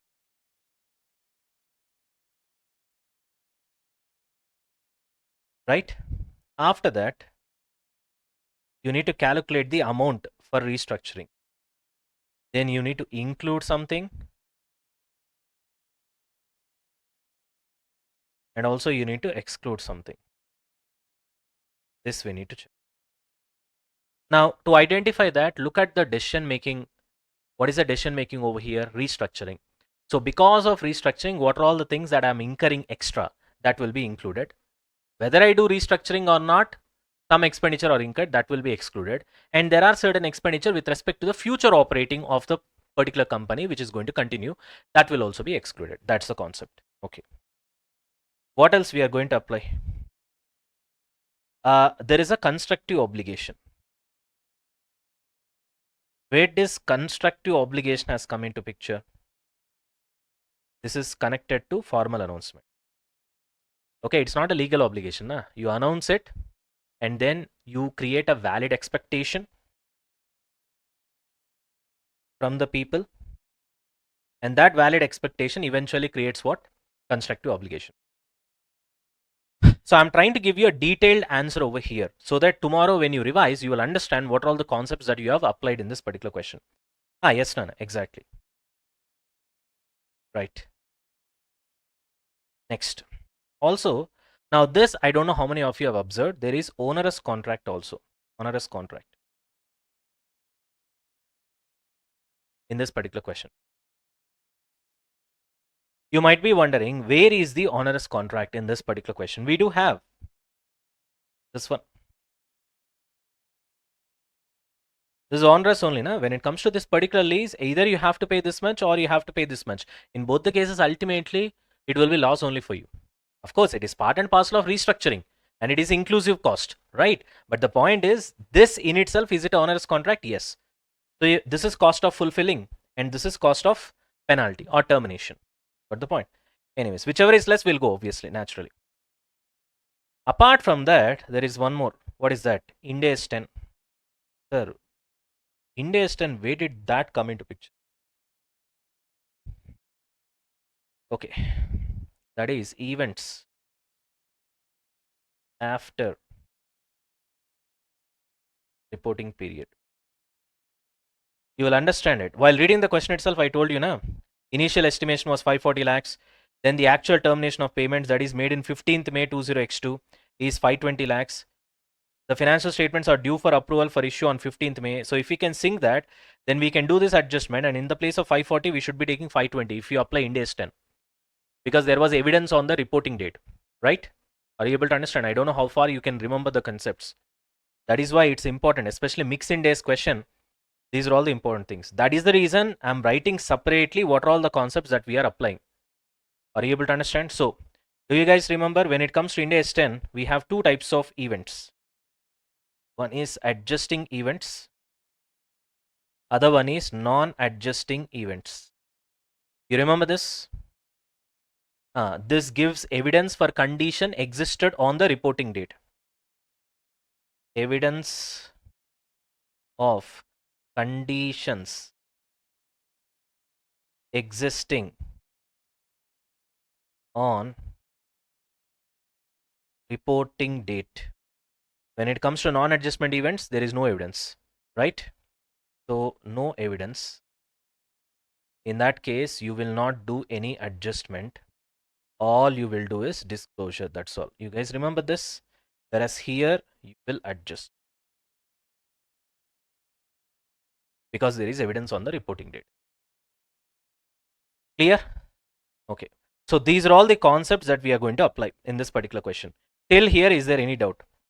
So at least the moment you read the question, you got to understand what kind of concepts I need to apply. Then you start applying so that your answer will be perfect and will be getting full marks. In examination, you need not write all these things. First of all, whatever that we have written so far, this is not forming part of your actual answer. Are you able to understand? This I have given with a pure intention that you will understand, especially while revising, what are all the concepts that we need to apply. Yes? Okay, sure.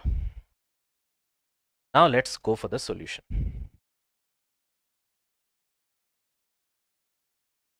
Now I've kept the question in front of me.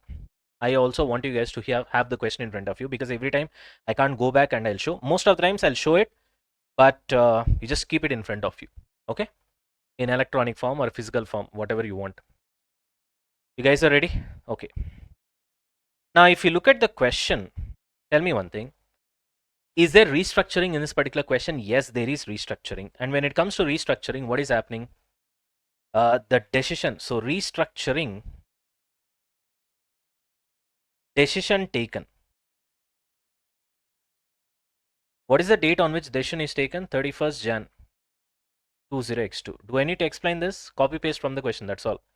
Public announcement.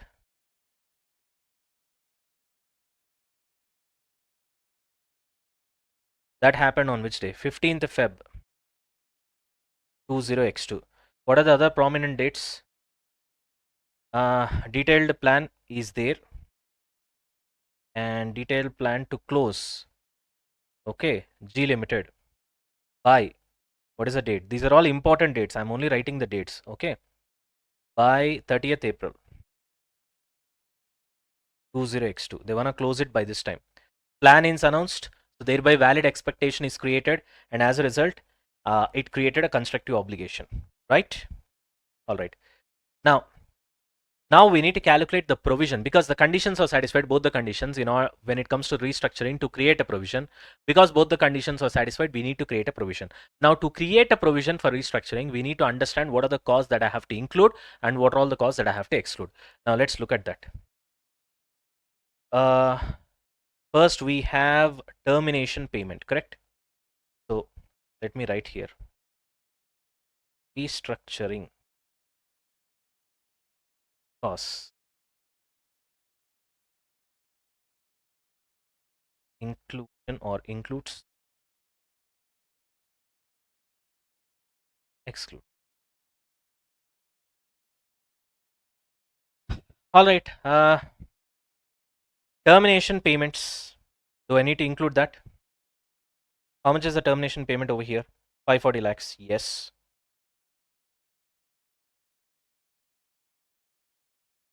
I'll put a star mark over here because there's gonna be a change in this events after reporting period. Okay. Next, what else? Relocation cost will come here because it belongs to future. What else? Next one is lease. Okay. And lease is onerous contract. And so how much we need to choose? Whichever is less. Are you able to understand? What else is there? Future operating losses of 60 lakhs. That will be excluded. Future operating losses. Name itself is future, obviously. Now, when it comes to this 540 lakhs, should not be taking this because we will be applying Ind AS 10 and it is an adjusting event because evidence of condition existing on the reporting date itself. Because as you can see, public announcement is done and all the things are taken before 31st March itself. And therefore, what is the actual payment that you have done? 520 lakhs. So we should be taking 520 lakhs only. Ind AS 10 applies instead of 540 lakhs. Okay. Because the obligation of termination has it been existed on 31st March only, na? Look at the public announcement, 15th Feb. On that day only, they have announced that termination is going to happen. So as on the reporting date, which is 31st March, you know that termination will happen. And you expected that it's going to be 540. Later, it turned out to be 520. But that was before the approval, right? So therefore, we can adjust the payment. So actual payment is 520. Therefore, 520 it should take because the evidence existed on the reporting date regarding termination. Clear? Okay. So which means you need to create provision for termination payments, which will be how much? 520. So this is nothing but provision which you need to create. Right? Relocation will not be included. Clear? Whether it is 60 lakhs or 63 lakhs later, this will not be included. So it is irrelevant. Now, when it comes to leases, if you look at the question, present value of remaining lease payments, how much is that? Sorry, Nana. Present value of remaining lease payments.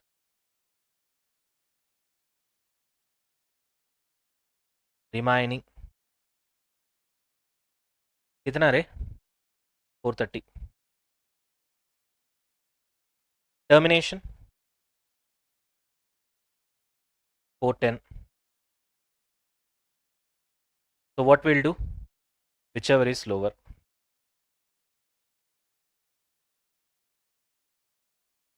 Because the lease is non-cancelable. So 410 lakhs will be your answer.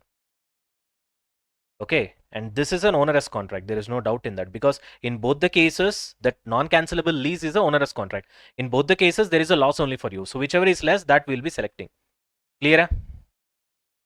Right. So therefore, for this also, we have to create a provision. Are you able to get me? Now, what about future operating losses? And that is given as how much? 400 lakhs for this year. Additional operating lakhs, 60 lakhs. So 400 lakhs, 60 lakhs, all these are irrelevant. Because Ind AS 37 specifically prohibits. Ind AS 37 specifically prohibits, okay, that no provision shall be provided for future operating losses. Okay, what else? I think everything we have done. That's it. So for this 400 lakhs, 60 lakhs, there will be no provision. So finally, what is the provision that you need to make when it comes to this particular restructuring? So provision for restructuring is equal to 520 lakhs after applying Ind AS 10 plus onerous contract. Once you apply the concept, it is 410 lakhs.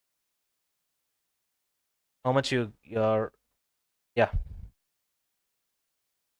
930. This is your answer.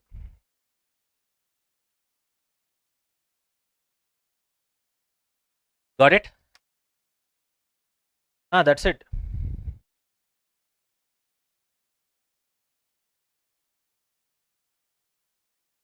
See, I could have told you in a pretty simple way straight away that this is the answer, but then you will not remember it for a longer period of time. These kind of questions, we need to spend enough time because it comes for sizable amount of marks. Okay, 5 marks or 6 marks. So therefore, you need to spend enough time. You have to write a lot of things. Just because you just write this answer of 930 lakhs, he's not going to give you marks. He's gonna check lot of keywords. Are you able to understand? Even you look at your ICAI question also. See here, the conditions for satisfying a restructuring. Two conditions. For this, there will be marks. You need to mention Ind AS 10. For that, there will be marks.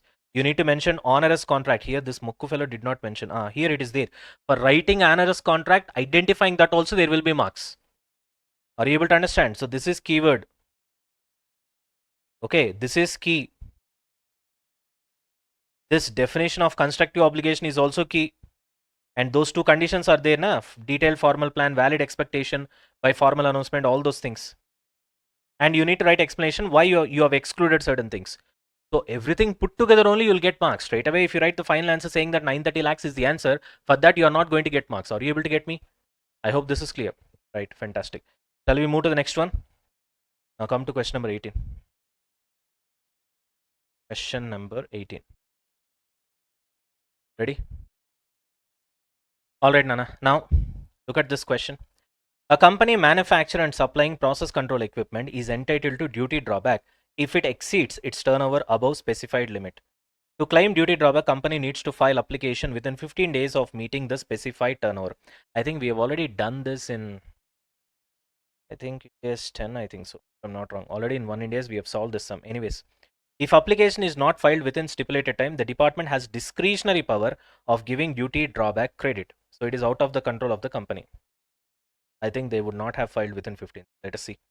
For the year 20X1, X2, the company has exceeded the specified limit of turnover, which means company is eligible for duty drawback. Okay. So the moment company is eligible for duty drawback, you need to get something. So which means this is talking about contingent asset. Because we are within Ind AS 37, na? So obviously it is contingent asset. Yes, everybody. One of the student is asking, sir, it is connected to Ind AS 20. Duty drawback is connected with Ind AS 20, government grants. But then the question is framed from Ind AS 37 contingent asset angle. Clear? Anyways, now for the year 20X1, X2, the company has exceeded the specified limit of turnover by the end of the reporting period. However, duty drawback can be claimed on filing an application within the stipulated time or on discretion of the department if filing of application is late. The application for duty drawback is filed on 20th April 20X2, which is after the stipulated time of 15 days of meeting the turnover condition. Duty drawback has been credited by the department on 28 June 20X2 and financial statements have been approved by the board of directors of the company on 26 July 20X2. Identify the treatment of duty drawback credit as per the given information. That is the question. Okay. First, go through the question. I'll give you 20 seconds. After that, this is a simple question only. We'll finish it off fast. Padafat.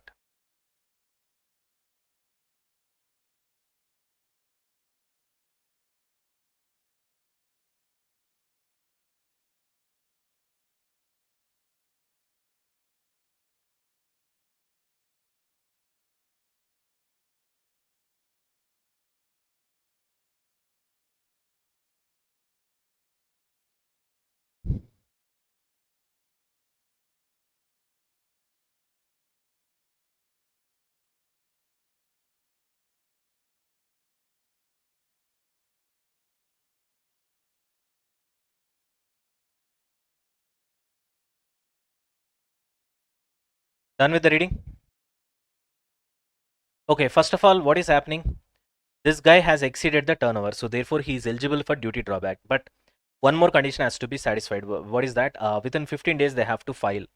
They did not file. So as on the reporting date, which is 31st March, you did not file within 15 days. So because you did not file within 15 days, the contingent asset, is it virtually certain? Because that is the condition. Greater than 95% probability, only then you can recognize the contingent asset, of course, as an asset in your balance sheet. And you can recognize the income as well. Now, tell me, is it certain? No. Are you able to understand? Because now it is at the discretion of the department. So department may allow or may not allow, which you don't know. Probability is relatively low. So therefore you can disclose this as contingent asset. Just disclosure. But you will not be recognizing that as an asset for the year X1, X2. Okay, for the year X1, X2. But for the year X2, X3, okay, the next year, what is happening is that you have received the drawback. It is credited. The moment it is credited, you can recognize the asset. So X2, X3, credited, recognize the asset, and you can also recognize the income. That's all. As simple as that. Are we done? Look at the answer. In the instance case, the condition of exceeding the specified turnover was met at the end of the reporting period and the company was entitled for the duty drawback. However, the application for the same has been filed after the stipulated time. Therefore, credit of duty drawback was discretionary in the hands of the department. Since the claim was to be accrued only after filing of its application, its accrual will be considered in the year 20X2, X3 only. Accordingly, duty drawback credit is contingent asset. Okay, disclose as contingent asset as at the end of the reporting period, that is X1, X2. Okay, which will be realized when the department credits the same. That we don't know right now. It happens in the next year. Right? Ind AS 37, what it says, defines what is contingent asset. If it becomes virtually certain, then also you have to recognize. Otherwise, you have to disclose that as a contingent asset. So this is typically definition of contingent asset. Okay. In accordance with the above, the duty drawback credit, which was contingent asset for X1, X2, should be recognized as an asset and related income should be recognized in the reporting period in which the change occurs, that is X2, X3, because it is virtually certain and realization happens once the department has created it. That's what I've written over here. Simple question.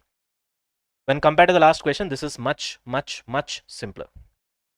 Clear? Now come to question number 9. Sorry, 19. Question number 19.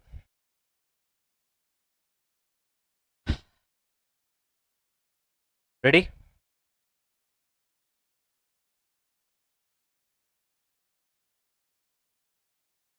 Give me confirmation. If you guys are ready, I'll start. Okay. Entity XYZ entered into contract to supply 1000 television sets for 2 million. An increase in the cost of inputs have resulted in increase in the cost of sales to 2.5 million. Oh my god. They plan to sell only for 2 million. The penalty for the non-performance of the contract, if you are not able to deliver, it will be 0.25 million. Evaluate whether the contract is onerous and also determine the amount of provision to be made in this regard. Of course, the contract is onerous. There is no doubt in that. How can you confirm that? First, write the definition of onerous contract. Okay, then confirm. Yes, it is onerous because of the definition. Are you able to understand? What is the definition for onerous?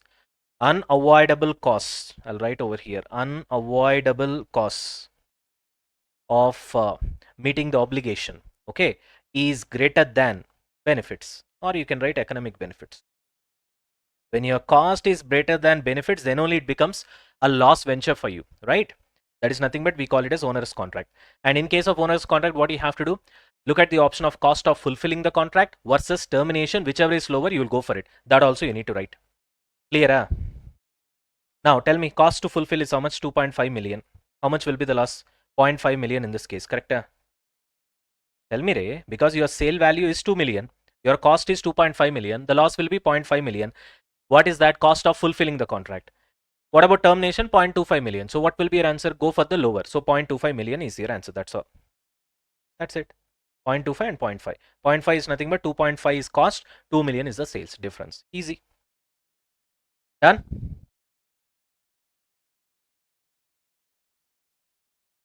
Finished? All right. Let's move on to the next question. Question number 20. Question number 20, Nana. Shall we? All right. Marico has an obligation to restore environmental damage in the area surrounding its factory. Expert advice indicates that the restoration will be carried out in two distinct phases. Okay. The first phase requiring expenditure of 2 million to remove the contaminated soil from the area, and the second phase commencing 3 years later from the end of the first phase to replant the area with suitable trees and vegetation. So first you have to remove the contaminated soil and then replant everything. The estimated cost of replanting is 3.5 million. Okay. Marico uses a cost of capital before taxation of 10%. This is a discount rate. And expenditure when incurred will attract tax relief at the company's marginal tax rate of 30%. So you're getting tax relief as well. Good. Marico has not recognized any provision for such cost in past and today's date, which is 31st March 20x2, the date we are talking. Okay.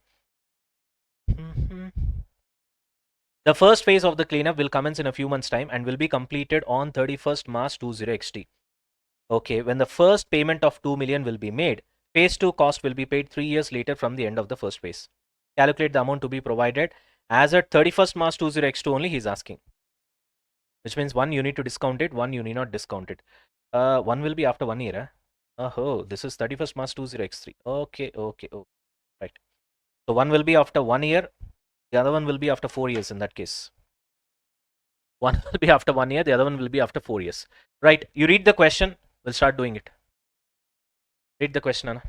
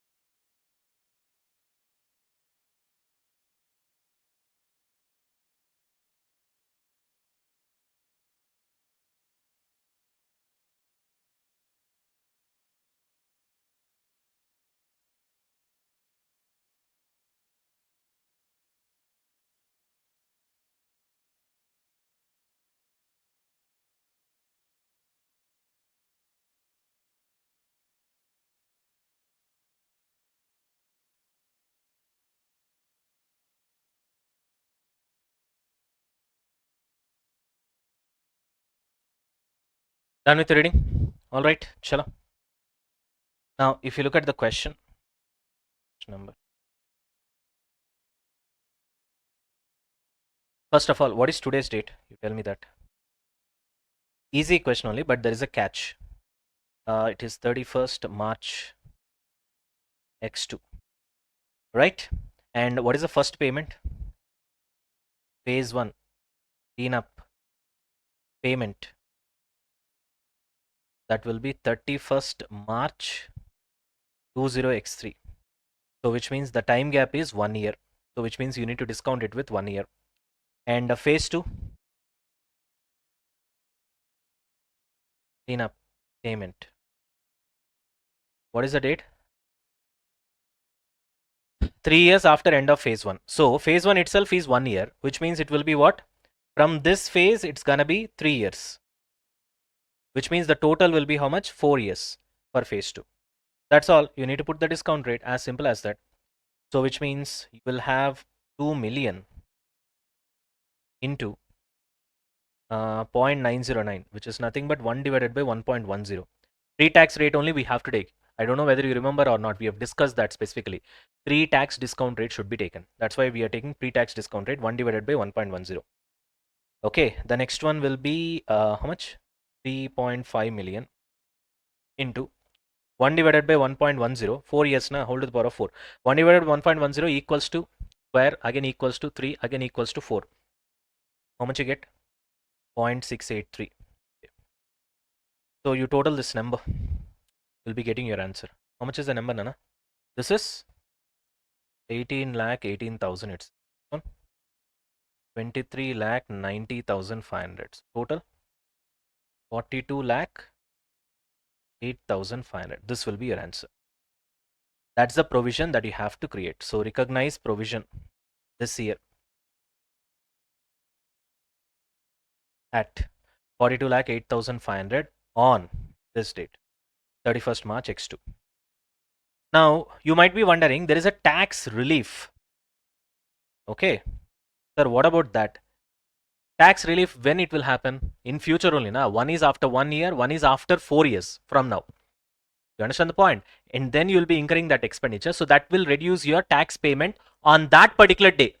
Correct?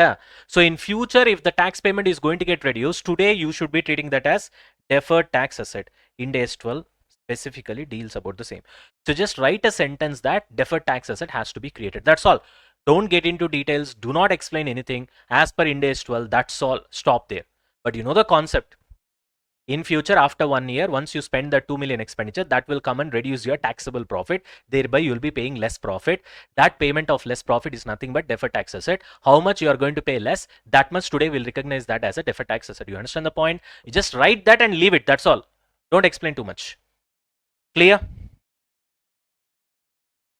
Fantastic. Let's look at your IC answer.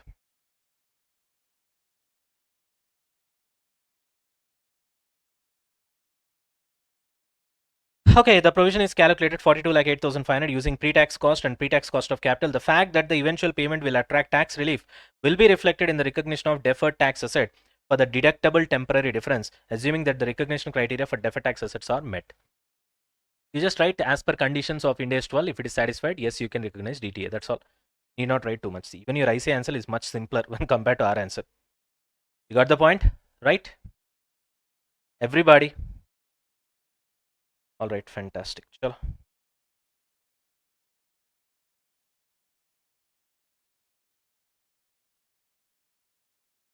Question number 21. Nana, mark this as important question, Nana. The reason is, in this question, we apply Ind AS 37. We also apply Ind AS 115. We also apply Ind AS 36, impairment of assets. So therefore, since you guys aren't aware of 115 as of now, this might seem a little bit strange, that's all.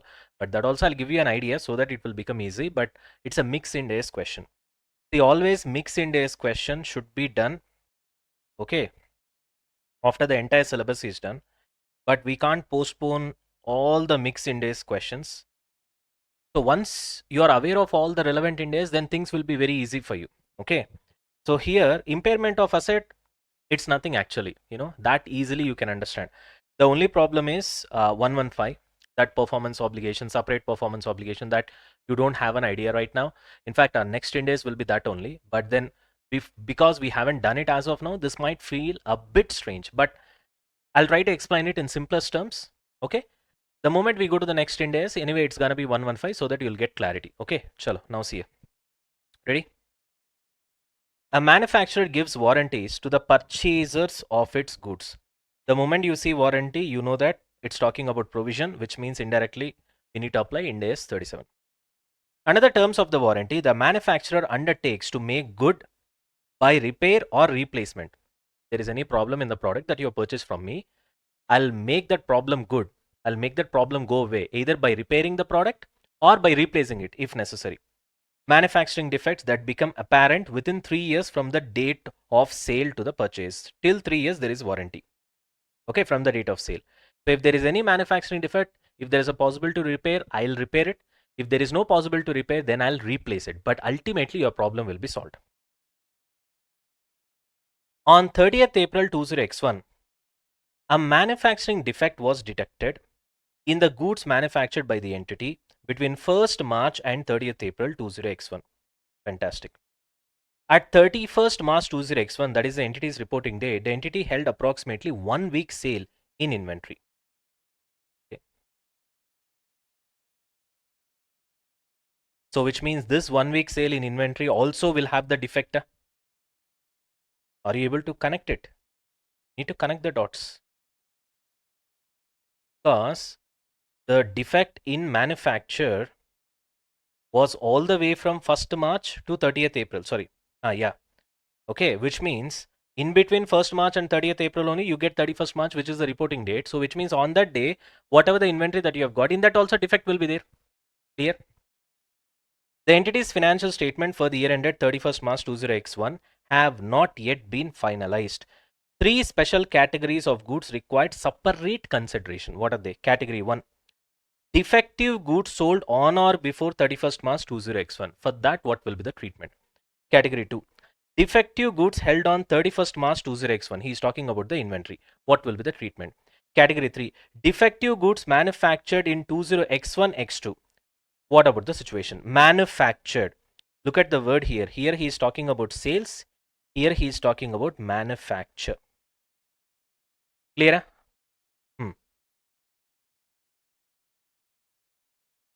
Is that clear? Right. Now, state the accounting treatment of the above categories in accordance with relevant Ind AS. Now, what we're going to have is the moment you see this, you can understand that because of the inventory, there is a defect. Therefore, the value of the inventory will fall. That falls under impairment of asset because inventory is an asset. So, thereby, that I can understand 36 application is there. And also because there is a warranty, 37 application is there. Now, where the hell in this question do we get the requirement of 115? Because right now, honestly speaking, you don't have an idea. So thereby you will not be in a position to understand how 115 comes into picture over here.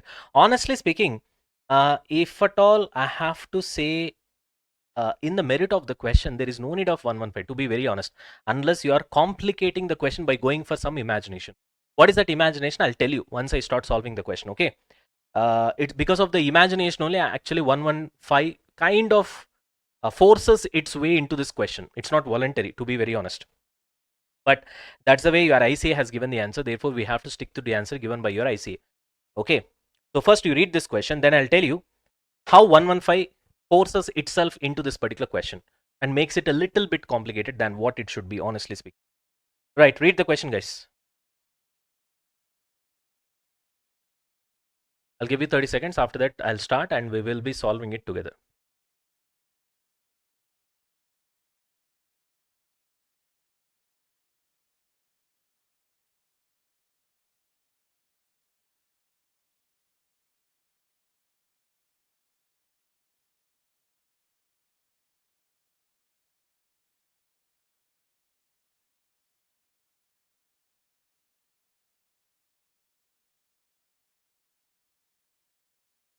Okay.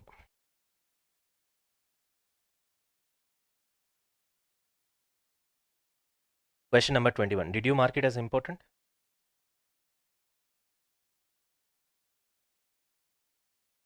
Only because of 115 I'm saying that this is important. Otherwise, if it is just 36 and 37, I would not be using the term called important over here, right? Okay, I want you guys to focus.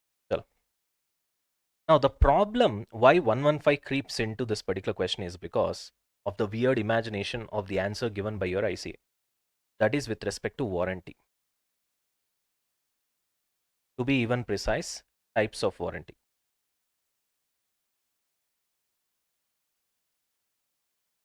Sir, what do you mean by types of warranty? We'll be discussing this in detail when we go to 115. But right now, I'll just give you a basic idea. Because unless you have what is this, unless you have an idea with respect to this, you'll not be able to answer this question or even understand the solution for that matter, to be very honest. Clear? Okay. One is assurance type warranty. The other one is service type warranty. There are two types of warranty. If you look at the question, can you see the wordings over here? So these are all the keywords. Your ICA has used it, therefore I have to use it. There is no other way. But if you directly go with the answer that is given by your ICA, you will not be able to understand. Thereby, I'm going to explain you what this is. Nana, suppose you go and buy a car. Okay, let's say create a car. Your dealer says, sir, car comes with by default 3 years warranty. Now tell me, is he separately selling you this 3 years warranty saying that, sir, this 3 years warranty will cost you this much? No. Whatever the price, the ex-showroom price plus vagera taxes, the road tax and stuff like that, and then you're eventually paying amount and then buying the car, it is inclusive in that. Are you able to understand? So which means, are you paying anything for this 3 years warranty which comes by default with the car? Are you paying anything separately for that? No. In that case, this will be assurance type warranty. Clear? And then immediately your dealer says, sir, plus you can extend your warranty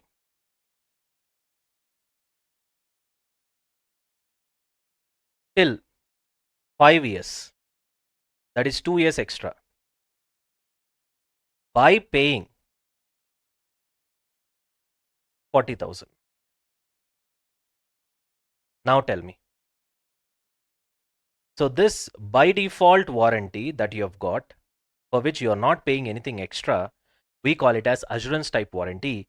And the payment that you're doing over here, 40,000 extra, this we call it as service type warranty. Now, first of all, did you get clarity? I gave you the example, so I hope I made it very simple, very, very simple. Clear? Now, once you have understood what is assurance type warranty and what is service type warranty, now we should be able to answer the question. Let's start answering the question. First, we'll start with category 1 because category 1 is only difficult. That's the one which is confusing. So when it comes to category 1, what is saying?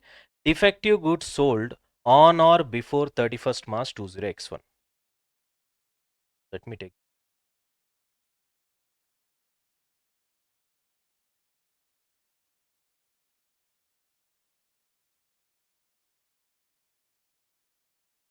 Yeah, Nana.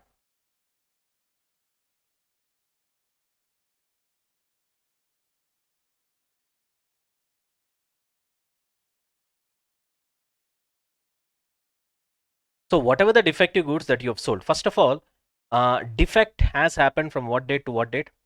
1st March to 30th April. So which means before 31st March 20x1, you would have sold defects only which has been manufactured in that particular month. Correct? Right.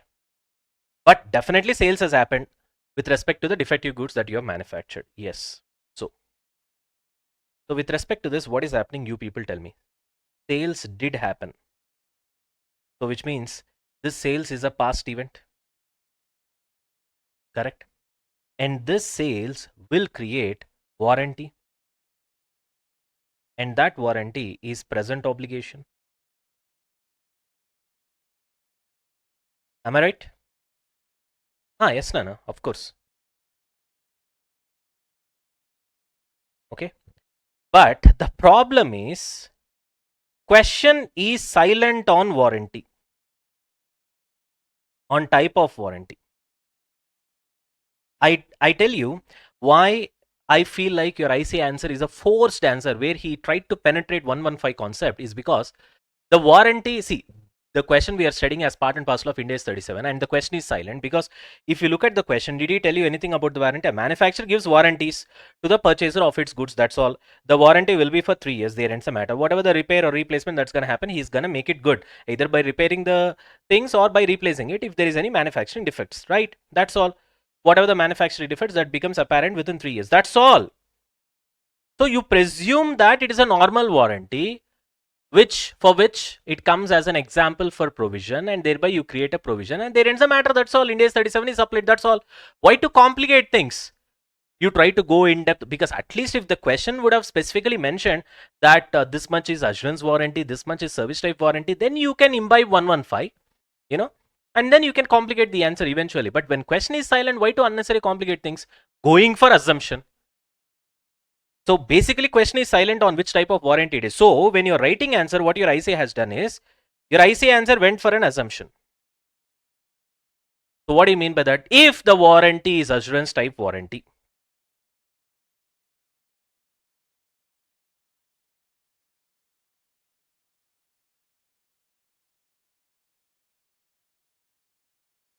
You understand the point? What do you mean by assurance type?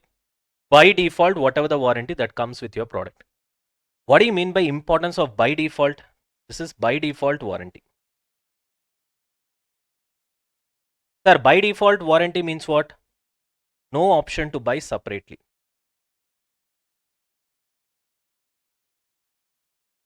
Are you buying this 3 years warranty here separately? No. Everybody, if 1,000 people are buying Creta car, 1,000 people by default will get 3 years warranty.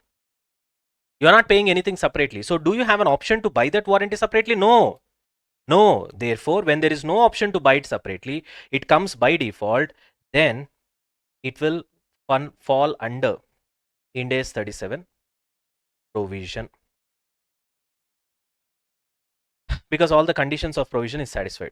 Of course, one more condition is past event, present obligation, and there is a probable outflow, obviously because of the warranty, and obviously you can estimate the amount as well. So it falls under Ind AS 37 provision. Clear? But if the warranty is service type,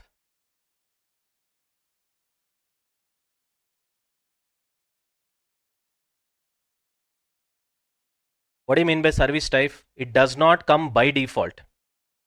You understand the point? It does not come by default, which means you pay for warranty, pay separately for warranty. Then this becomes a separate obligation, because you have to do it separately. You're taking money from that separately. Correct? You understand the point? Then you need to allocate a portion of your revenue. Allocate revenue which you have taken for warranty as per Ind AS 115. And this much revenue you have taken for the sake of warranty, and therefore you have to perform your obligation with respect to that warranty. Once you perform obligation, then accordingly you will recognize the revenue. So it goes into 115 era. Clear? I hope this is clear. This is the only area which is difficult. We have to go with assumption. Look at your IC answer. If the customer has option to purchase warranty separately, which is nothing but service type warranty. Option to purchase warranty separately means service type warranty, which is nothing but distinct service. Because the entity promises to provide service to the customer in addition to the product that has functionality described in the contract. In that case, entity shall account for promised warranty as performance obligation and allocate a portion of the transaction price, that is nothing but selling price, to the performance obligation. That's what I've written here. Pay separately for warranty, separate obligation, allocate revenue as per Ind AS 115. As per Ind AS 115 is enough. You need not explain what it is, because we are answering this from the perspective of Ind AS 37. If the customer does not have option to purchase warranty separately, that is nothing but this one, assurance type, by default warranty, no option to buy separately. Okay, then entity shall account for the warranty in accordance with Ind AS 37, that is provision. Okay, unless it provides the customer with a service in addition to the assurance that the product complies with agreed upon specifications. In that case, then the promised service is a performance obligation. Entity shall allocate the transaction price to the product and service. That's what he's trying to say. So if it is assurance type warranty and a service type warranty, if it is assurance type warranty, then you should be creating that as a provision, which I've explained it over here. If it is service type warranty, then you should allocate a portion of the transaction price, that is nothing but the sales, the revenue. A portion should be given to the obligation. What obligation? Warranty obligation. It's a performance obligation basically, because you have to perform the warranty, right? Where you have to perform the repair or replacement. In some cases, if the entity promises both assurance type warranty and service type warranty, but cannot reasonably account for them separately, if it is mixed, the entity shall account for both the warranties together as a single performance obligation. In that case, whether 115 apply or 37 will apply, whichever is appropriate, go for it. A law that requires an entity to pay compensation if products cause harm or damage does not give rise to performance obligation. The entity shall account for such obligation in accordance with Ind AS 37. This is the stupidest line. Forget about this line. Okay, till here you see. So the final answer, your ICA, what it tries to give is that, imagine, go for a presumption what type of a warranty it is, because the question is silent basically. If it is assurance type warranty, it is by default, you are not charging for it separately, so create a provision. That's all. If it is service type warranty, then you are charging separately, then a portion of the transaction price, which is nothing but the revenue, will be allocated to that particular warranty obligation, because it's a separate performance obligation. That's all. If both of them are mixed, are you able to understand? And you are not able to separate, because he says 5 years warranty is given for your car and we are charging 40,000 extra, or even that charging 40,000 extra is not clear. 5 years warranty is given and it is made mandatory for everybody. You don't know in this 5 years warranty, which is by default, which means what is the portion of warranty that is being given free because of purchasing car on behalf of the Hyundai company, and which portion of this 5 years is being charged separately, that you are not having an idea. Then in that case, treat it as a single performance obligation. You understand the point? And whichever you feel appropriate, whether it is 37 or 115, you need to apply that. But as far as your ICA is concerned, he says treat it as a provision as per Ind AS 37. You understand the point?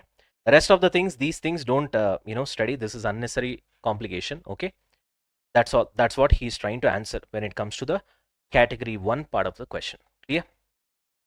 Now, let's go to category 2.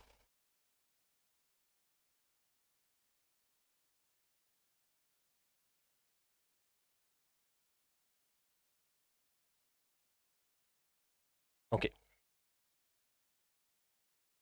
When it comes to category 2, what is happening? Defective goods held on 31st March 20x1, which means he's talking about what? Defective inventory. Goods held means inventory only, na? Okay, defective inventory on 31st March means on reporting date. Correct? Now you people tell me what should be the treatment. Now when you have inventory with you, it means that you did not sell. Or I would rather say it's not sales. When it is not sales, no obligation. If you have made sales, that is a past event, then the warranty obligation comes into picture. You are having inventory with you, which means you did not sell. If you did not sell, there is no obligation whatsoever, correct? No present obligation to third parties because you are holding the defective inventory, correct? Yes, the defect is discovered on. Defect is discovered on, what is the date, Ray? 30th April. Okay, that is after the reporting date only, but then it is an adjusting event, na? Because the evidence is there. Evidence condition on the reporting date is there. Are you able to understand? And it is an adjusting event, obviously. Get it? Why it is an adjusting event, Nana? Because evidence of defect, evidence of condition, which is nothing but defect, exists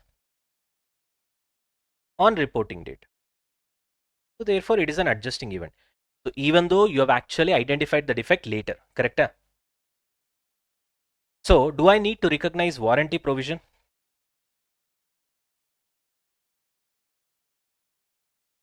for inventory? A big no. Why? Because there is no obligation, there is no past event, there is no sales. Therefore, there is no present obligation of warranty. And as a result, there is no question of provision. Then what you need to do? But test inventory for impairment.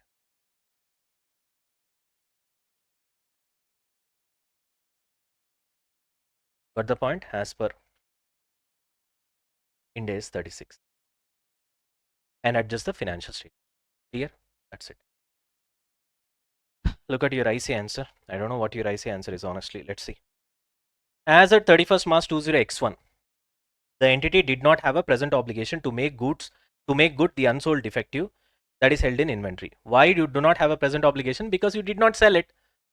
Therefore, there is no past event, there is no obligating event which gives rise to what? Present obligation. Accordingly, at 31st March 20x1, the entity should not recognize a provision in respect of defective inventories. Why you should not recognize a warranty provision? Because there is no obligation. However, because obligation itself is the definition of provision, na? When there is no present obligation, where is the question of creating a provision? As simple as that. However, the entity should test the inventory for impairment in accordance with Ind AS 36, that is impairment of asset. Did we write that? Yes. For this category, the detection of manufacturing defect in April is an adjusting event after the end of the reporting period as per Ind AS 10. Events after the end of the reporting period, it provides evidence of manufacturing defect in inventories held on 31st March 20x1 because that's when you are manufactured. So when you are manufactured, there is a defect. Just because you did not identify doesn't mean that there is no evidence. Because you have manufactured from 1st March till 30th April, there is defect. Are you able to understand? Yes, exactly.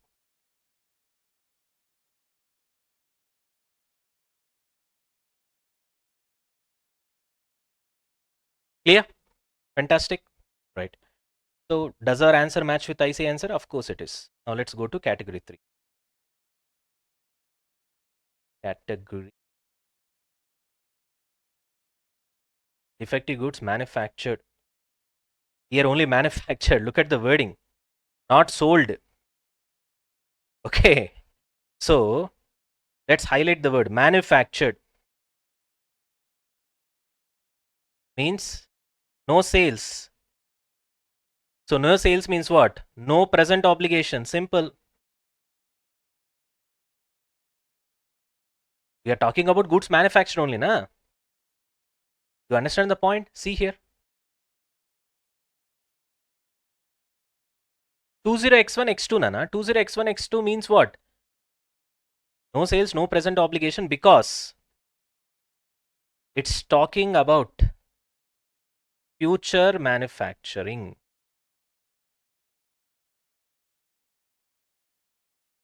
Okay. We're talking about manufacturing later. X1, X2 nana. Right now we are talking about 31st March X1 na. So X1, X2 means we are talking about what? April 20x1. We're talking about that. So that is in the future na. Why are we worrying about that? That belongs to next year. Okay. So we are talking about as on 31st March. As on 31st March 2000x1. Okay. We are talking about goods manufactured in April. So as on 31st March 20x1, goods manufactured defective in April 20x1 has not yet been made. When I'm standing on 31st March 20x1 with respect to the goods that is manufactured in April 20x1, that is next month, has not been made na as on 31st March 20x1. This is next month. Okay, you are here. So which means this is future only na. Are you able to understand? So with respect to future defective goods that you are about to manufacture, which you are not aware also, will you make a provision? No provision. Okay. Are you able to understand? And. Is it an adjusting event? No, it is non-adjusting. Why?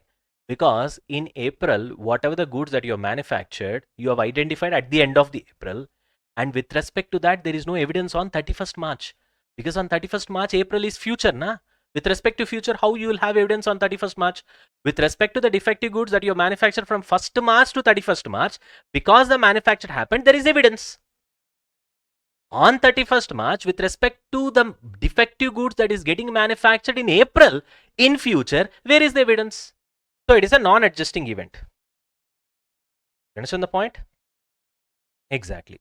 So therefore, no provision on 31st March to X1.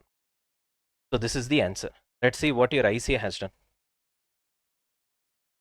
The entity did not have present obligation to make good any defective goods that it might manufacture in the future. See, we're talking about April.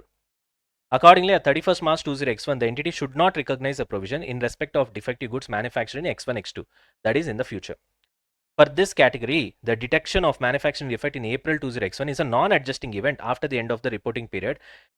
You understand the point? Why? Because there is no evidence. Because you can't have evidence on 31st March 20x1 with respect to the defective manufacturing that's going to happen in future, which is April 20x1. That's it. Chalo. With this, we'll wind up the session. I thought that all the other sums also will be done. That's okay. From 22nd, we'll continue in the next session. Okay. All right, Nana. Let's finish off the remaining questions. So in the last session, we are done till question number 21. And I said it is important because 115 was involved. We're done with it. Now, question number 22. This is also a good question, Nana. Mark it as important. When I say something as important, these are the kind of questions that you have to revise the day before the exam compulsorily. Okay. That's mandatory. You can't just skip these questions. Okay. All right.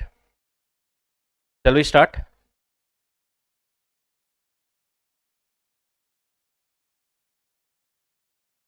Yeah. If audio, everything is fine, we'll start. All right then. Chalo. XYZ Limited offers a 6-month warranty on its small to medium sized equipment which can be put to use by the customer with no installation support. Okay. The warranty comes with the equipment and the customer cannot purchase it separately. Okay. Warranty cannot be purchased separately means what? You remember? In the last question, we have already seen that. So by this time, you should be pretty comfortable with that, which means it's an assurance type warranty. It comes by default. You don't have any option to buy separately, which means it is covered under Ind AS 37. You'll create a provision for the same. You understand the point? So that is the importance of this. this sentence. So what does it mean? Assurance type warranty, which means Ind AS 37, as per this, we will create a provision. All right. Now, what else? The equipment is typically sold at gross margin of 40%. Okay. XYZ Limited has made a provision of 30,000 during the year ended 31st March 20x2, which is approximately 1% of the gross margin on the sale of this equipment. So we don't know what is the sales, but out of that sales, gross margin is 40%. Gross margin meaning that only, na? If sales is 100, your margin is 40%. Now he made a provision of 30,000. This actually represents 1% of the margin, not 1% of the sales. Okay. Based on the past experience, it is expected that 1% of the equipment sold have been returned as faulty within the warranty period, and faulty equipment returned to XYZ during the warranty period or scrapped, which means you will not get anything, and sale value is fully refunded to the customer. This is the twist. If you can understand this sentence, the problem is very easy. I don't know whether you are able to get this or not. So what am I trying to say is that based on past experience, what is happening? 1% of the equipment sold will be returned. Okay. Which means 1% of the sales. Now, and how much are you incurring to rectify that during the warranty? Entire sale value is refunded to the customer. So what is the cost for you? Entire sale value. Entire sale value means this 1% of the sales is gonna be your provision. But how did you create? You created provision based on 1% of the gross margin, which is wrong. So in reality, what's happening? 1% of your sales are getting returned, and entire sales value in rupee terms you are refunding, which means that is your cost. Na? You are giving it back. That's your cost. So which means your provision also should be based on that. But your provision is based on gross margin. How is that possible? Because gross margin is only 40% of your sales value. You understand the point? So 1% of gross margin being your provision is wrong. 1% of the sale value should be your provision.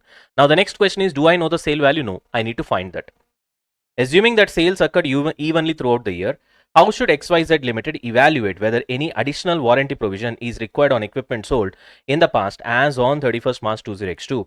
Had the warranty period be 2 years instead of 6 months, what additional criteria would XYZ Limited need to consider? So we need to answer two things. But one thing is clear. The moment we read the question, we know that it is assurance type warranty, which means it comes under Ind AS 37. Got the point? Unlike service type warranty. Okay. Where it will be regarded as a separate performance obligation, and accordingly your sales will be allocated separately for that. For that, 115 will apply. Now, another thing is that based on whatever the data that is given in the question, we need to create warranty based on 1% of the sales. But he did create warranty based on 1% of the gross margin, which is wrong. So we need to find the sales, and then we need to find correct warranty, and correct warranty based provision, and see what is the provision that he has already prepared. 30,000. Obviously, this will be less. Our provision based on sales will be high, and that difference we need to recognize it. Clear? That's the answer for first part of the question. Where how much is the warranty over here? 6 months. Are you able to understand? This also you need to keep it in mind. As of now, the warranty is 6 months. And again, you need to answer the question when the warranty is 2 years. Okay? Right. Just read the question. We'll start answering. Good one. Good question. Read the question, Anna.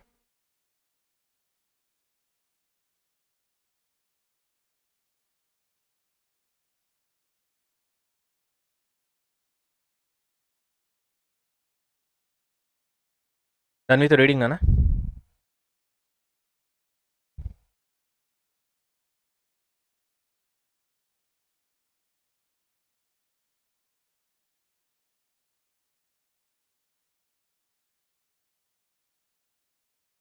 All right. Shall we start solving? All right then. So let's go to question number 22.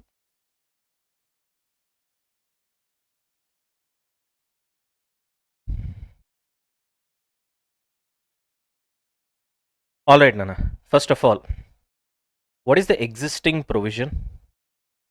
So existing provision is basically what? 30,000, which is nothing but 1% of gross margin. Got the point? Which is wrong, obviously. So what it should be? 1% of sales.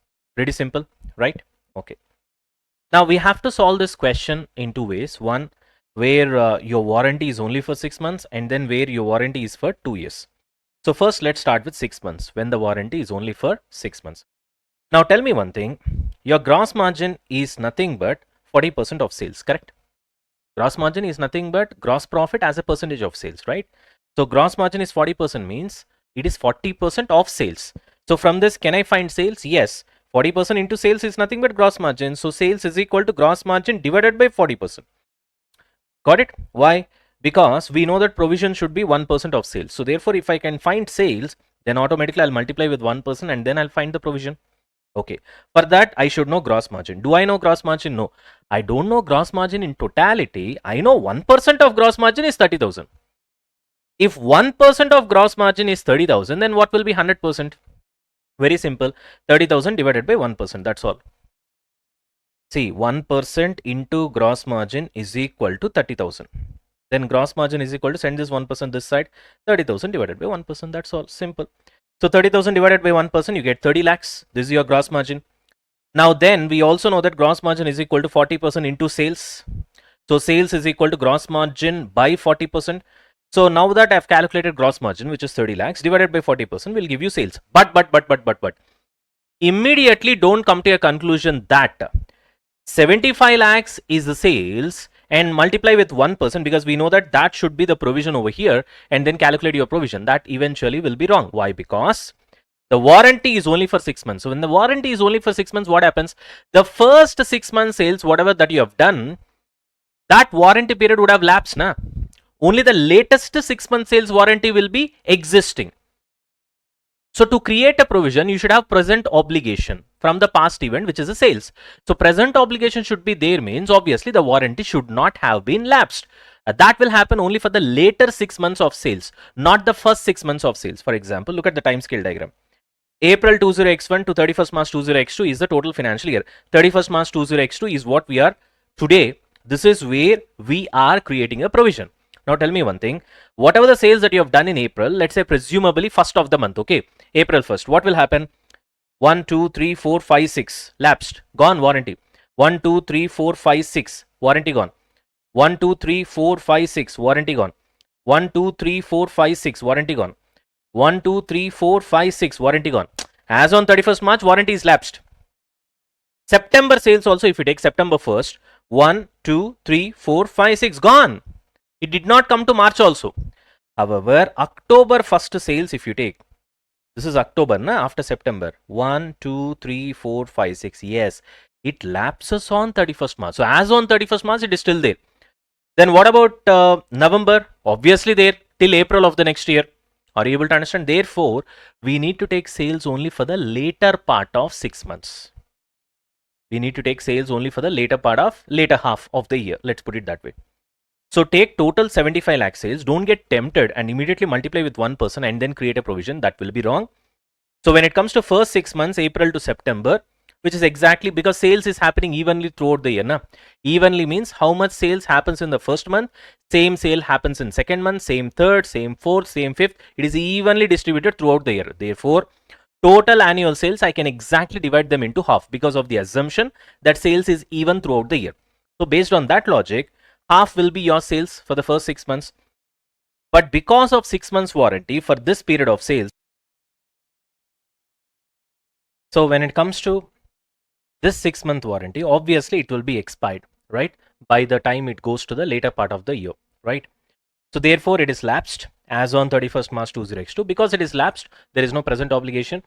And as a result, no need for you to create any sort of a provision. Okay. Coming on to next 6 months from October to March, they are very much alive. Okay. So the warranty did not get lapsed. And as a result, for the rest of the half of the sales of the year, we need to create provision at 1%. So therefore 37,50,000 into 1% provision, you get 37,500. Already a provision has been created for 30,000. And as a result, you just need to create an additional provision of 7,500. So 37,500 minus 30,000, you get 7,500. That is the concept. Now, coming on to second part of the question, that is B. Just a second. When warranty is for 2 years instead of what, Nana? 6 months. Now this is a little bit tricky. See, the logic is very simple. Why did we not create provision for first 6 month sales? Because the warranty is only for 6 months and it got expired once you go to the rest half of the year. Whereas, suppose on 1st April 20x1 there is a sale that has happened and the warranty for that particular sale is 2 years. Then you tell me. Which means at the beginning of the year, on the first day of the year, whatever the sales that has happened, if the warranty is for 2 years and not 6 months, then tell me, for this whole year warranty is valid, next year also warranty is valid, which means at the end of the year, that is on 31st March 20x2, which we are discussing right now, to create a provision for the warranty, will the warranty be valid still? Yes, it is valid for another 1 year. So which means instead of taking only later half of the year 6 month sales, we shall be taking entire year sales, because whatever the sales that has happened for the entire year, their warranty is still valid and even 1 more year warranty is still left over, and as a result you have to create provision that is 1% of the sales for the entire year. So entire year sales is how much? 75 lakhs. Therefore, when it comes to second part of the question, you take 75 lakhs and you multiply with 1%, you get 75,000. Provision is what you should have created. Already you have created for 30,000. So additional provision that you need to create is for 45,000. Done and dusted. Simple. So the difference between this and this is the warranty. And because of 6 months warranty, whatever the sales that you have done in the first 6 months, they got lapsed in the next 6 months. Therefore, we consider the sales of the later half of the 6 months only. I mean, later half of the year, which is nothing but 6 months. Whereas when it comes to second part, there's nothing like that. Are you able to understand? I hope this is clear. Done? Fantastic. Chalo. That's what your IC answer, 37,500. If the warranty period is 2 years, you get 75,000 minus 30,000, which is 45,000. That's what we have got over here. Done? Shall we move on to the next question? Question number 23. Question number 23. Yeah.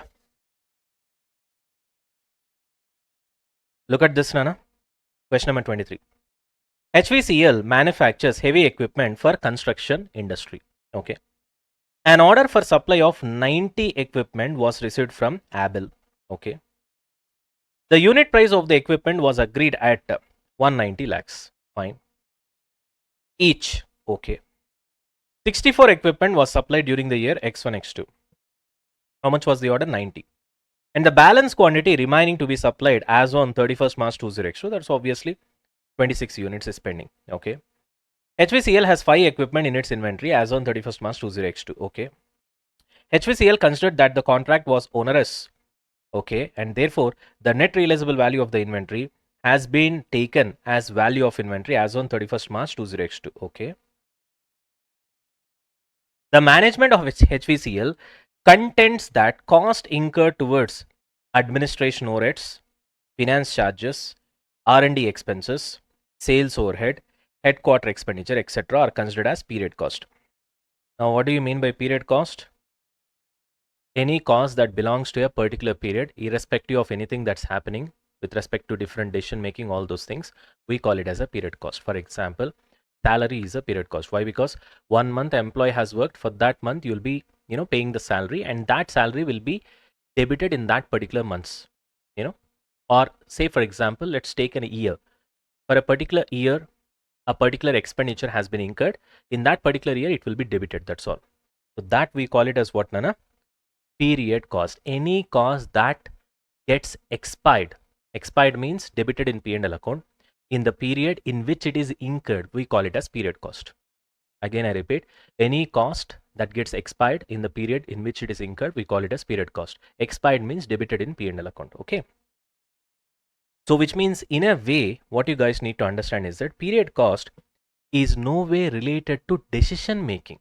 That's what you need to understand. Clear? Okay. And hence not considered for creation of provision, which means whatever they have done is correct. Because period cost, no matter what's happening, it will be incurred. You understand the point? When no matter what kind of decision you are taking, if a cost will be incurred, then that cost in itself is irrelevant for decision making. Got it? Right. Hence, the same have not been included in the computation of unavoidable cost. Clear? The management of HVCL has submitted the details of costs that have been considered for creation of provision towards onerous contract. Okay. What has been considered? Any incremental cost will be considered naturally, or additional cost, or whatever the cost that additionally you are going to incur. Material cost. This includes cost of material procured, cost of freight, insurance incurred for material procurement, handling, loading and unloading charges incurred. So this is considered. Labor cost or factory overheads includes salaries and other expenses for direct production department, and also expenses allocated from indirect department to direct department. Indirect department means service departments. Okay. Direct department means production departments. Indirect department means service departments. Direct department means production department. The service departments also will provide service to the production departments, and production departments will be producing. So therefore that cost also you have to consider. Material overheads include salaries and other expenses, including expenses allocated from other departments booked under departments linked with materials like purchases, stores and quality control. We are talking about salaries of the employee inside the factory. Here, whatever the kind of administration overheads, finance charges, these are salaries of administration, building. So that is different. This is different. Here we are talking about purely factory. Whatever that is happening inside the factory, that is being considered. Accordingly, provision has been made considering the above cost only. Only this has been considered and this is not considered. Okay. The value of the provision created for 21 remaining equipment to be produced is as per working note below. Why 21? Because total of 90, 64 has been supplied already. So 90 minus 64, 74, 84, 26 you have got, and already 5 is there in the inventory. So minus 5, which means you need to further manufacture 21. And this guy knows that anyway it's going to be loss making. So cost of production is 199 lakhs it seems. Selling price is 190 only. Differential cost, what you're going to lose is 9. Okay, per equipment. For 21 equipments, totally you're going to lose 189 lakhs. Whether the company's accounting treatment of cost for creation of provision towards onerous contracts is in line with the provisions of Ind AS 37. That is the question. First of all, okay, I'll give you time to read the question, but before that, you tell me one thing. How to answer? One thing is quite clear, that this question is testing onerous contract concept. So first you write what is onerous contract. Then you write how to take a decision, that is cost of fulfilling it versus termination, whichever is lower. And then you start applying your answer concept of onerous contract to this particular question, whatever the facts that is given. And then accordingly you say whatever that they've done, the treatment, is it correct or wrong? If it is correct, what is the reason? If it is wrong, what is the reason? So that's the entire flow of the answer. Okay, right. Having said that, now what I want you guys to do right now is that just read the question. Okay, I'll give you 1 minute. It's a good question. I want you guys to read it properly.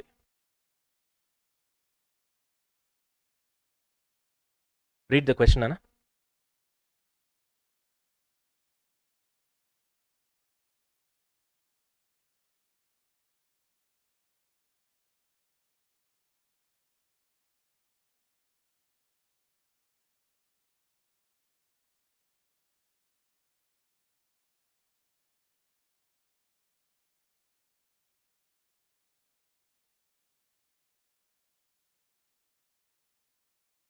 Okay,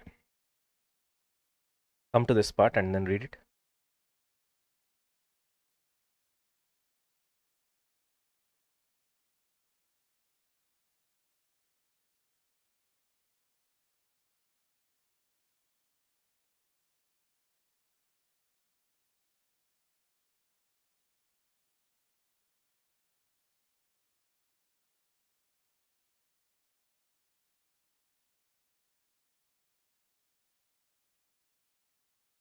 Unfortunately, to answer this in an easy way, you should have a bit of knowledge of costing. If you don't have any idea with respect to the concepts of costing, this is a difficult question, to be very honest. It is a difficult question. But you do have good idea about costing, then the question is very easy, honestly speaking. So therefore, from my point of view, because I have pretty good knowledge in costing, question seems to be normal. But from your point of view, people who do not have any idea regarding costing, unfortunately, because it's not a compulsory paper anymore, so you might find it a bit difficult. Clear? All right. See, the answer is very, very easy. Okay, that's again, it's from my perception. So anyway, I'll explain you. So I already told you what will be the flow of the answer. First, concept of onerous contract. You got to copy paste that. Okay.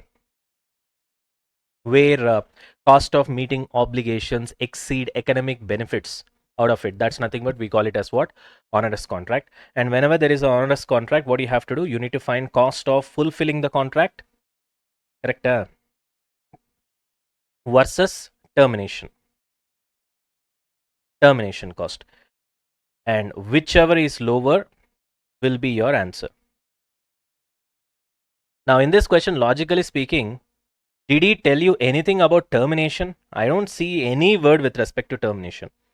The only choice you have got, honestly speaking, is cost of fulfilling the contract over here, which means this we need to calculate. Correct? Huh. You got it?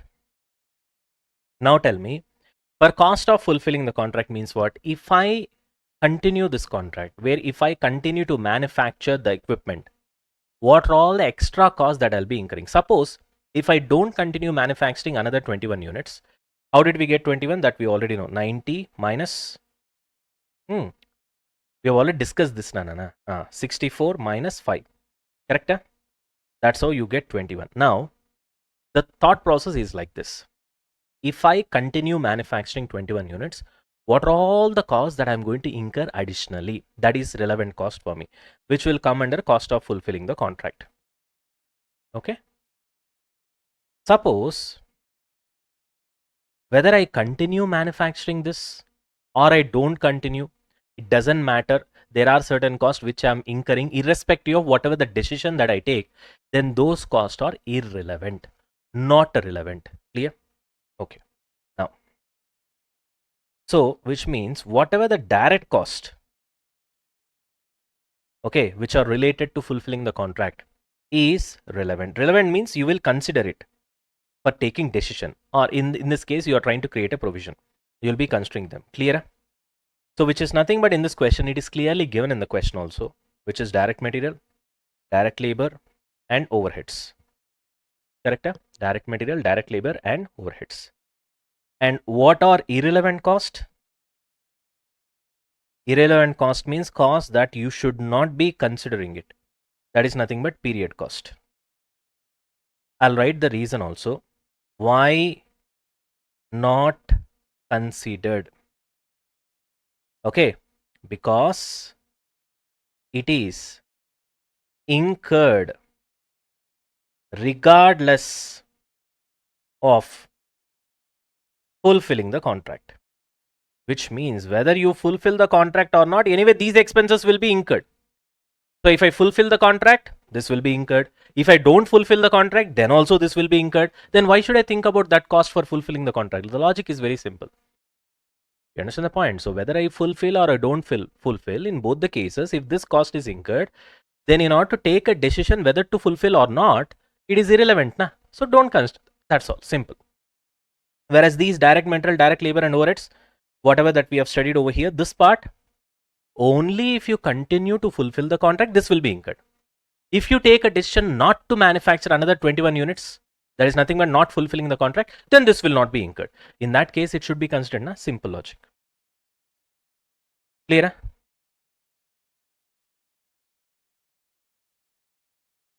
Clear? So you can call this, if you look at the standard words, you can call them as not unavoidable.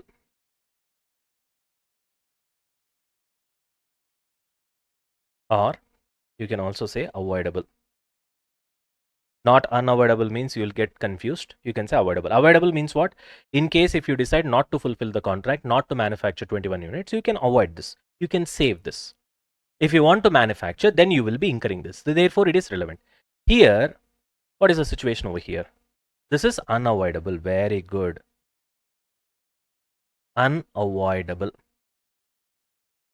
Whether your decision is to continue fulfilling the contract, continue to manufacture 21 additional units, or your decision is to stop not manufacturing, not fulfilling the contract, in both the cases you have to incur this, which means it is unavoidable. You can't avoid it. This one you can avoid. Clear? So therefore, finally, what is the answer? Is it in line? Is what he has asked, right? So yes, HVCL's measurement is in line with Ind AS 37. If you want, you can write measurement of provision. Okay.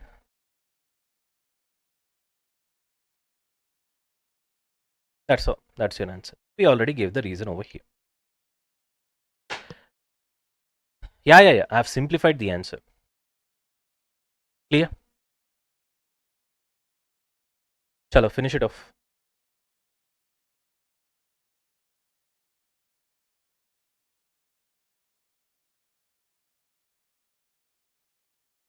Done? Let's go to question number 24, Nana. This mark it as important. This is also a very good question. Good question. On 1st January 20x2, the directors of Johansson Limited decided to terminate production at one of the company's divisions. The moment you see the word terminate production, you can easily understand that we are talking about restructuring. Okay, only thing is that we need to see whether those two conditions for recognizing a restructuring provision are satisfied or not. One is you need to have a detailed formal plan. The other one is you have to raise a valid expectation. How will you raise a valid expectation among the people? Very simple, you have to formally announce it. So let's see. Immediately the announcement is done over here. Correct? Right. The activities of the division were gradually reduced from 1st April 20x2 and the closure is expected to be complete by 30th September 20x2. Now, when he is expecting the closure to complete by 30th September 20x2, it means that formal plan is there. So, announcement is done, formal plan is there, detailed plan is also there. In that case, obviously, you can prepare what? Restructuring provision. Now, at 31st January 20x2, the directors prepared the following estimates for the financial implications of the closure. Okay, so what do we have? Redundancy costs were initially estimated at 2 million. Okay. Further expenditure of 8 lakhs will be necessary to retrain employees who will be affected by closure. So, which means this is not relevant. This is relevant, but we don't know whether this is final or not because the wording used is initial estimation. Okay, but remind with the Johansson in different divisions, which means this is with respect to future. Retraining cost we are not going to consider for restructuring provision. The retraining will begin in early July 20x2. Latest estimates are that the redundancy cost will be 1.9 million with retraining cost of 8,50,000. Now we know that this is anyway irrelevant. So this becomes irrelevant now because this is the number that we need to take. Why? Because that is the latest estimate. Always we have to take the latest estimate. Okay. Chalo. Plant and equipment having an expected carrying value at 31st March 20x2 of 8 million will have a recoverable amount of 1.5 million. That is with respect to what they have been closing. Okay. They're terminating production of one of the company's divisions. This plant belongs to that particular division, obviously, plant and equipment. So 8 million and 1.5 million. So which means the difference is what? 6.5 million. Correct? And this will not form part of restructuring provision. This will be what? Charged to P&L account and as per Ind AS 36, impairment. Clear? Right, moving on. Next. The division is under contract to supply goods to a customer for the next 3 years at a predetermined price. It will be necessary to pay compensation of 6 lakhs to this customer. The compensation actually paid on 31st May 20x2 was 5,50,000. So there is obviously compensation for breach of the contract, obviously.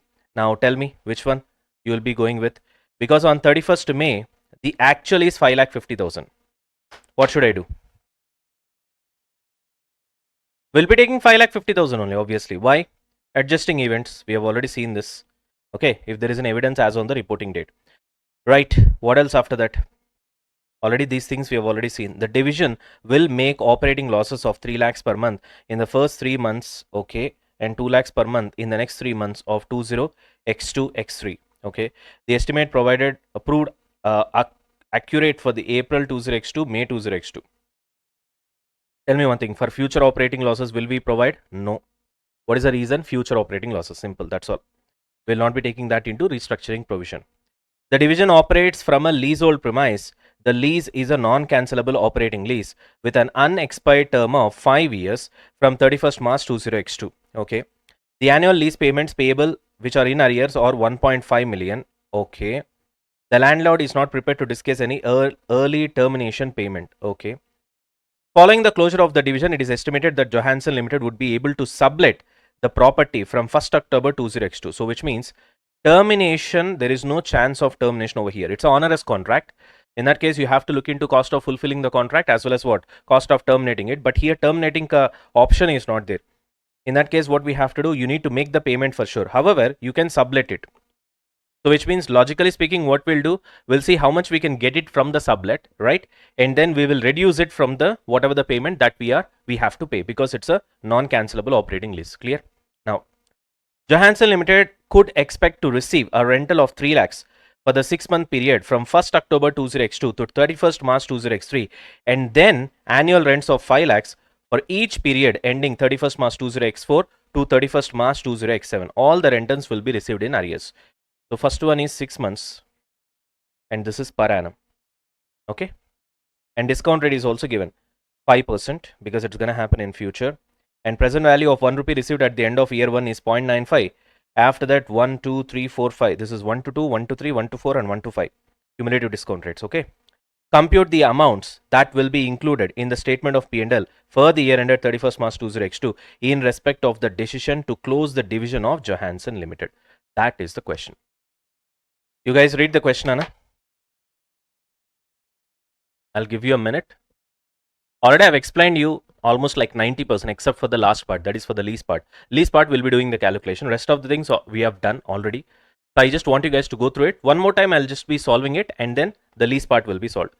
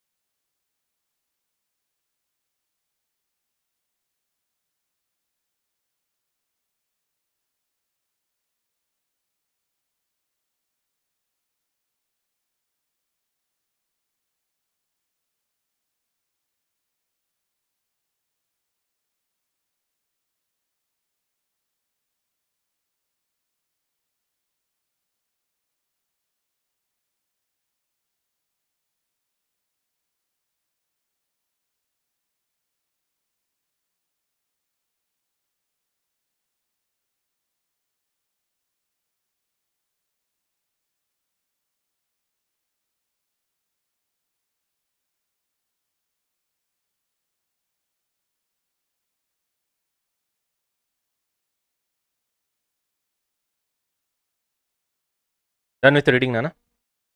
Yes? Hello.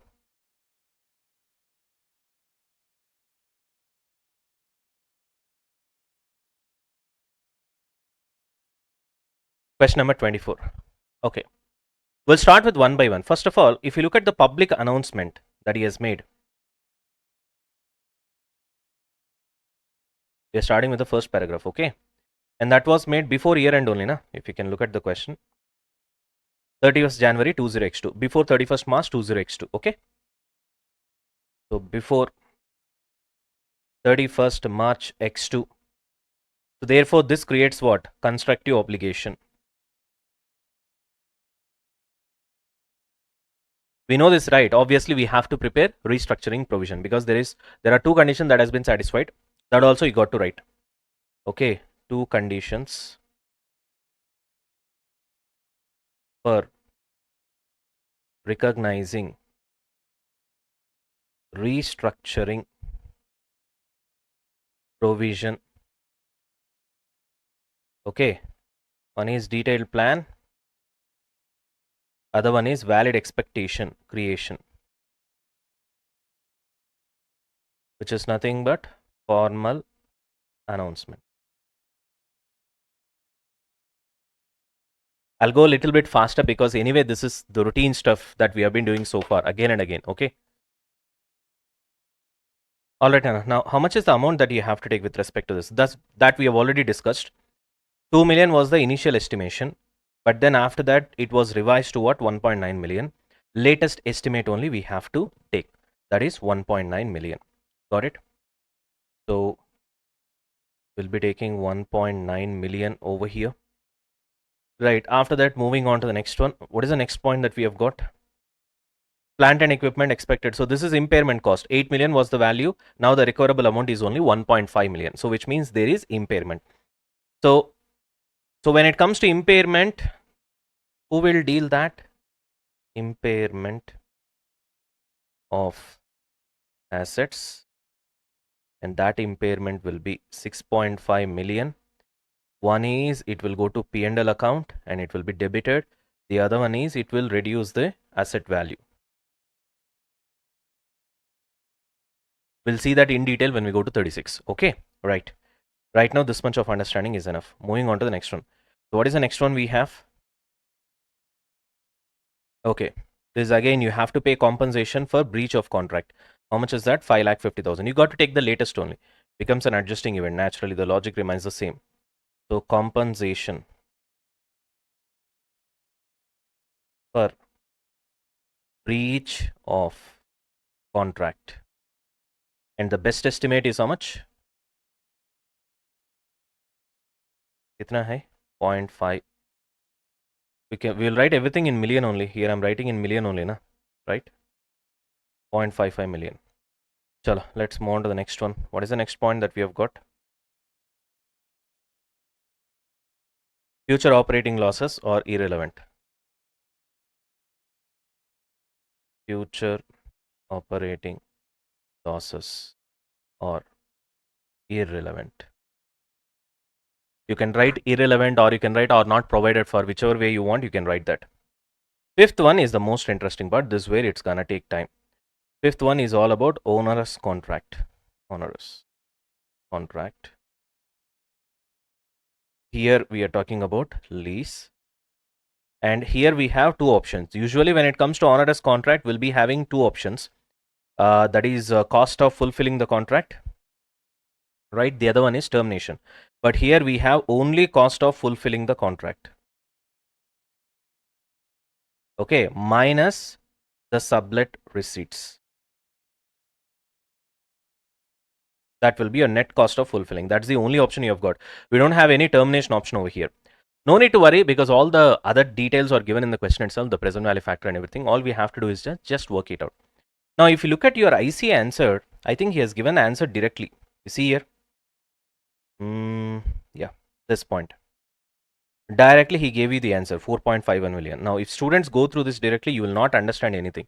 Okay, so therefore what I'll do is that now we'll be solving it in detail relatively when compared to your I say single line answer. It's not even single line, half the line answer. Okay, that's where we're gonna focus, and that is why I told that this particular question is important only because of this calculation. The rest of the things are not that challenging, to be very honest. Okay, now focus Nana. This is important. If you can look at the question, what is happening over here? First, initially for 6 months, the rental will be 3 lakhs. That will be starting from what? 1st October to 31st March. So that is for 6 months period. And then annual rentals, and that's gonna go all the way till 31st March 20x7. That is the point you got to note. Accordingly, we have to find out the present value. Okay, right. And what about the rentals that you need to pay? You got to pay till this year only, na? Right? You're gonna have a sublet rent that you're getting, you're earning till this point of time. You also need to pay till that particular point of time. Right? Now, you can also highlight this. We have still unexpired time of 5 years from this particular year. So which means X2, X3 is 1 year, X3, X4, X4, X5, X5, X6, X6, X7. So unexpired time of 5 years. That's what we have got here till X7. All right. So we have to calculate two things. One is the rent that you need to pay, which is 1.5 million for every single year. But then you can't multiply with 5 straight away because you need to pay this for 5 years. But can I multiply 1.5 million into 5? No. Why? Because it's going to be in future. We have to take time value of money into consideration. All right. So therefore, we need to take present value annuity factor or cumulative discount rate, which is already given here, 4.32 for 5 years. So instead of multiplying with 5, we'll be multiplying with 4.32. We should be getting how much we need to pay. At the same time, we'll be receiving rental income as well because of subletting. So this we need to reduce. And finally, we'll be getting our net expenditure. Now, obviously, that needs to be debited in P&L account. Now, let's see.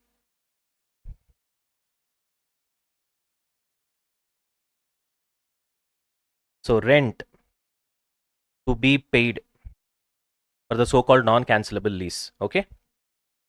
1.5 million you're gonna pay every year into, can I write 5 years? You should not write 5 years, okay? Because you have to take present value factor. So cumulative present value factor at 5%, a discount rate that this guy has given. Yeah. At 5% for 5 years. Okay, which is nothing but how much? 4.32. So that implies you should be taking 1.5 into 4.32. How much you get, Nana? 64.80 lakhs. That's easy. Now what about this part? Minus rent received due to sublet. Okay. Now what about this? Now this is interesting. For that, I'll put a time scale diagram. Otherwise, you'll do mistake. Okay. Now carefully watch this. Okay, this is first year. Okay. Second, third, fourth, fifth. Okay. Now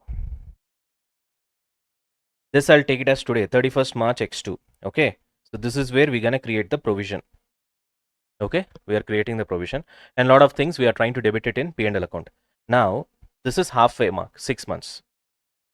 6 months. This is another 6 months. So first rent of 3 lakhs you'll be getting for later part of the 6 months, correct? That is exactly 1 year from now. So we are calculating here, na. So from here you say this is 1 year. After 1 year only you'll be getting 3 lakhs. Okay, right. After that, what's happening? You'll be getting 5 lakhs after 2 years. You'll be getting another 5 lakhs after 3 years. You'll be getting another 5 lakhs. After 4, you'll be getting another 5 lakhs. If you want the dates, I'll write the dates. This will be 31st March X3, 31st March X4, 31st March X5, 31st March X6, 31st March X7. That's where everything ends. And with respect to the payment, how much you'll be making? This much you'll be receiving. What you'll be paying? 1.5 million here, 1.5 million here, 1.5 million here, 1.5 million here, 1.5 million here. 1, 2, 3, 4, 5. So this I'll keep it in brackets because this is your outflow. Whereas on the top, this 3 lakhs, 5 lakhs, 5 lakhs, 5 lakhs, what you'll be receiving are inflows. Clear? All right. So now already outflows we have taken. So this is after 1 year, after 2 years. From here it is 2 years. From here it is 3 years. From here it is 4 years. Okay, from here it is 5 years. Therefore, all the 5 years we have taken discount rate and we have added it together. We got cumulative discount rate. That's what we have done here. 64.8 lakhs. Now, what about this? Here, this is interesting. Here, for this, can I take cumulative discount rate of 5 years? No, because here 6 months gap is there. Whereas when it comes to payment, yes, you are doing. But here there is a 6 months gap because after 6 months only things are starting up. You understand the point? Everybody. So, and moreover, one more thing that's happening. Okay, sir, what is their gap? Ultimately, this is happening after 1 year only. Now, after 1 year only, you're receiving this 3 lakhs, correct only. But this 3 lakhs rent, what I'm receiving is only for 6 months. That you need to understand. Okay. So, in that case, what I have to do? This 5 lakhs, 1, 2 5 lakhs, 3 5 lakhs, 4 5 lakhs. For this 5 lakhs, I need to discount it separately. And 3 lakhs has to be discounted separately. Because the amounts are different. Are you able to understand? Sir, why all these things, sir? You do one thing. Every single year you just do it. 3 lakhs first year ending, na, multiply with first year ending discount rate. 5 lakhs second year ending, na, multiply with second year ending discount rate. 5 lakhs third year ending, multiply with third year ending discount rate. 5 lakhs fourth year ending, multiply with fourth year ending discount rate. 5 lakhs fifth year ending, multiply with fifth year discount rate. That also we can do. That will take time. Or otherwise, you take cumulative discount rate for all the 5 years and you reduce the discount rate of 3 lakhs for the first year. Like that also you can do. So whichever you want, you will do. Okay. I'll be doing the longer version so that you will not get confused. So 3 lakhs, you are getting this after 1 year, na? So 0.95 plus 5 lakhs. This first 5 lakhs you are getting after which? After 2 years, huh? Yeah. So this will be 1 divided by 1.05 equals to okay 0.90. 0.90 you can take 0.91 also. Okay, I'll take 0.90 again equals to plus 5 lakhs into 0.86 plus 5 lakhs into again equals to 0.82 plus 5 lakhs again equals to into 0.78. You can also do this. Clear? You can put the numbers over here. This is 2,85,000. Okay. 5 lakhs into 0.9, 4,50,000. 4,30,000.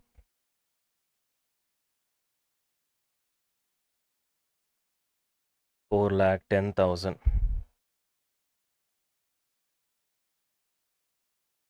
3,90,000. Tell me the total of this is how much?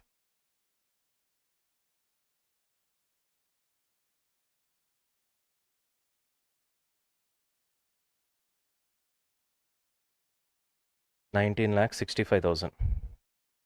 You can have approximation also. If you go for approximation, I got 19,65,000. You can also get 19.7 lakhs if there is approximation. I think that's what your ICAI has done. Let me check.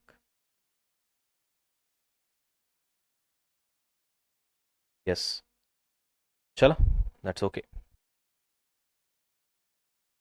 19.65 lakhs is what I've got. If you go for approximation, you can get, eventually 19.7 lakhs as well. So 64.8 minus 19.65. 45.15 lakhs is the answer. I think your ICAI has got 45.1. 4.51 million is nothing but 45.1 lakhs. Got it? Now, why there is a slight difference? Because here your ICAI has gone 19.7 and therefore here you get 45.1, which is nothing but 4.51 million. The reason is here they would have taken what? The numbers that is given in the question. See here.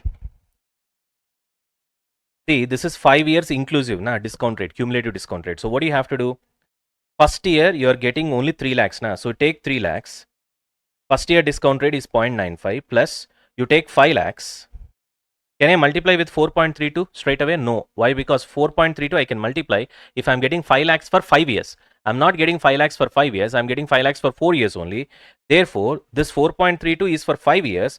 From that you reduce 1 year, which is nothing but first year. So 0.95 if you reduce, that's how your ICAI has got the answer. We'll do that also. Otherwise, after that you guys will ask me, right? Or,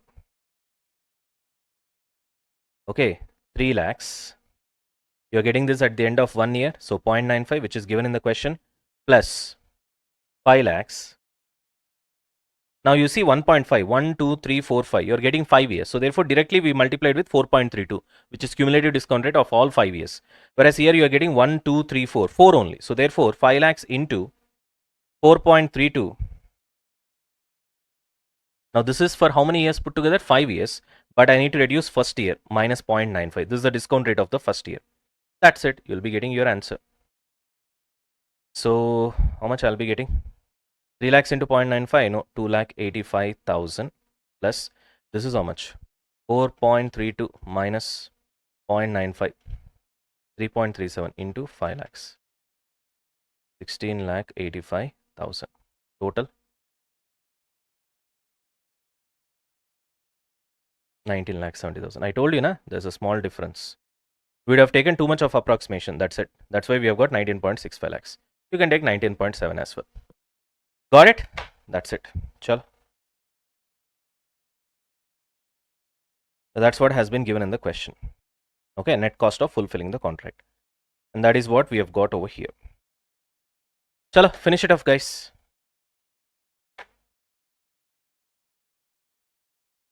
Let's continue with question number 25, Nana. Alright, so there are few additional questions. Okay, we'll go through that as well. Sun Limited has entered into a binding agreement with Moon Limited to buy custom made machine for 4 lakhs. Okay. At the end of 1718, before delivery of the machine, Sun Limited has to change its method of production. Oh my god.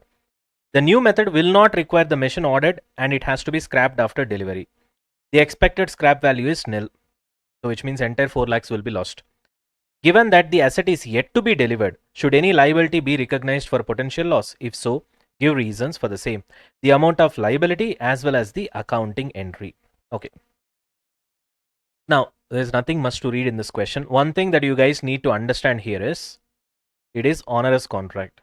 There's nothing much to, it is onerous contract only, right? Which means loss is inevitable. When do we call something as onerous contract? When loss is, you can't avoid loss, unavoidable. Okay, so if you look at that question, so obviously you're going to face a loss of what? 4 lakhs. So therefore it is onerous. But the reason why I'm discussing this particular question is if it is very easy and the loss is 4 lakhs, that 4 lakhs is what you have to recognize. And accordingly, you have to pass the entry. It's very easy, nothing for me to explain. But the reason why I decided to explain this particular question instead of giving as homework is because of this word executory contract. Executory contracts means executory, which means yet to execute. So you did not execute, means something with respect to future, means either of the parties, both the parties, okay, the buyer as well as the seller, both of them, whatever the kind of obligations that they have to do from their part. For example, if you buy, in this case, this guy has bought a machinery, has bought a machinery, right, from this particular guy for a price of 4 lakhs. Now, what are the obligations that you have to do from either of the parties? The seller has to deliver the machine, which he has not yet done, which means it is executory from his part. Suppose if he has delivered the machine, it is executed, right? From my part, I have to pay the money of 4 lakhs. That also I did not do. So therefore, from my part also, it is executory in nature. So from both the parties, between the transactions, in the transactions, eventually, none of them has actually executed the contract. Then it becomes executory in nature. That has been explained over here. Although honestly speaking, it's not necessary. Straight away, you know that it is onerous and accordingly you could have gone with the entry. But then because your ICAI has given that particular part as part of your solution, therefore I decided to go with this particular question. So as per Ind AS 37, executory contracts or contracts under which neither party has performed any of its obligations. Okay. Both parties have partially performed their obligations to an equal extent. So there are two types of executory contract. One is you did not do your part, I did not do my part, or we are yet to do that. In that case, it's executory. Or you did your part, I did my part, and both of them, like, it's like this. You did 50% of your part, I did 50% of my part. Then again, it is executory because balance 50% is yet to be done by you and balance 50% is yet to be done by me. In that case also, it is executory. You got the point? That's what the second point he's talking about. Except this, nothing is new in this particular question. Okay. Now that we know it is an onerous contract and obviously 4 lakhs. So what you will do, this 4 lakhs will be debited in P&L account, correct? Huh? So first you debit P&L account and create a provision for onerous contract for 4 lakhs. This one entry is enough. And then once you actually make the payment, provision will be debited. You will cancel the provision to bank. That's all. But your ICAI, what he has done is this entry only, he has split that into two. What are they? Onerous contract provision expense account debit. Obviously, it will be debited to P&L account. Within brackets, if you write P&L account, it's enough. To provision. But your ICAI did not do that. What he has done is that again he has debited P&L account and then to onerous contract provision expense account. So this onerous contract provision expense account gets cancelled over here. Ultimately, the net effect is P&L account has been debited, provision has been created. To provision for onerous contract liability.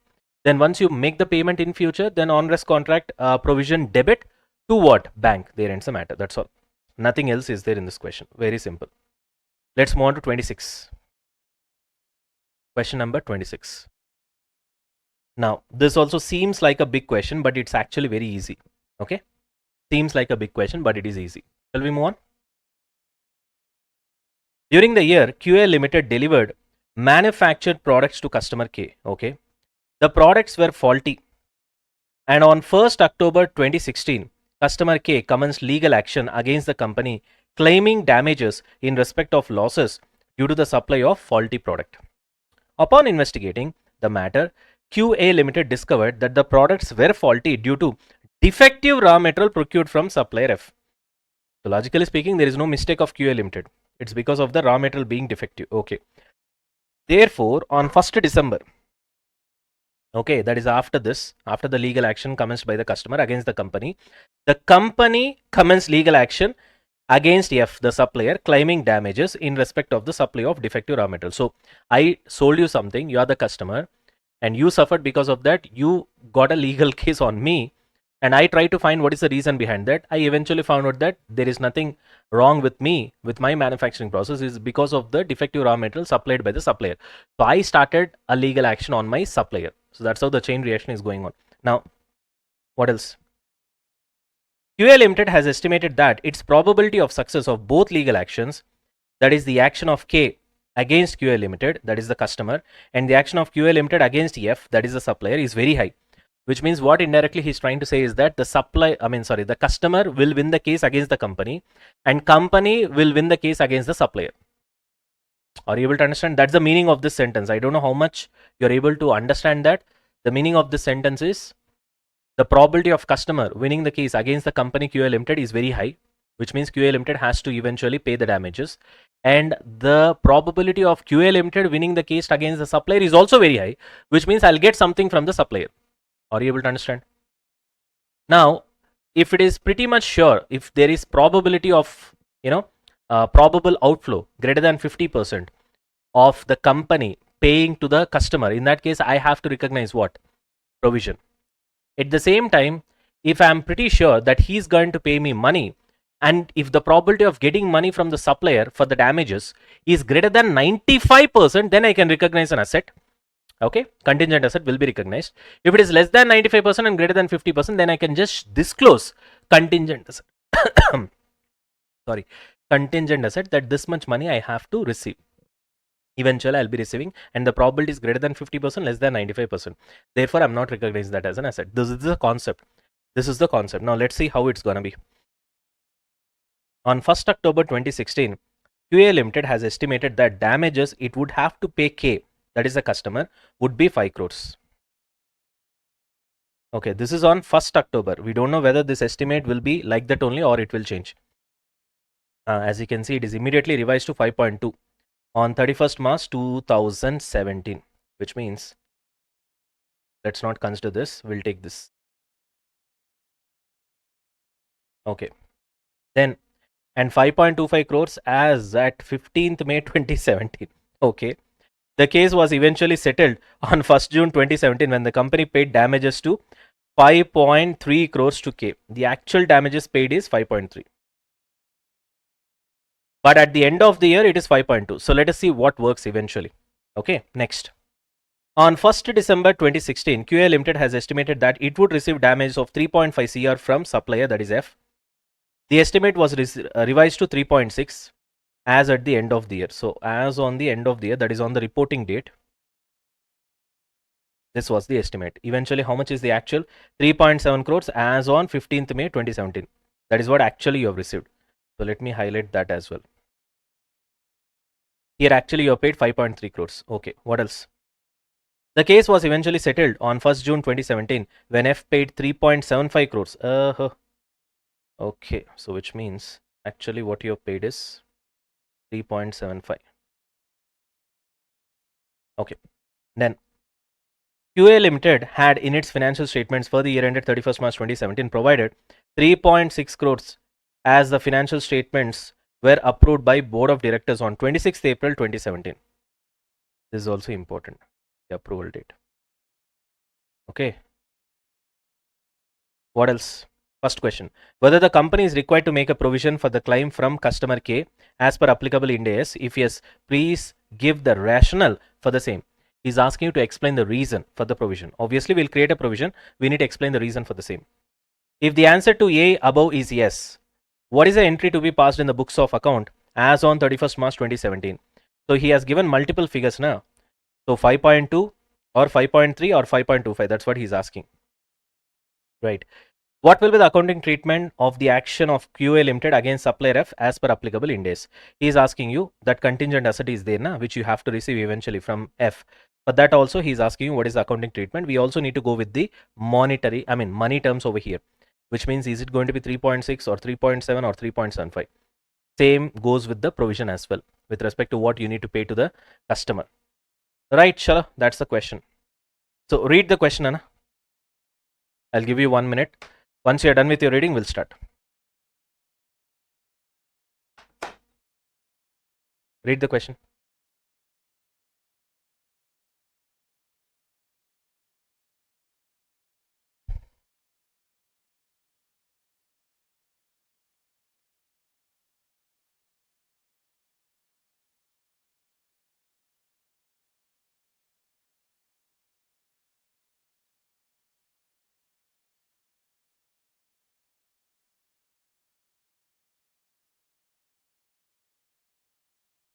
Done with the reading, Nana? Okay. We'll do one thing. We'll solve this step by step. Okay. Remember, this date I've marked over here where financial statements were approved. This date is also important. Why it is important? If you remember Ind AS 10, you'll remember it. Events after reporting period. Now, anyway, we'll solve it. Question number 26. Do along with me, Nana. Okay. Now, keep the question in front of you all the time. I cannot go back and then I can show you this. Okay. Right. I have the question in front of me. Let's solve. Ready? Okay. First of all, what we need to answer here is, if you look at the first part of the question, I'll just show you. Whether the company is required to make a provision for the claim from customer K. This is what we need to answer. If yes, please give rationale for the same. So we need to explain the reason as well. Okay. First of all, if we need to see whether we need to make a provision for claim from customer K. Okay, what we need to see is whether the definition of provision is satisfied or not, correct? In that definition, what is the first condition? Present obligation. We'll just go with the definition one by one. Do we have present obligation with respect to customer K? Is what we need to check. Tell me one thing. This particular company, QA, has supplied what, Nana? Faulty goods.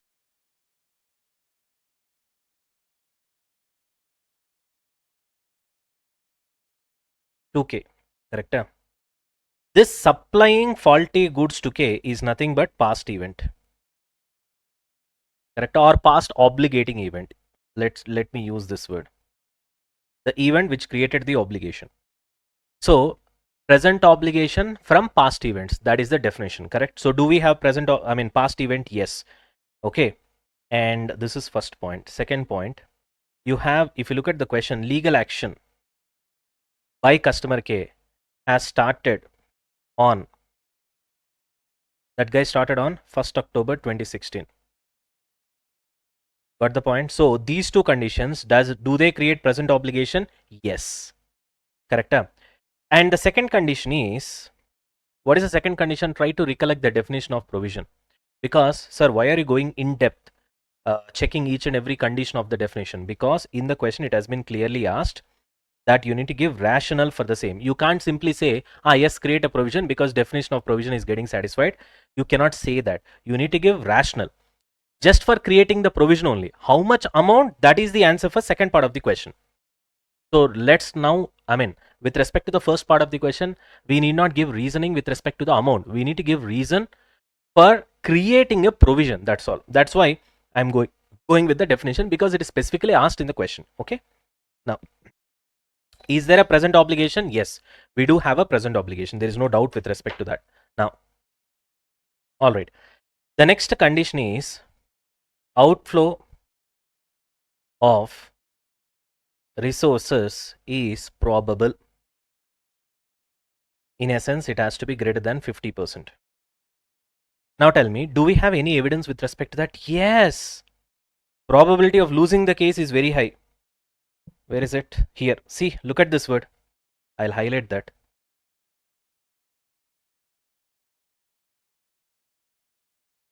He's clearly mentioning that the probability of success of both legal actions, action of K against QA Limited and action of QA Limited against F, is very high. So let's forget about F first of all. Focus on this sentence. Action of K against QA Limited is very high. What is that probability of success? If K succeeds against QA Limited, then I'm thinking from QA Limited's point of view. For me, outflow of resources is very high. It is greater than 50% naturally. So which means it is given in the question.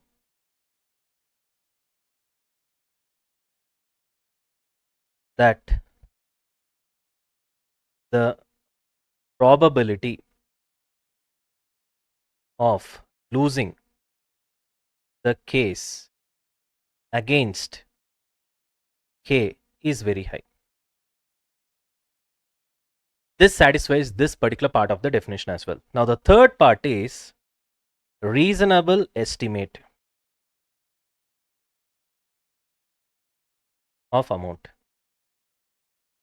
Is this condition is satisfied? Yes, because we were able to estimate initially how much? 5 crores. After that it has been 5.2 crores as of 31st March 2017.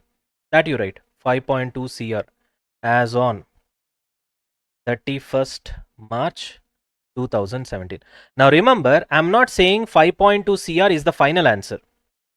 I'm just saying you were able to reasonably estimate. Now, once all the definition of the provision is satisfied, what will be your answer? You people tell me. Yes, you have to create the provision naturally. So what will I write here? Therefore, all three conditions of provision are met, hence provision should be recognized. That's all. Don't talk about the amount. Don't talk about the amount because he did not ask you when it comes to first part of the question. Okay. So this is only this part of the question. Whether the company is required to make a provision? Yes. Please give the rationale for the same. I have explained. The rationale is explained. This is the rationale. Clear? This is only first part of the question. Now, let's go to second part of the question. Clear? Now, when it comes to second part of the question, what is that we need to answer? We have a lot of amounts over here. 5.2 CR, 5.3 CR, 5.25 CR. We need to finalize an amount. Okay. Let's write that. Various estimates. Okay. Various.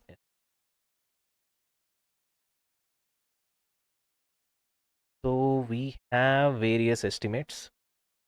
What are the amounts we have got? October 2016. We have 5 CR. 31st March 2017. We have 5.2 CR. 15th May 2017. We have 5.25 CR. Okay. Next, what else we have got?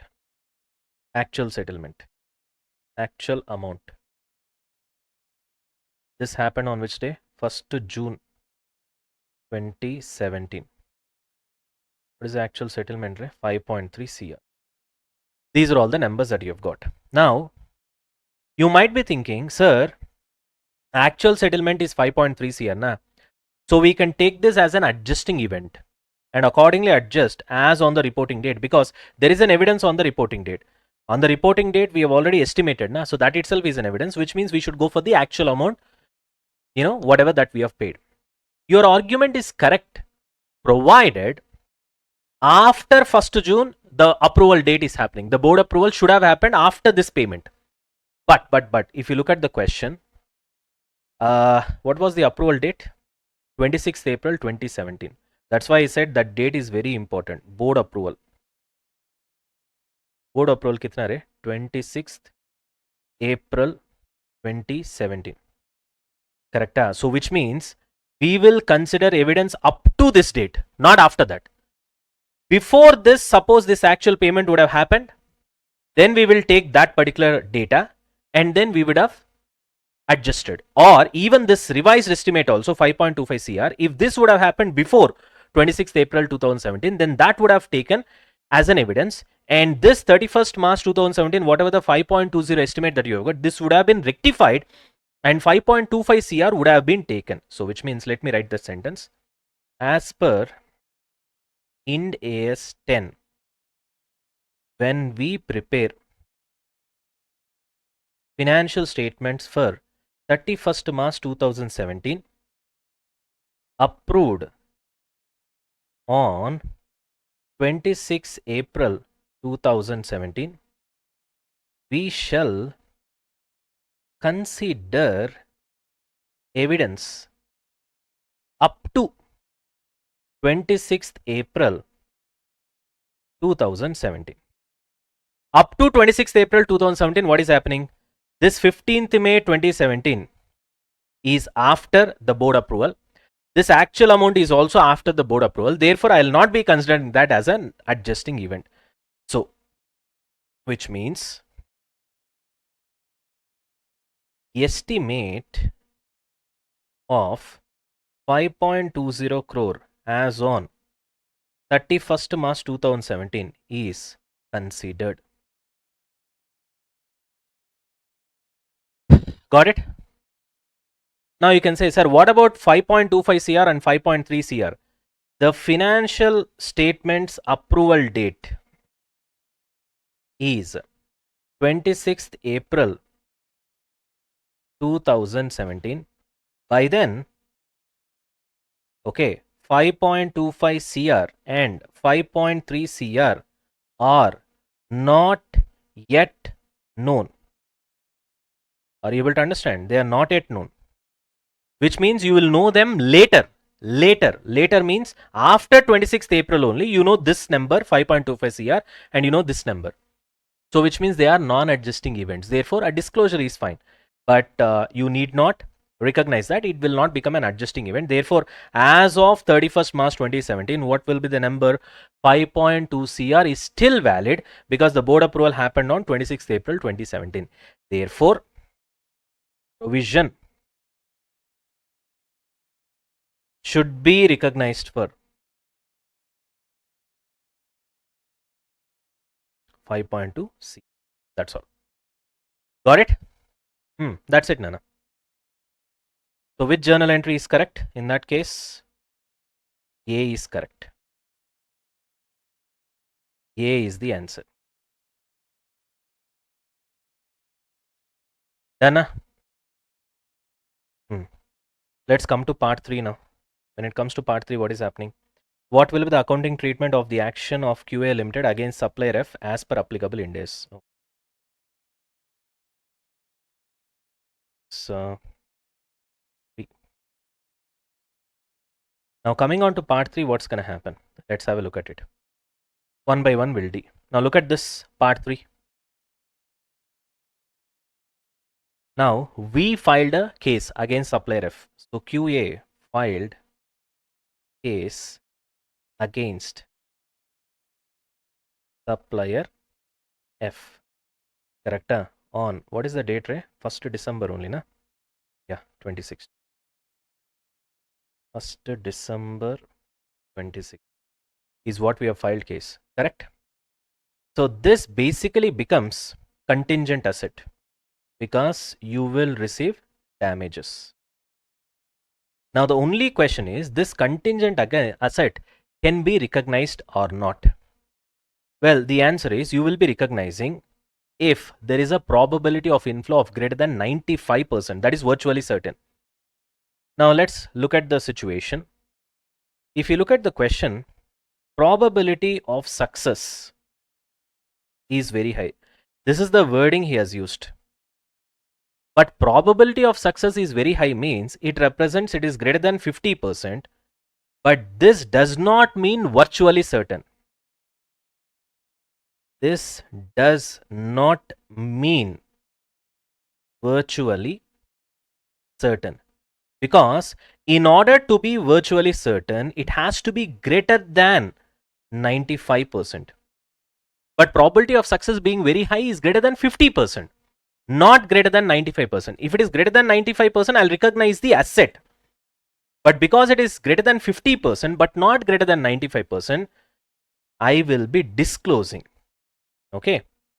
So it should be disclosed in financial statements and not recognized. You got the point? If it is greater than 95%, I would have recognized it. Okay, so you will not be recognizing the contingent asset. because the probability of success is very high. It is greater than 50%, but it is not virtually certain. If it is virtually certain, I would have recognized it. It is not virtually certain. Therefore, I will not recognize it. Rather, I will disclose it in the financial statements. Clear? Exactly. What is the amount? And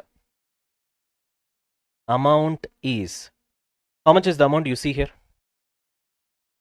3.6 is one number on 31st March 2017, then 3.7 on 15th May. But this 15th May is after board approval. So I will not recognize this.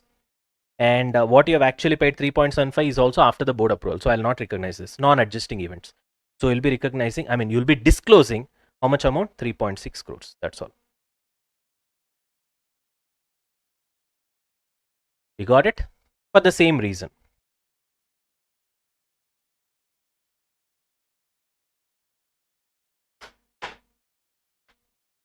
Clear? Once you receive 3.75 CR, when did you receive 3.75 CR? On 1st June 2017. Okay, that is after the so-called board approval. So in the next year, when this amount is received, then you will recognize the asset. You understand the point? It will be recognized as an income when the inflow becomes virtually certain or realized. But as of now, in this year, for the year ending 31st March 2017, it will be disclosed as a contingent asset. That's all. Only the disclosure, not recognition. And the amount will be 3.6 crores. Before the date of board approval or before the approval of financial statements, this is the number that I've got. Rest of the numbers and the actual amount that you have paid is after the approval. So therefore, it will be non-adjusting. Clear? That's it. That's what I think your ICAI answer also. Your ICAI answer is very simple. See, he did not explain you anything much. So second question, 5.2 CR is the answer. And here you have to, it will be considered as contingent asset and shall not be recognized. Asset should not be recognized. It should be disclosed. Did he write that? UA Limited shall not recognize a contingent asset. Okay. Here the probability of success of legal action is very high, but there is no concrete evidence which makes the inflow virtually certain. So these are all the keywords. Did we write virtually certain? Yes. Hence it will be considered as contingent asset only and shall not be recognized. That's what we have written, which means it has to be disclosed. Got it? So that's it. In fact, our answer is much better when compared to your IC answer, because we have clearly explained why we should recognize, and we have also explained why the amount is 5.2 CR, and here also we have clearly explained with the probability that why it should be only disclosed, the contingent asset, it should not be recognized, and why the amount has to be 3.6 crores. Clear? Right, that's it. Finish it off, Nana. Next, we'll go to question number 27. Finish it off. Alright guys, let's continue with question number 27 now. It's a normal kind of a question only. Okay? Chalo, nothing much in this particular question. Ready? An entity engaged in automobile sector has assessed the impact of COVID-19 outbreak on its future viability of business model. Senior management has identified the need for restructuring some of its business activities and retrenching its employees in many areas. The moment you see the word retrenching, you can understand that restructuring is happening. Okay. Why? Because of the COVID-19 outbreak. Senior management is drawing up a plan. The wording that is used here is drawing up. So they haven't finalized the formal plan. Okay, there is no detailed plan which has been finalized. I don't think it has been announced as well. Let us see. Senior management is drawing up a plan for the consideration of the board of directors in their meeting scheduled in May 2020. Okay, which is subsequent to the reporting date, that is 31st March 2020. Subsequent to the reporting date of the current financial year, that is 31st March 2020, obviously. Can the entity recognize provisions for restructuring cost in the financial statements of the current year 2019-2020? Now, tell me first thing. We already know the concept. We have discussed this so many times. First of all, to recognize the restructuring provision, they need to satisfy two conditions. We are already aware of it. A detailed plan. The other one is a valid expectation, which is through formal announcement. Both of them needs to happen, right? Obviously. You are drawing up a plan, but you don't have a detailed plan which is approved as of now. First one. So that condition is not satisfied. Secondly, did you make a formal announcement? No. So before 31st March 2020, you did not satisfy any of the conditions to recognize a provision of restructuring, and therefore you cannot recognize a provision. That is the first part of the answer. I mean, the second one is, okay, fine. If at all that is going to happen after 31st March 2020, is there a chance of Ind AS 10, that is events after the reporting date, getting attracted, and thereby it might become a non-adjusting event? It cannot be an adjusting event. Why? Because for it to be an adjusting event, there has to be evidence on the reporting date, that is 31st March 2020. Here there is no evidence because you did not create any formal plan, there is no detailed plan, and you did not do any announcement. Thereby there is no valid expectation that has been created, and as a result there is no evidence on the reporting date. Therefore it becomes non-adjusting event. Now, when it does become a non-adjusting event, all that is required is just a disclosure. So do we need to do disclosure? That's it. That's your answer. So the final summary is no, there is no need to create a provision. And do I need to do a disclosure? Yes, I got to do that. So you can check your ICAI, answer. That's what he has told, as you can see here. Uh,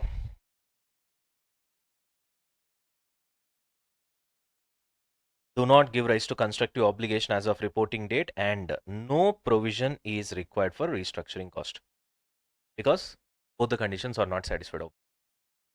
The next one is, if an entity starts to implement a restructuring plan or does its formal announcement, okay, only after the reporting period, that is after 31st March 2020, disclosure is required under Ind AS 10, because under events after the reporting period, if restructuring is material and non-disclosure could influence the economic decisions, because it's a non-adjusting event, therefore you have to disclose it. That's all. Rest of the things, if you look at part and parcel of the answer over here, is what he's trying to explain, the concepts of restructuring. That's all. We already know that. So just write the concept, copy paste, and then you apply. That's all. There ends the matter. It's a simple question, nothing much here. Are we done with this? Shall we move on to the next one? Simple question only. Okay. Right. Coming on to question number 28. Moving on to question number 28, Nana. Now, in this, let me tell you one thing. The first part and third part of the questions are going to be normal. Second part is little bit interesting. Okay. Because of that, I would rather tell you, mark this as important, and I want you guys to revise this. Okay. The day before the exam, out of all the questions that you're going to revise from this particular index. Ready? Chalo. Now, an entity has a contract to purchase 1 million units of gas at 23 paisa per unit. So, which means this is your cost. Okay. Giving a contract price of 2,30,000. Okay. That's what you have to pay.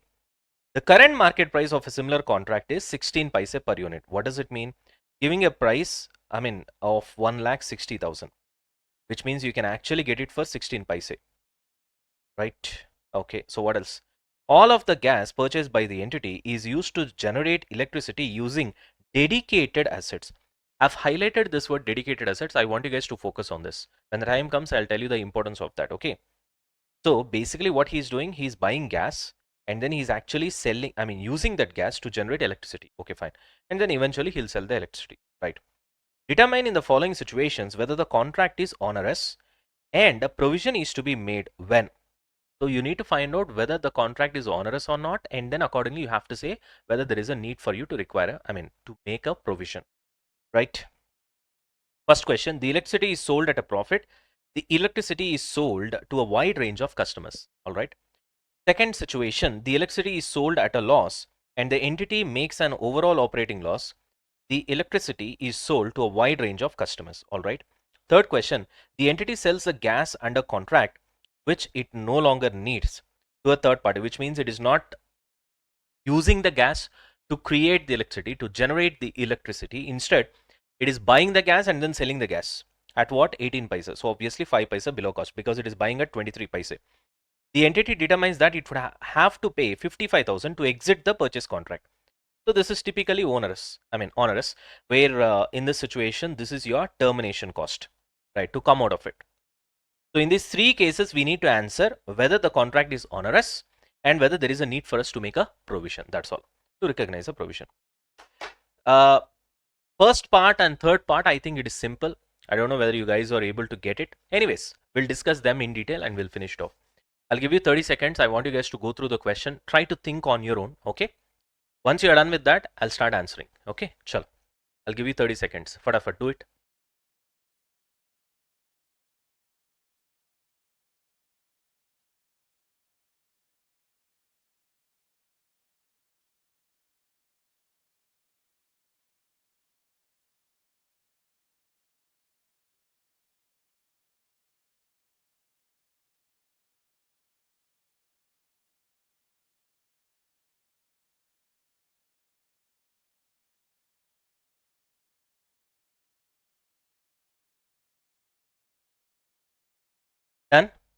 Okay. Now let's start answering. Look at the first part of the question. The electricity is sold at profit. So what basically he's doing, he's buying gas and using it to generate electricity using some dedicated assets for generating that electricity by converting the gas into electricity, right? Ultimately, whatever the electricity that he is producing, he is selling at a profit. So what do you mean by this? I mean, what do you basically understand? Well, the answer is very simple. See, the question says this is the raw material. Gas is a raw material for him, logically speaking. Okay. So he buys gas. Let's understand that it is a raw material. And then he converts that gas into electricity, or he uses the gas to generate electricity. And electricity is his finished good, which he eventually sells. In the first two lines of the question, what he says is he is inefficient in buying the raw material, that is gas, which means when the raw material gas is available at 16 paise, he was able to set a contract for 23 paise, which means he is inefficient, which means you have a raw material which is available at, say, for example, 10 rupees, but you are actually buying it at 15 rupees. Because of your inefficiency, you are not able to get the right supplier, whatever the reason it may be. You understand the point? Now, tell me one thing. Does it make the contract onerous?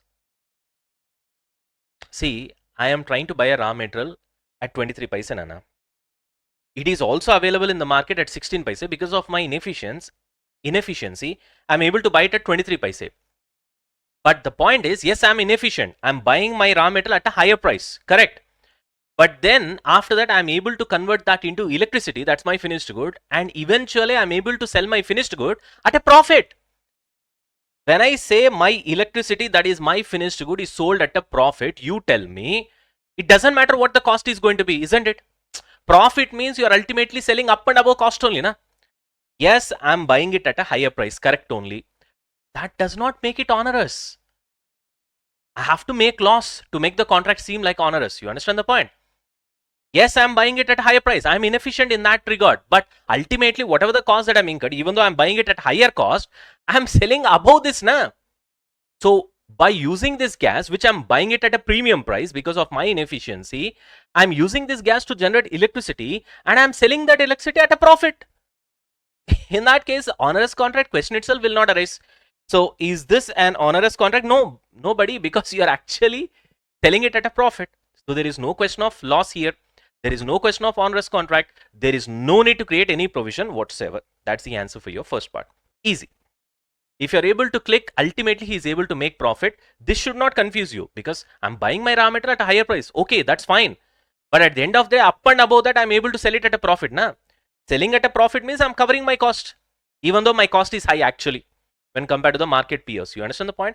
Ultimately, you're making profit. There ends the matter. That's all. So which means there is no onerous contract because there is no loss and therefore there is no need to create any provision. That's your answer for the first part. Now, second part is very interesting. Here, the electricity is sold at loss. So whatever the difference that we have while answering the first part of the question, that difference is not there while answering the second part of the question. You understand the point?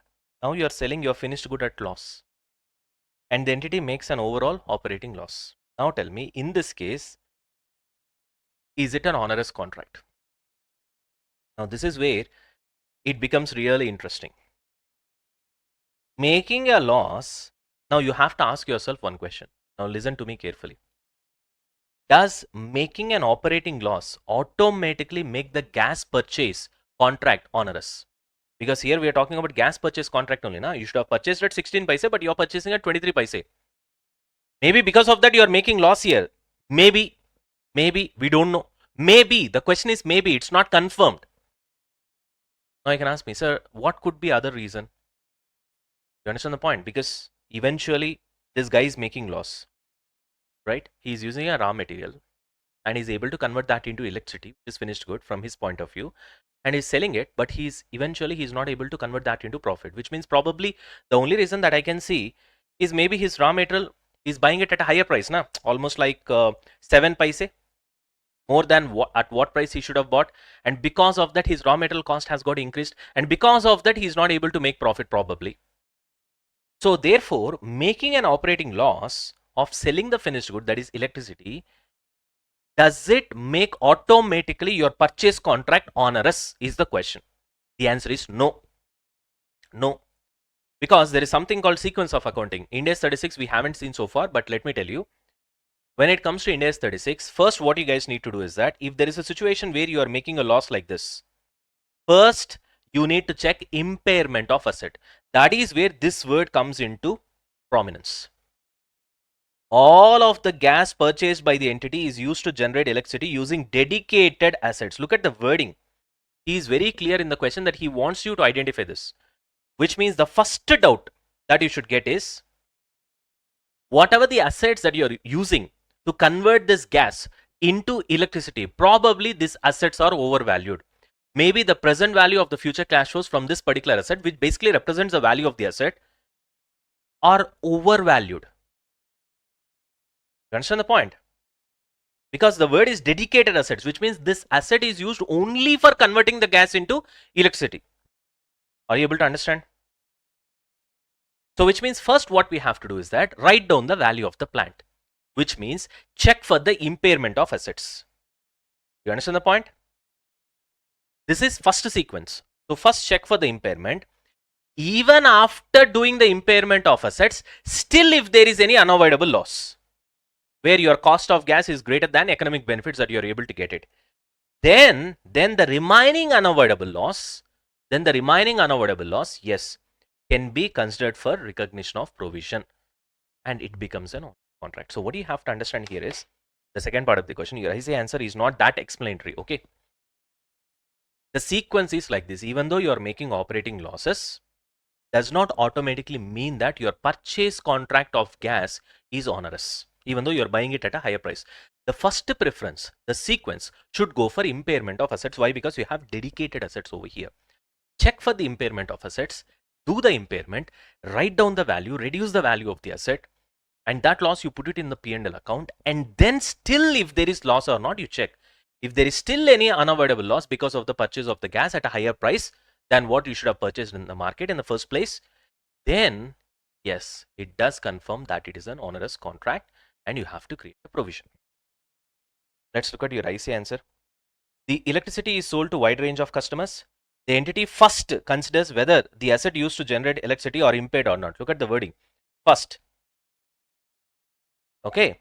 To the extent that there is still a loss after the assets have been written down.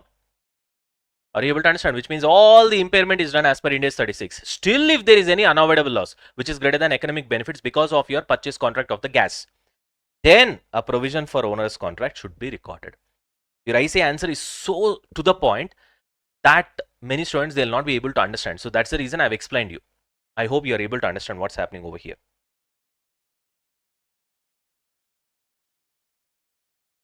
Exactly, na, because losses may be partly due to overstated asset values. That is the reason we need to check for impairment first. And only residual loss, that is after checking for the impairment, then probably that residual loss belongs to onerous contract. Onerous contract, okay. Pronunciation is fine. Clear? But the most important point here is what you need to understand is operating loss in case 2, right, does not automatically mean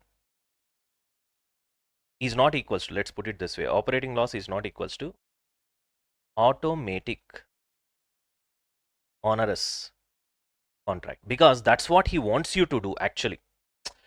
The reason behind this intention of this question is the moment you see the second point, because it's a continuation of the first question, na? The moment you see that electricity is at loss, you will automatically feel that, okay, fine, because you're buying the raw metals at a higher price, and as a result, you're not able to sell the finished good at a price where there is a difference so that you will earn profit, right? And as a result, you'll be tempted to write that, yes, the purchase contract here is onerous. Forgetting the fact that, okay, first I need to check for the dedicated assets because there is a probability. So both the probabilities are there. Because the asset is overvalued, the second one is the onerous purchase contract. But first priority should go for this as per Ind AS 36, and then after doing the impairment, after writing down the value of the asset, if any balance of loss is still, if it is left over, that's why we use the word residual loss, then you check for this. And then if still there is any loss, yes, the purchase contract is onerous with respect to the gas and you create a provision for the same. Right, coming on to the third part of the question. Now this is very easy. The entity sells the gas under the contract, which it no longer needs, which means it is not converting that into what? Electricity. It's just buying the gas and selling the gas, and it's obviously selling it at a loss. Got the point? And there is a termination cost as well, where you can come out of it. Obviously, right? This is very easy. Cost of fulfilling the contract versus what? Cost of exiting the contract. That is penalty. So what is fulfilling the contract? So you have, you can sell it at 18 paise. You buy it at 23 paise. So 5 paise. 5 paise na, into how many units? 1 million units. So 10 lakhs. 5 paise into 10 lakhs. How much you get? 50,000, right? So cost of fulfilling the contract,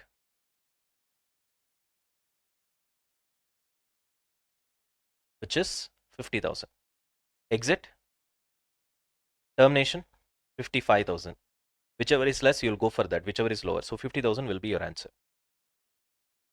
For 50,000, you'll create a provision. That's all. Easy. It's typical onerous contract, right? When it comes to third part of the question.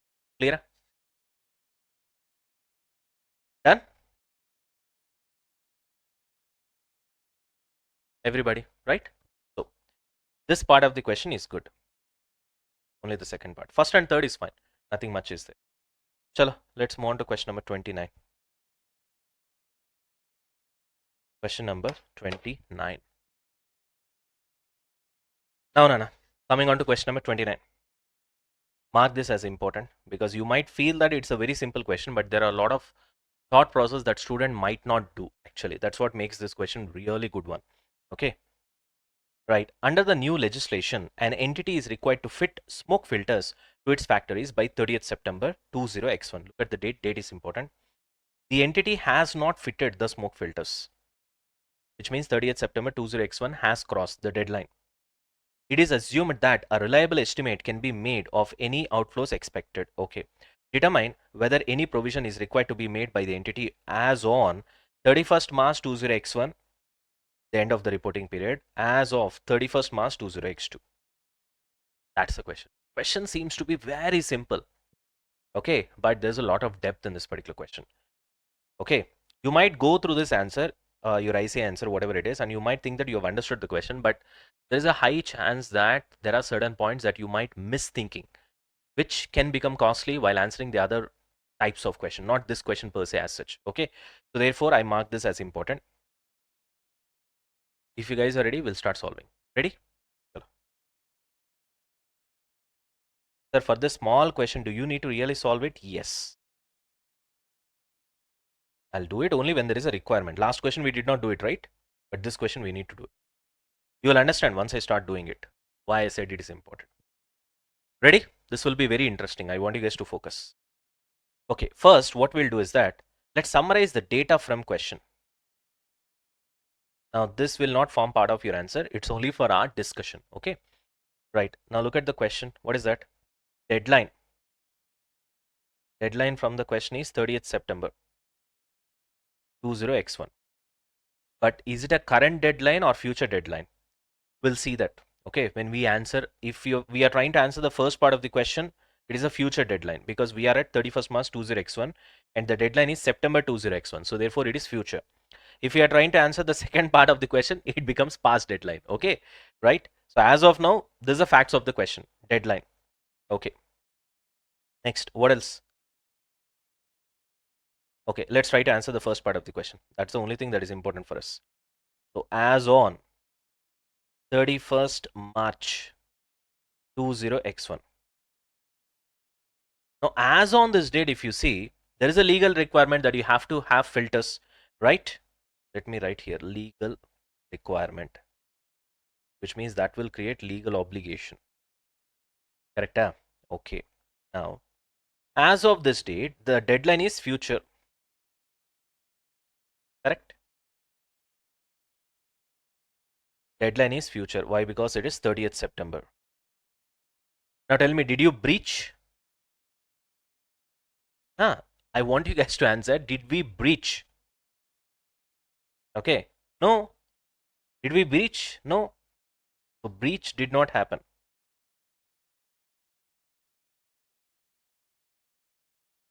Because in future, you can do a lot of things, right? See, as on 31st March, okay, the deadline hasn't been breached because it is in future. It's almost like 6 months from now.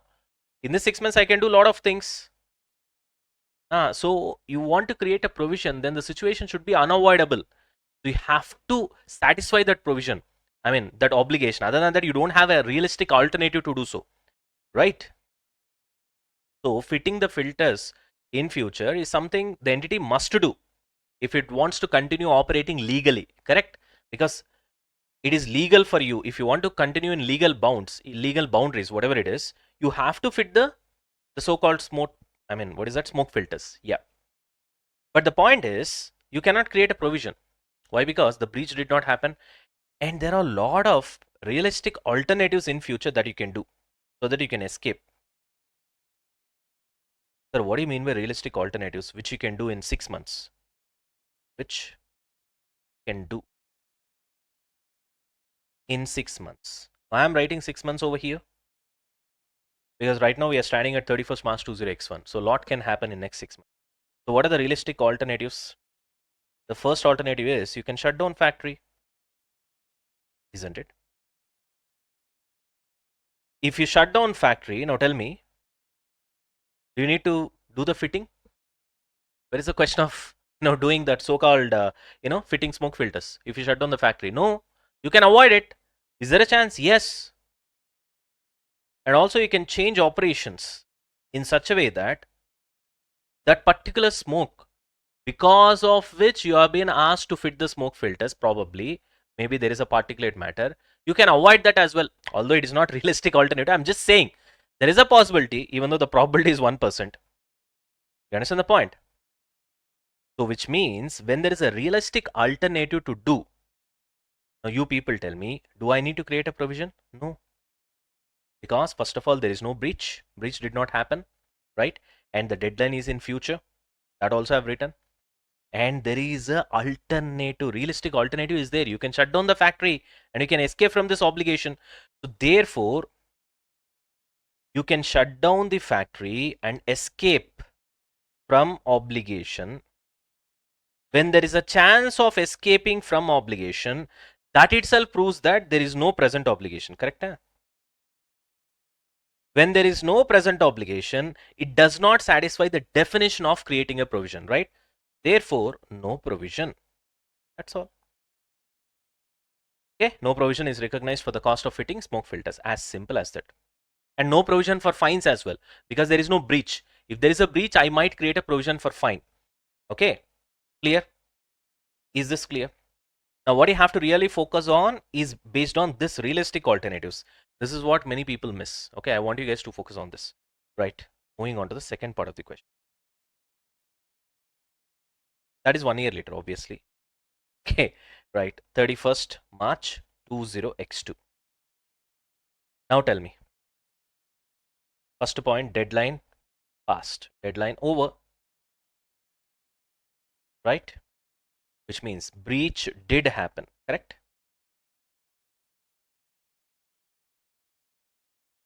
Which means you will attract legal fines or penalty. Correct? For non-compliance. Obviously. Correct?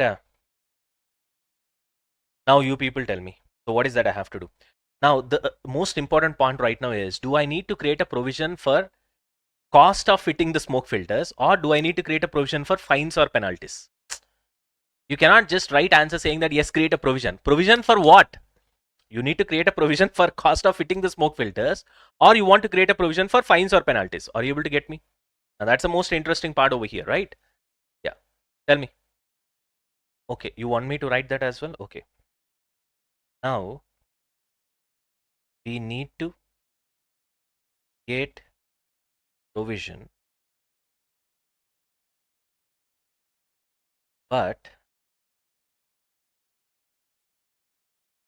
exactly for what? Okay. That is what. So, is it provision for cost of fitting the smoke filters, or is it provision for fines or penalties for legal non-compliance?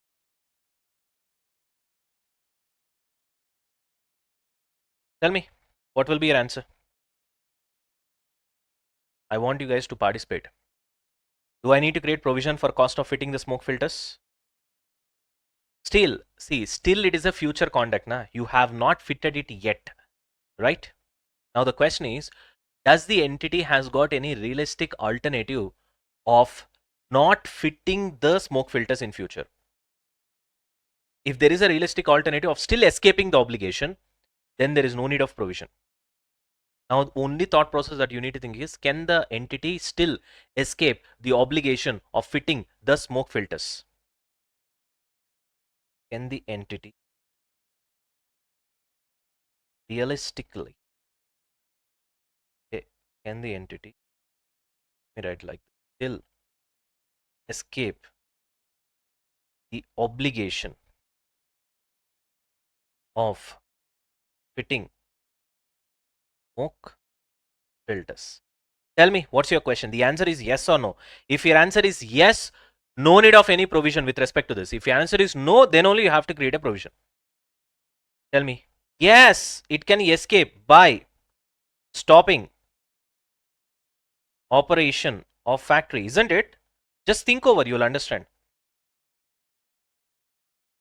Instead of fitting filters, you can ask me, sir, instead of fitting filters, who will close the factory? Just because you need to fit filters, nobody will close the factory. What I'm trying to tell you is that because of some other reasons, maybe they are operating at losses, or maybe something else, or maybe they've got a good deal and therefore they want to sell the factory. You understand the point?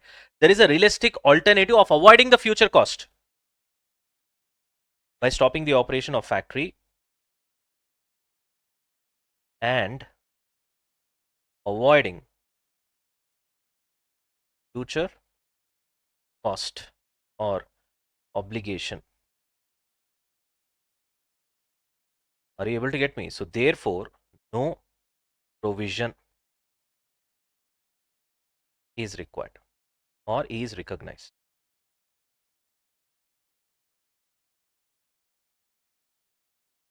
Because no present obligation, that's all, simple.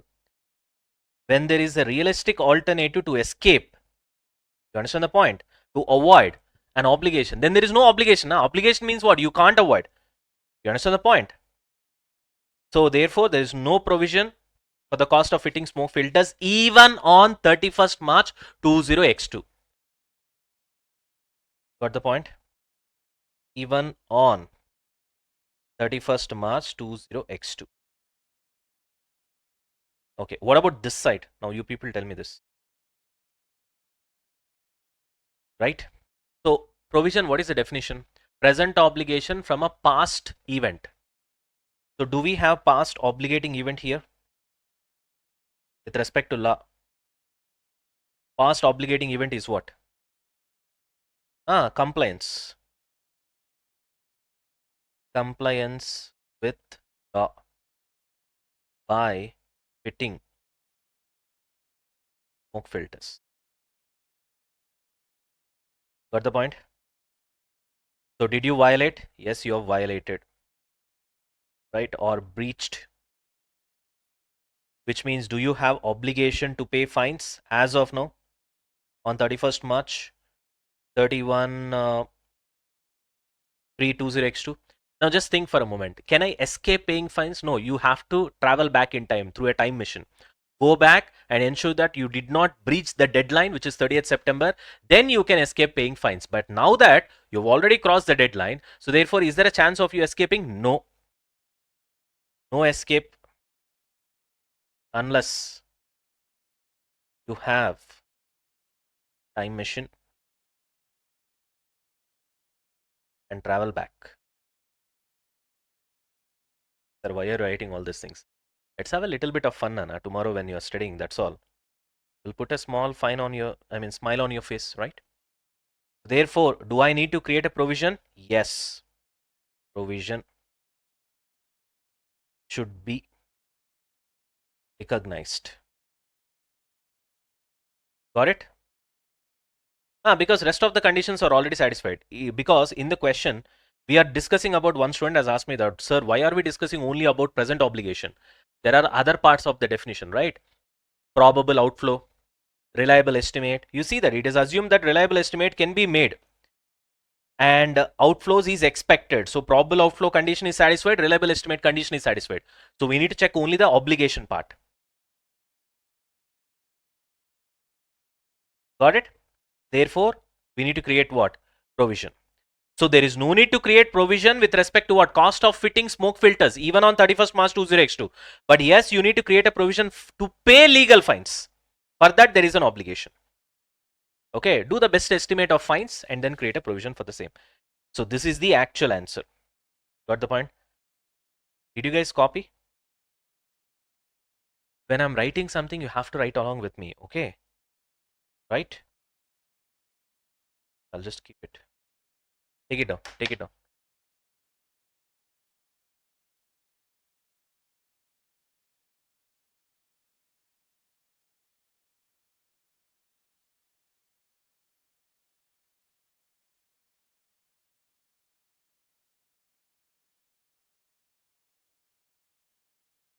Done?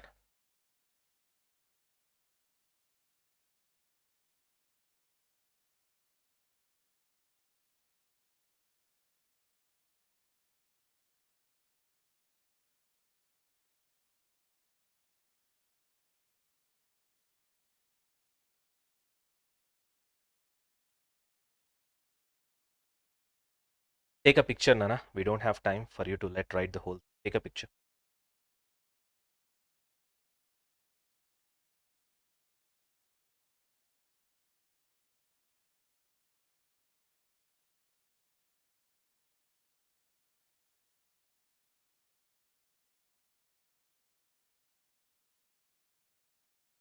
Finished? Finished? Shall we move on? Right. Let's move on to the next question. Let's finish this off. Question number 30. Here your ICAI answer for the question just now we have solved. It's not that explanatory, but then I hope we have done better answer in the class. Okay. So just go with that. If you want, you can just go through this one more time. Chalo. Now come to question number 30. This is a normal question, nothing much in this. Okay, there's just one point. Apart from that, it's a normal question. 31. Okay, it's a so-so question. Right, let's finish off 30. A manufacturer gives warranties at the time of sale to purchase of its product. Fine. Under the terms of the contract for sale, the manufacturer undertakes to remedy, by repair or replacement manufacturing defects that became apparent within 3 years. Now here we need to understand that the warranty is not separate warranty which you can buy for a particular money apart from the product. You need to understand that is an assurance type of warranty, not service type of warranty. Therefore, assurance type comes under Ind AS 37. Now, manufacturing defects that became apparent within 3 years from the date of sale.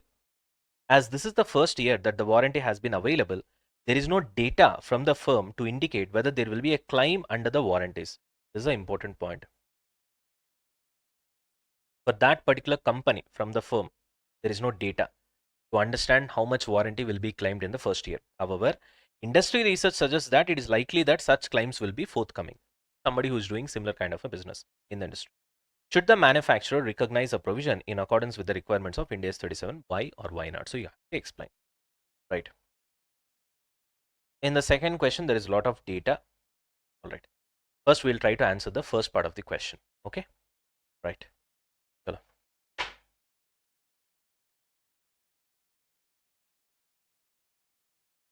All right, Nana. Let's go to question number 30.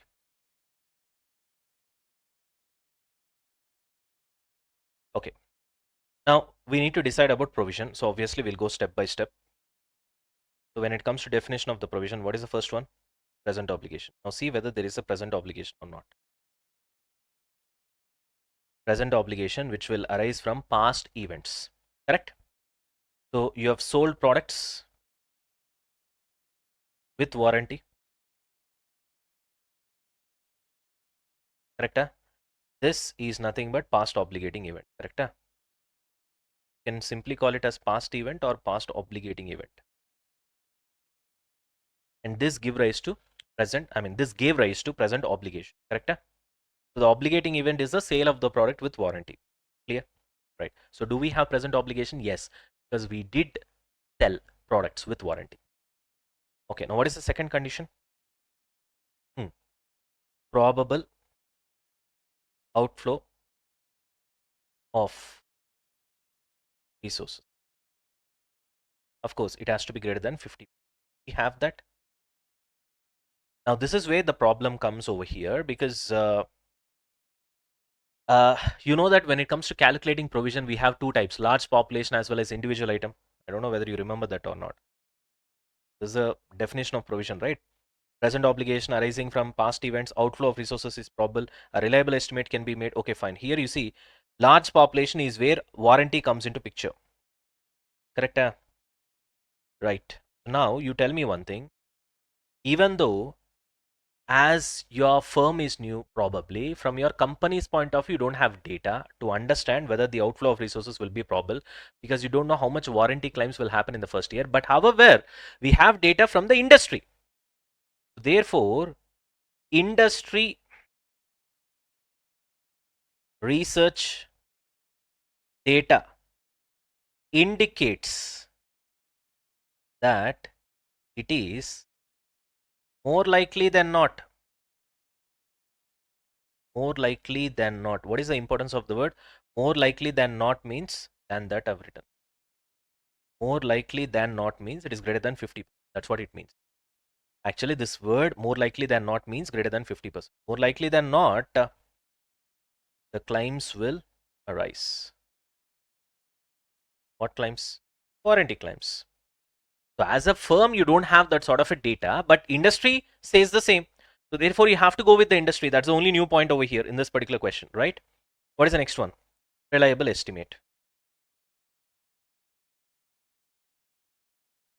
What about that? Here also same thing. You can take past data from firm, you don't have it, then take it from industry. Got it? And moreover, this is based on population, na? Large population when it comes to warranty, right? Because you have sold it to so many people, diversified people. So therefore, that itself, the past data from the industry is a reliable estimate. You can estimate the amount. Got it?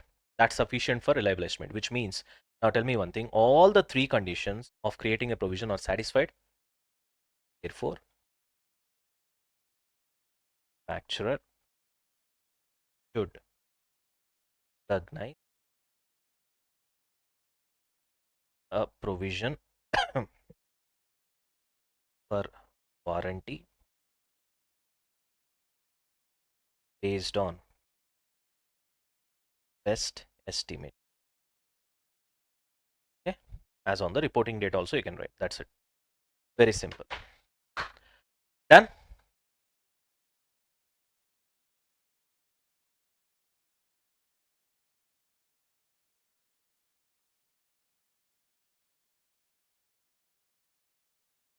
Okay, now let's try to answer the second part of the question. I think this should be easy only. Let's see.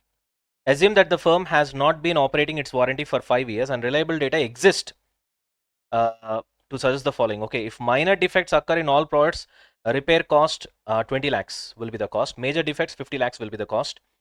The manufacturer's past experience and future expectation indicate that 80% of the goods sold will have zero defects, 15% of the goods sold will have minor defects, 5% of the goods sold will have major defects. Calculate the expected value of the cost of repairs in accordance with the requirements of Ind AS 37. Ignore income tax. Very easy.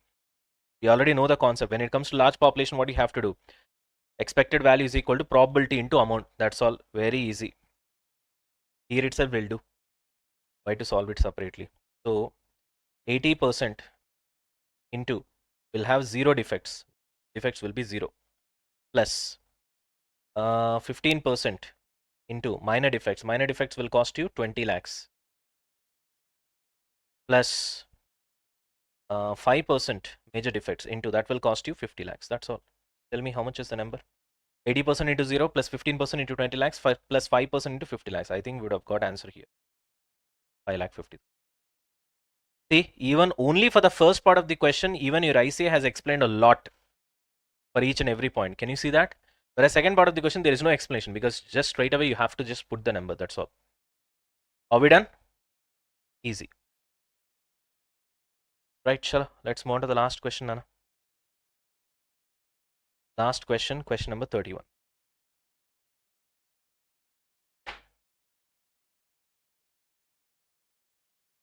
Now, this one is also a decent question, Nana, but it's okay.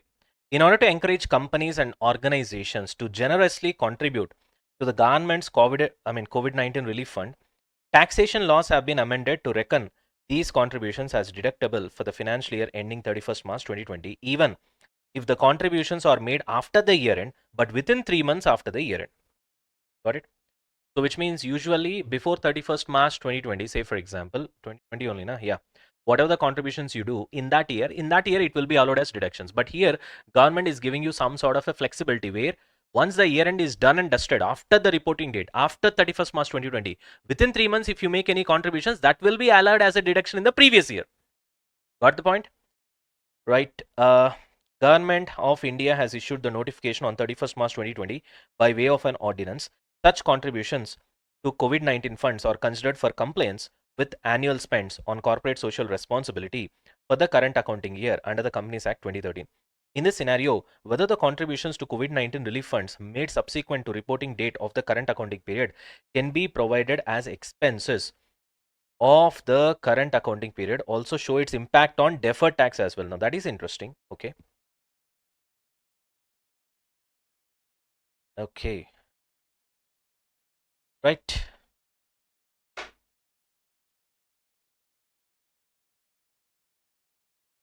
Now tell me one thing, Nana. First of all, if you look at this particular question, I've highlighted the word if over here already, which means whatever the contributions that you're going to make with respect to COVID-19 relief fund is voluntary. It is not mandatory. So the moment it is voluntary, it's not mandatory. There is no obligation on your part. You understand the point? So this gives an option, incentive, not a compulsion. Not a compulsion. Clear? So is there any legal requirement for the company that mandatorily they have to make contributions to the COVID-19 relief fund? No. And moreover, management may decide after 31st March 2020 whether to contribute or not. Correct? So there is no obligation, which means automatically there is no need for you to create a provision. As simple as that. You understand the point? After that, let's say in the next year, suppose if you are making any, suppose you management decides, I mean next year after 31st March 2020, and then you make some contribution, that's okay. As far as our accounting is concerned, in next year I'll show it that as an expense. That's all. As of now, this year we are talking about which date? 31st March 2020. As far as this date is concerned, I don't have any obligation. When there is no obligation, there is no question of creating any provision. It's as simple as that.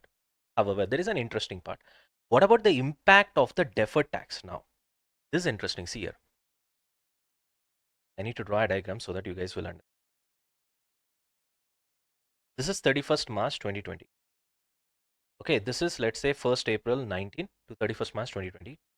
Then here 1st April 2020 to 31st March 2021. So we have 2 years over here. Now, after this year, within 3 months, if at all in future, if the management decides and if they make any contribution, then according to the government, the contribution will be allowed as a tax deduction in this year tax deduction, right? So which means you will pay less tax in this year, even though in your accounting you did not debit it in this year because you have contributed in this year. Na? According to the government, they'll give you tax benefits in the previous year. But as far as our accounting is concerned, we'll be debiting them as expenses in this year only. Accounting expense. So therefore, what is logically happening? In the last year, we did not expense it out in our accounts because of Ind AS 37. Because there is no obligation, therefore I did not put the expense, therefore I did not debit in my P&L account, although I got it as a tax deduction. In my books, I did not reduce it. But in Taxwala books, he reduced it, whatever the contribution that I've made. Are you able to understand? In this year, and then I paid less tax. But I know that in next year, I'll be actually making the contribution, and next year in my accounting books, I'll be debiting it. But Taxwala will not allow, because Taxwala will say last year I've already allowed this, which means next year I'll be paying more tax. Therefore, you have to create deferred tax liability. I hope you are able to understand this. Look at the answer over here. Do not recognize expense or liability for the contribution to be made subsequent to the year ended 31st March 2020 as it does not meet the criteria of present obligation, because it's a choice as at the balance sheet date. However, expected spending may be explained in the notes to accounts, and the same also will be considered in the measurement of deferred tax liability.